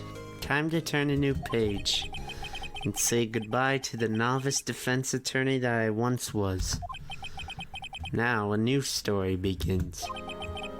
With the same old crazy cast of characters. Ha! Don't think you've graduated yet, amateur.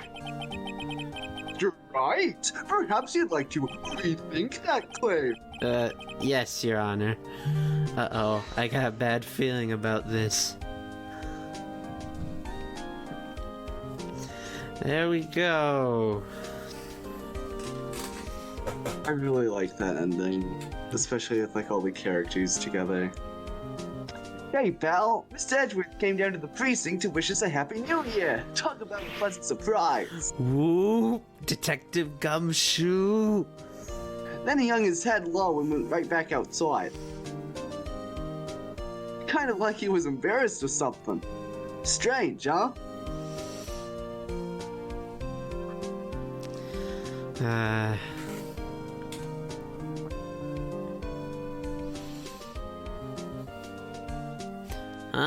Nick? Nah, I haven't seen him lately. Who, me? I've been working at a cheese shop. That Missy's a nice lady, but she's not exactly what you'd call a cheap date. Huh? Oh, she's in Hawaii right now, yeah.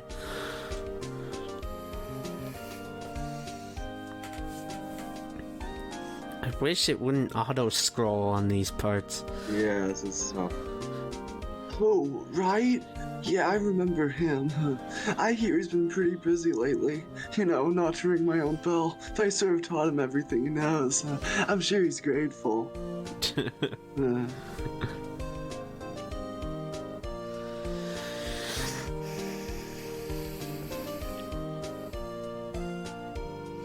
Yes! Phoenix Wright? Ah, the defense attorney for whom I wrote that affidavit for, yes. Oh, you should know. I've taken over management of the Gatewater Hotel recently. Should you be in the area, please stop by. And you can meet the bellboy who wrote the affidavit. The Bellboy's affidavit, yes! Oh, he's such a legend. Oh, it's you. Phoenix, right? Ah, yes, me as understudy, was he not? I wonder how he's doing. I haven't seen him of late. Ah, the days of my youth, like the scent of fresh lemon, you see. The bellboy's affidavit, yes. Glad he got a call back. He deserved it. He really did. Phoenix Wright? Is he an actor? Well, I'm not buying it. You can't be a star with a name like Phoenix.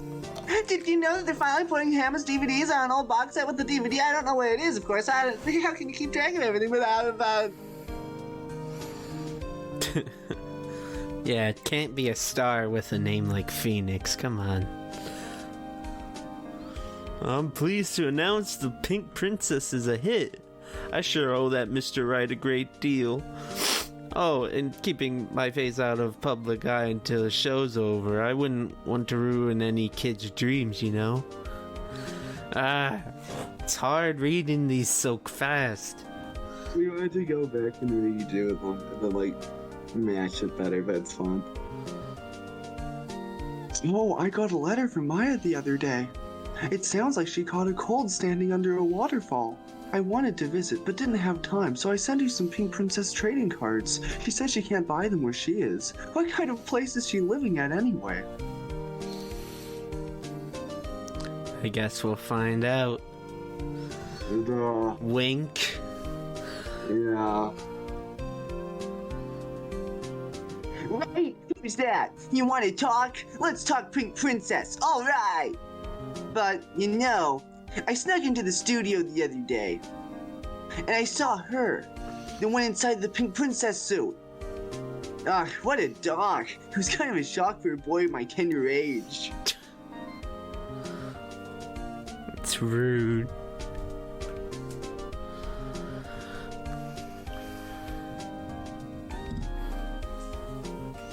Yeah, I remember, right? The lawyer guy. Huh, me? I'm in training to become a paranormal photographer. You know, that picture I took of everyone? Well, just behind them, there's a ghost. For real. Now that's talent. I'm gonna be famous. We'll certainly see her again. Yeah, a lot more.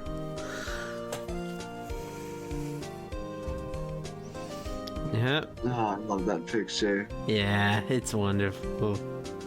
Even if the Japanese was sort of clumsily removed. Now, before I finally wrap this up, I have a serious message. This will be coming way out of left field, I know. But I just want to say it, even though it's very personal. My dad actually passed away during the making of this video. I don't know. I wanted to dedicate it to him. He had no attachment at all to this game, but since it was literally in the middle of producing this video, it just feels right.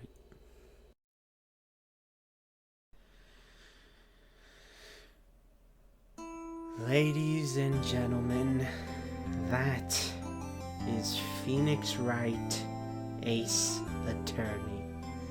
The whole first game. Just a few things before I finally let you off this long, long ride. First, case for afterthoughts. I don't think I need to spell out how much I love this case. I adore it. I like every character in this case, although, admittedly, I might be more biased towards Yogi now because I just really love doing the voice for him. But, God, Manfred von Karma is just wonderful. One of my favorite bastards ever written. He's just so over the top. His obsession with being perfect, his gigantic win record. It's all so over the top. And he's perfectly built up. They make him really seem like a threat. And you just survive, almost like a fluke. His constant objections and how he's rigged every piece of testimony and piece of evidence, he really does feel unstoppable. More so than any prosecutor in the series does. And with Phoenix being a rookie of a whole 3 trials to his name, and without Mia here, as I said before, it feels like David versus Goliath. All I'm saying is, there's a reason a visual novel lawyer that doesn't fight anyone can be considered for a list of the strongest video game enemies of all time. And all he needs for it are his words. He's the damn Disney villain of Ace Attorney. And when he finally goes down, it is one of the most satisfying moments I've ever had in gaming. thanks also because his breakdown is as over the top as he is. Gushing over Von Karma aside, I just really like this case too. The whole plot, the investigations even, the character moments for all of our main cast, the twists which keep you guessing up until the very end, and who could forget the parrot? All of it comes together to make this whole case and this whole game one of my fondest memories of playing video games. And from here on, I was absolutely hooked on this series. And now, in conclusion, as I said at the very beginning, I just really love these games. So much so, I wanted to do this labor of love, knowing full well very few are actually likely to watch, and even fewer likely to get this far. If you did happen to make it this far, I really hope you did enjoy. It's been humbling having people give me support to make this ridiculously sized project, but I am very happy I did it. It's been a struggle a bit, I won't lie, but I haven't regretted or stopped loving it for a second. And hey, if you did enjoy this, why not bash your head against the subscribe and like button, just like Von Karma would. I have a lot of videos I want to make, and believe it or not, I do believe I wish to make sequels to this video in the same style also. So I would love to have you along for all of it. I also want to shout out my great friend that was here the whole way, beginning to end, Jeeves. A link to his Twitter page will be in the description, as well as mine too. Follow him, he's a great lad, and might make some content of his own on YouTube too soon, although he doesn't have a channel yet. Oh my god, I cannot believe I came this close to forgetting something so important. Yanni Yogi's name. It's even one of the more interesting ones. So, bonus name time. I believe the name Yanni Yogi actually references the main protagonist of the first Yu-Gi-Oh! Anime series, Yugi. Yugi, of course, has the spirit of an ancient Egyptian pharaoh inside of him that is surprisingly amazing at a children's trading card game. The name of said pharaoh is Yami. Yami Yugi, Yanni Yogi. They sound similar, you see? But there's also somewhat of a parallel between the two characters. I think they chose Yogi to reference Yugi with because the two, in effect, have two personalities inside of them. Yugi with the pharaoh, of course, but with Yogi we get the feeble old man that we saw most of the case, and we get the very capable man that had committed murder towards the ending of the case. Of course, Yogi is just pretending, and Yugi has a pharaoh inside of a weird little puzzle box, but anyways, again, thank you all for watching. This is Sonic Healy Gang, finally signing off with just one more question for you. Have you perhaps been swimming lately? Objection!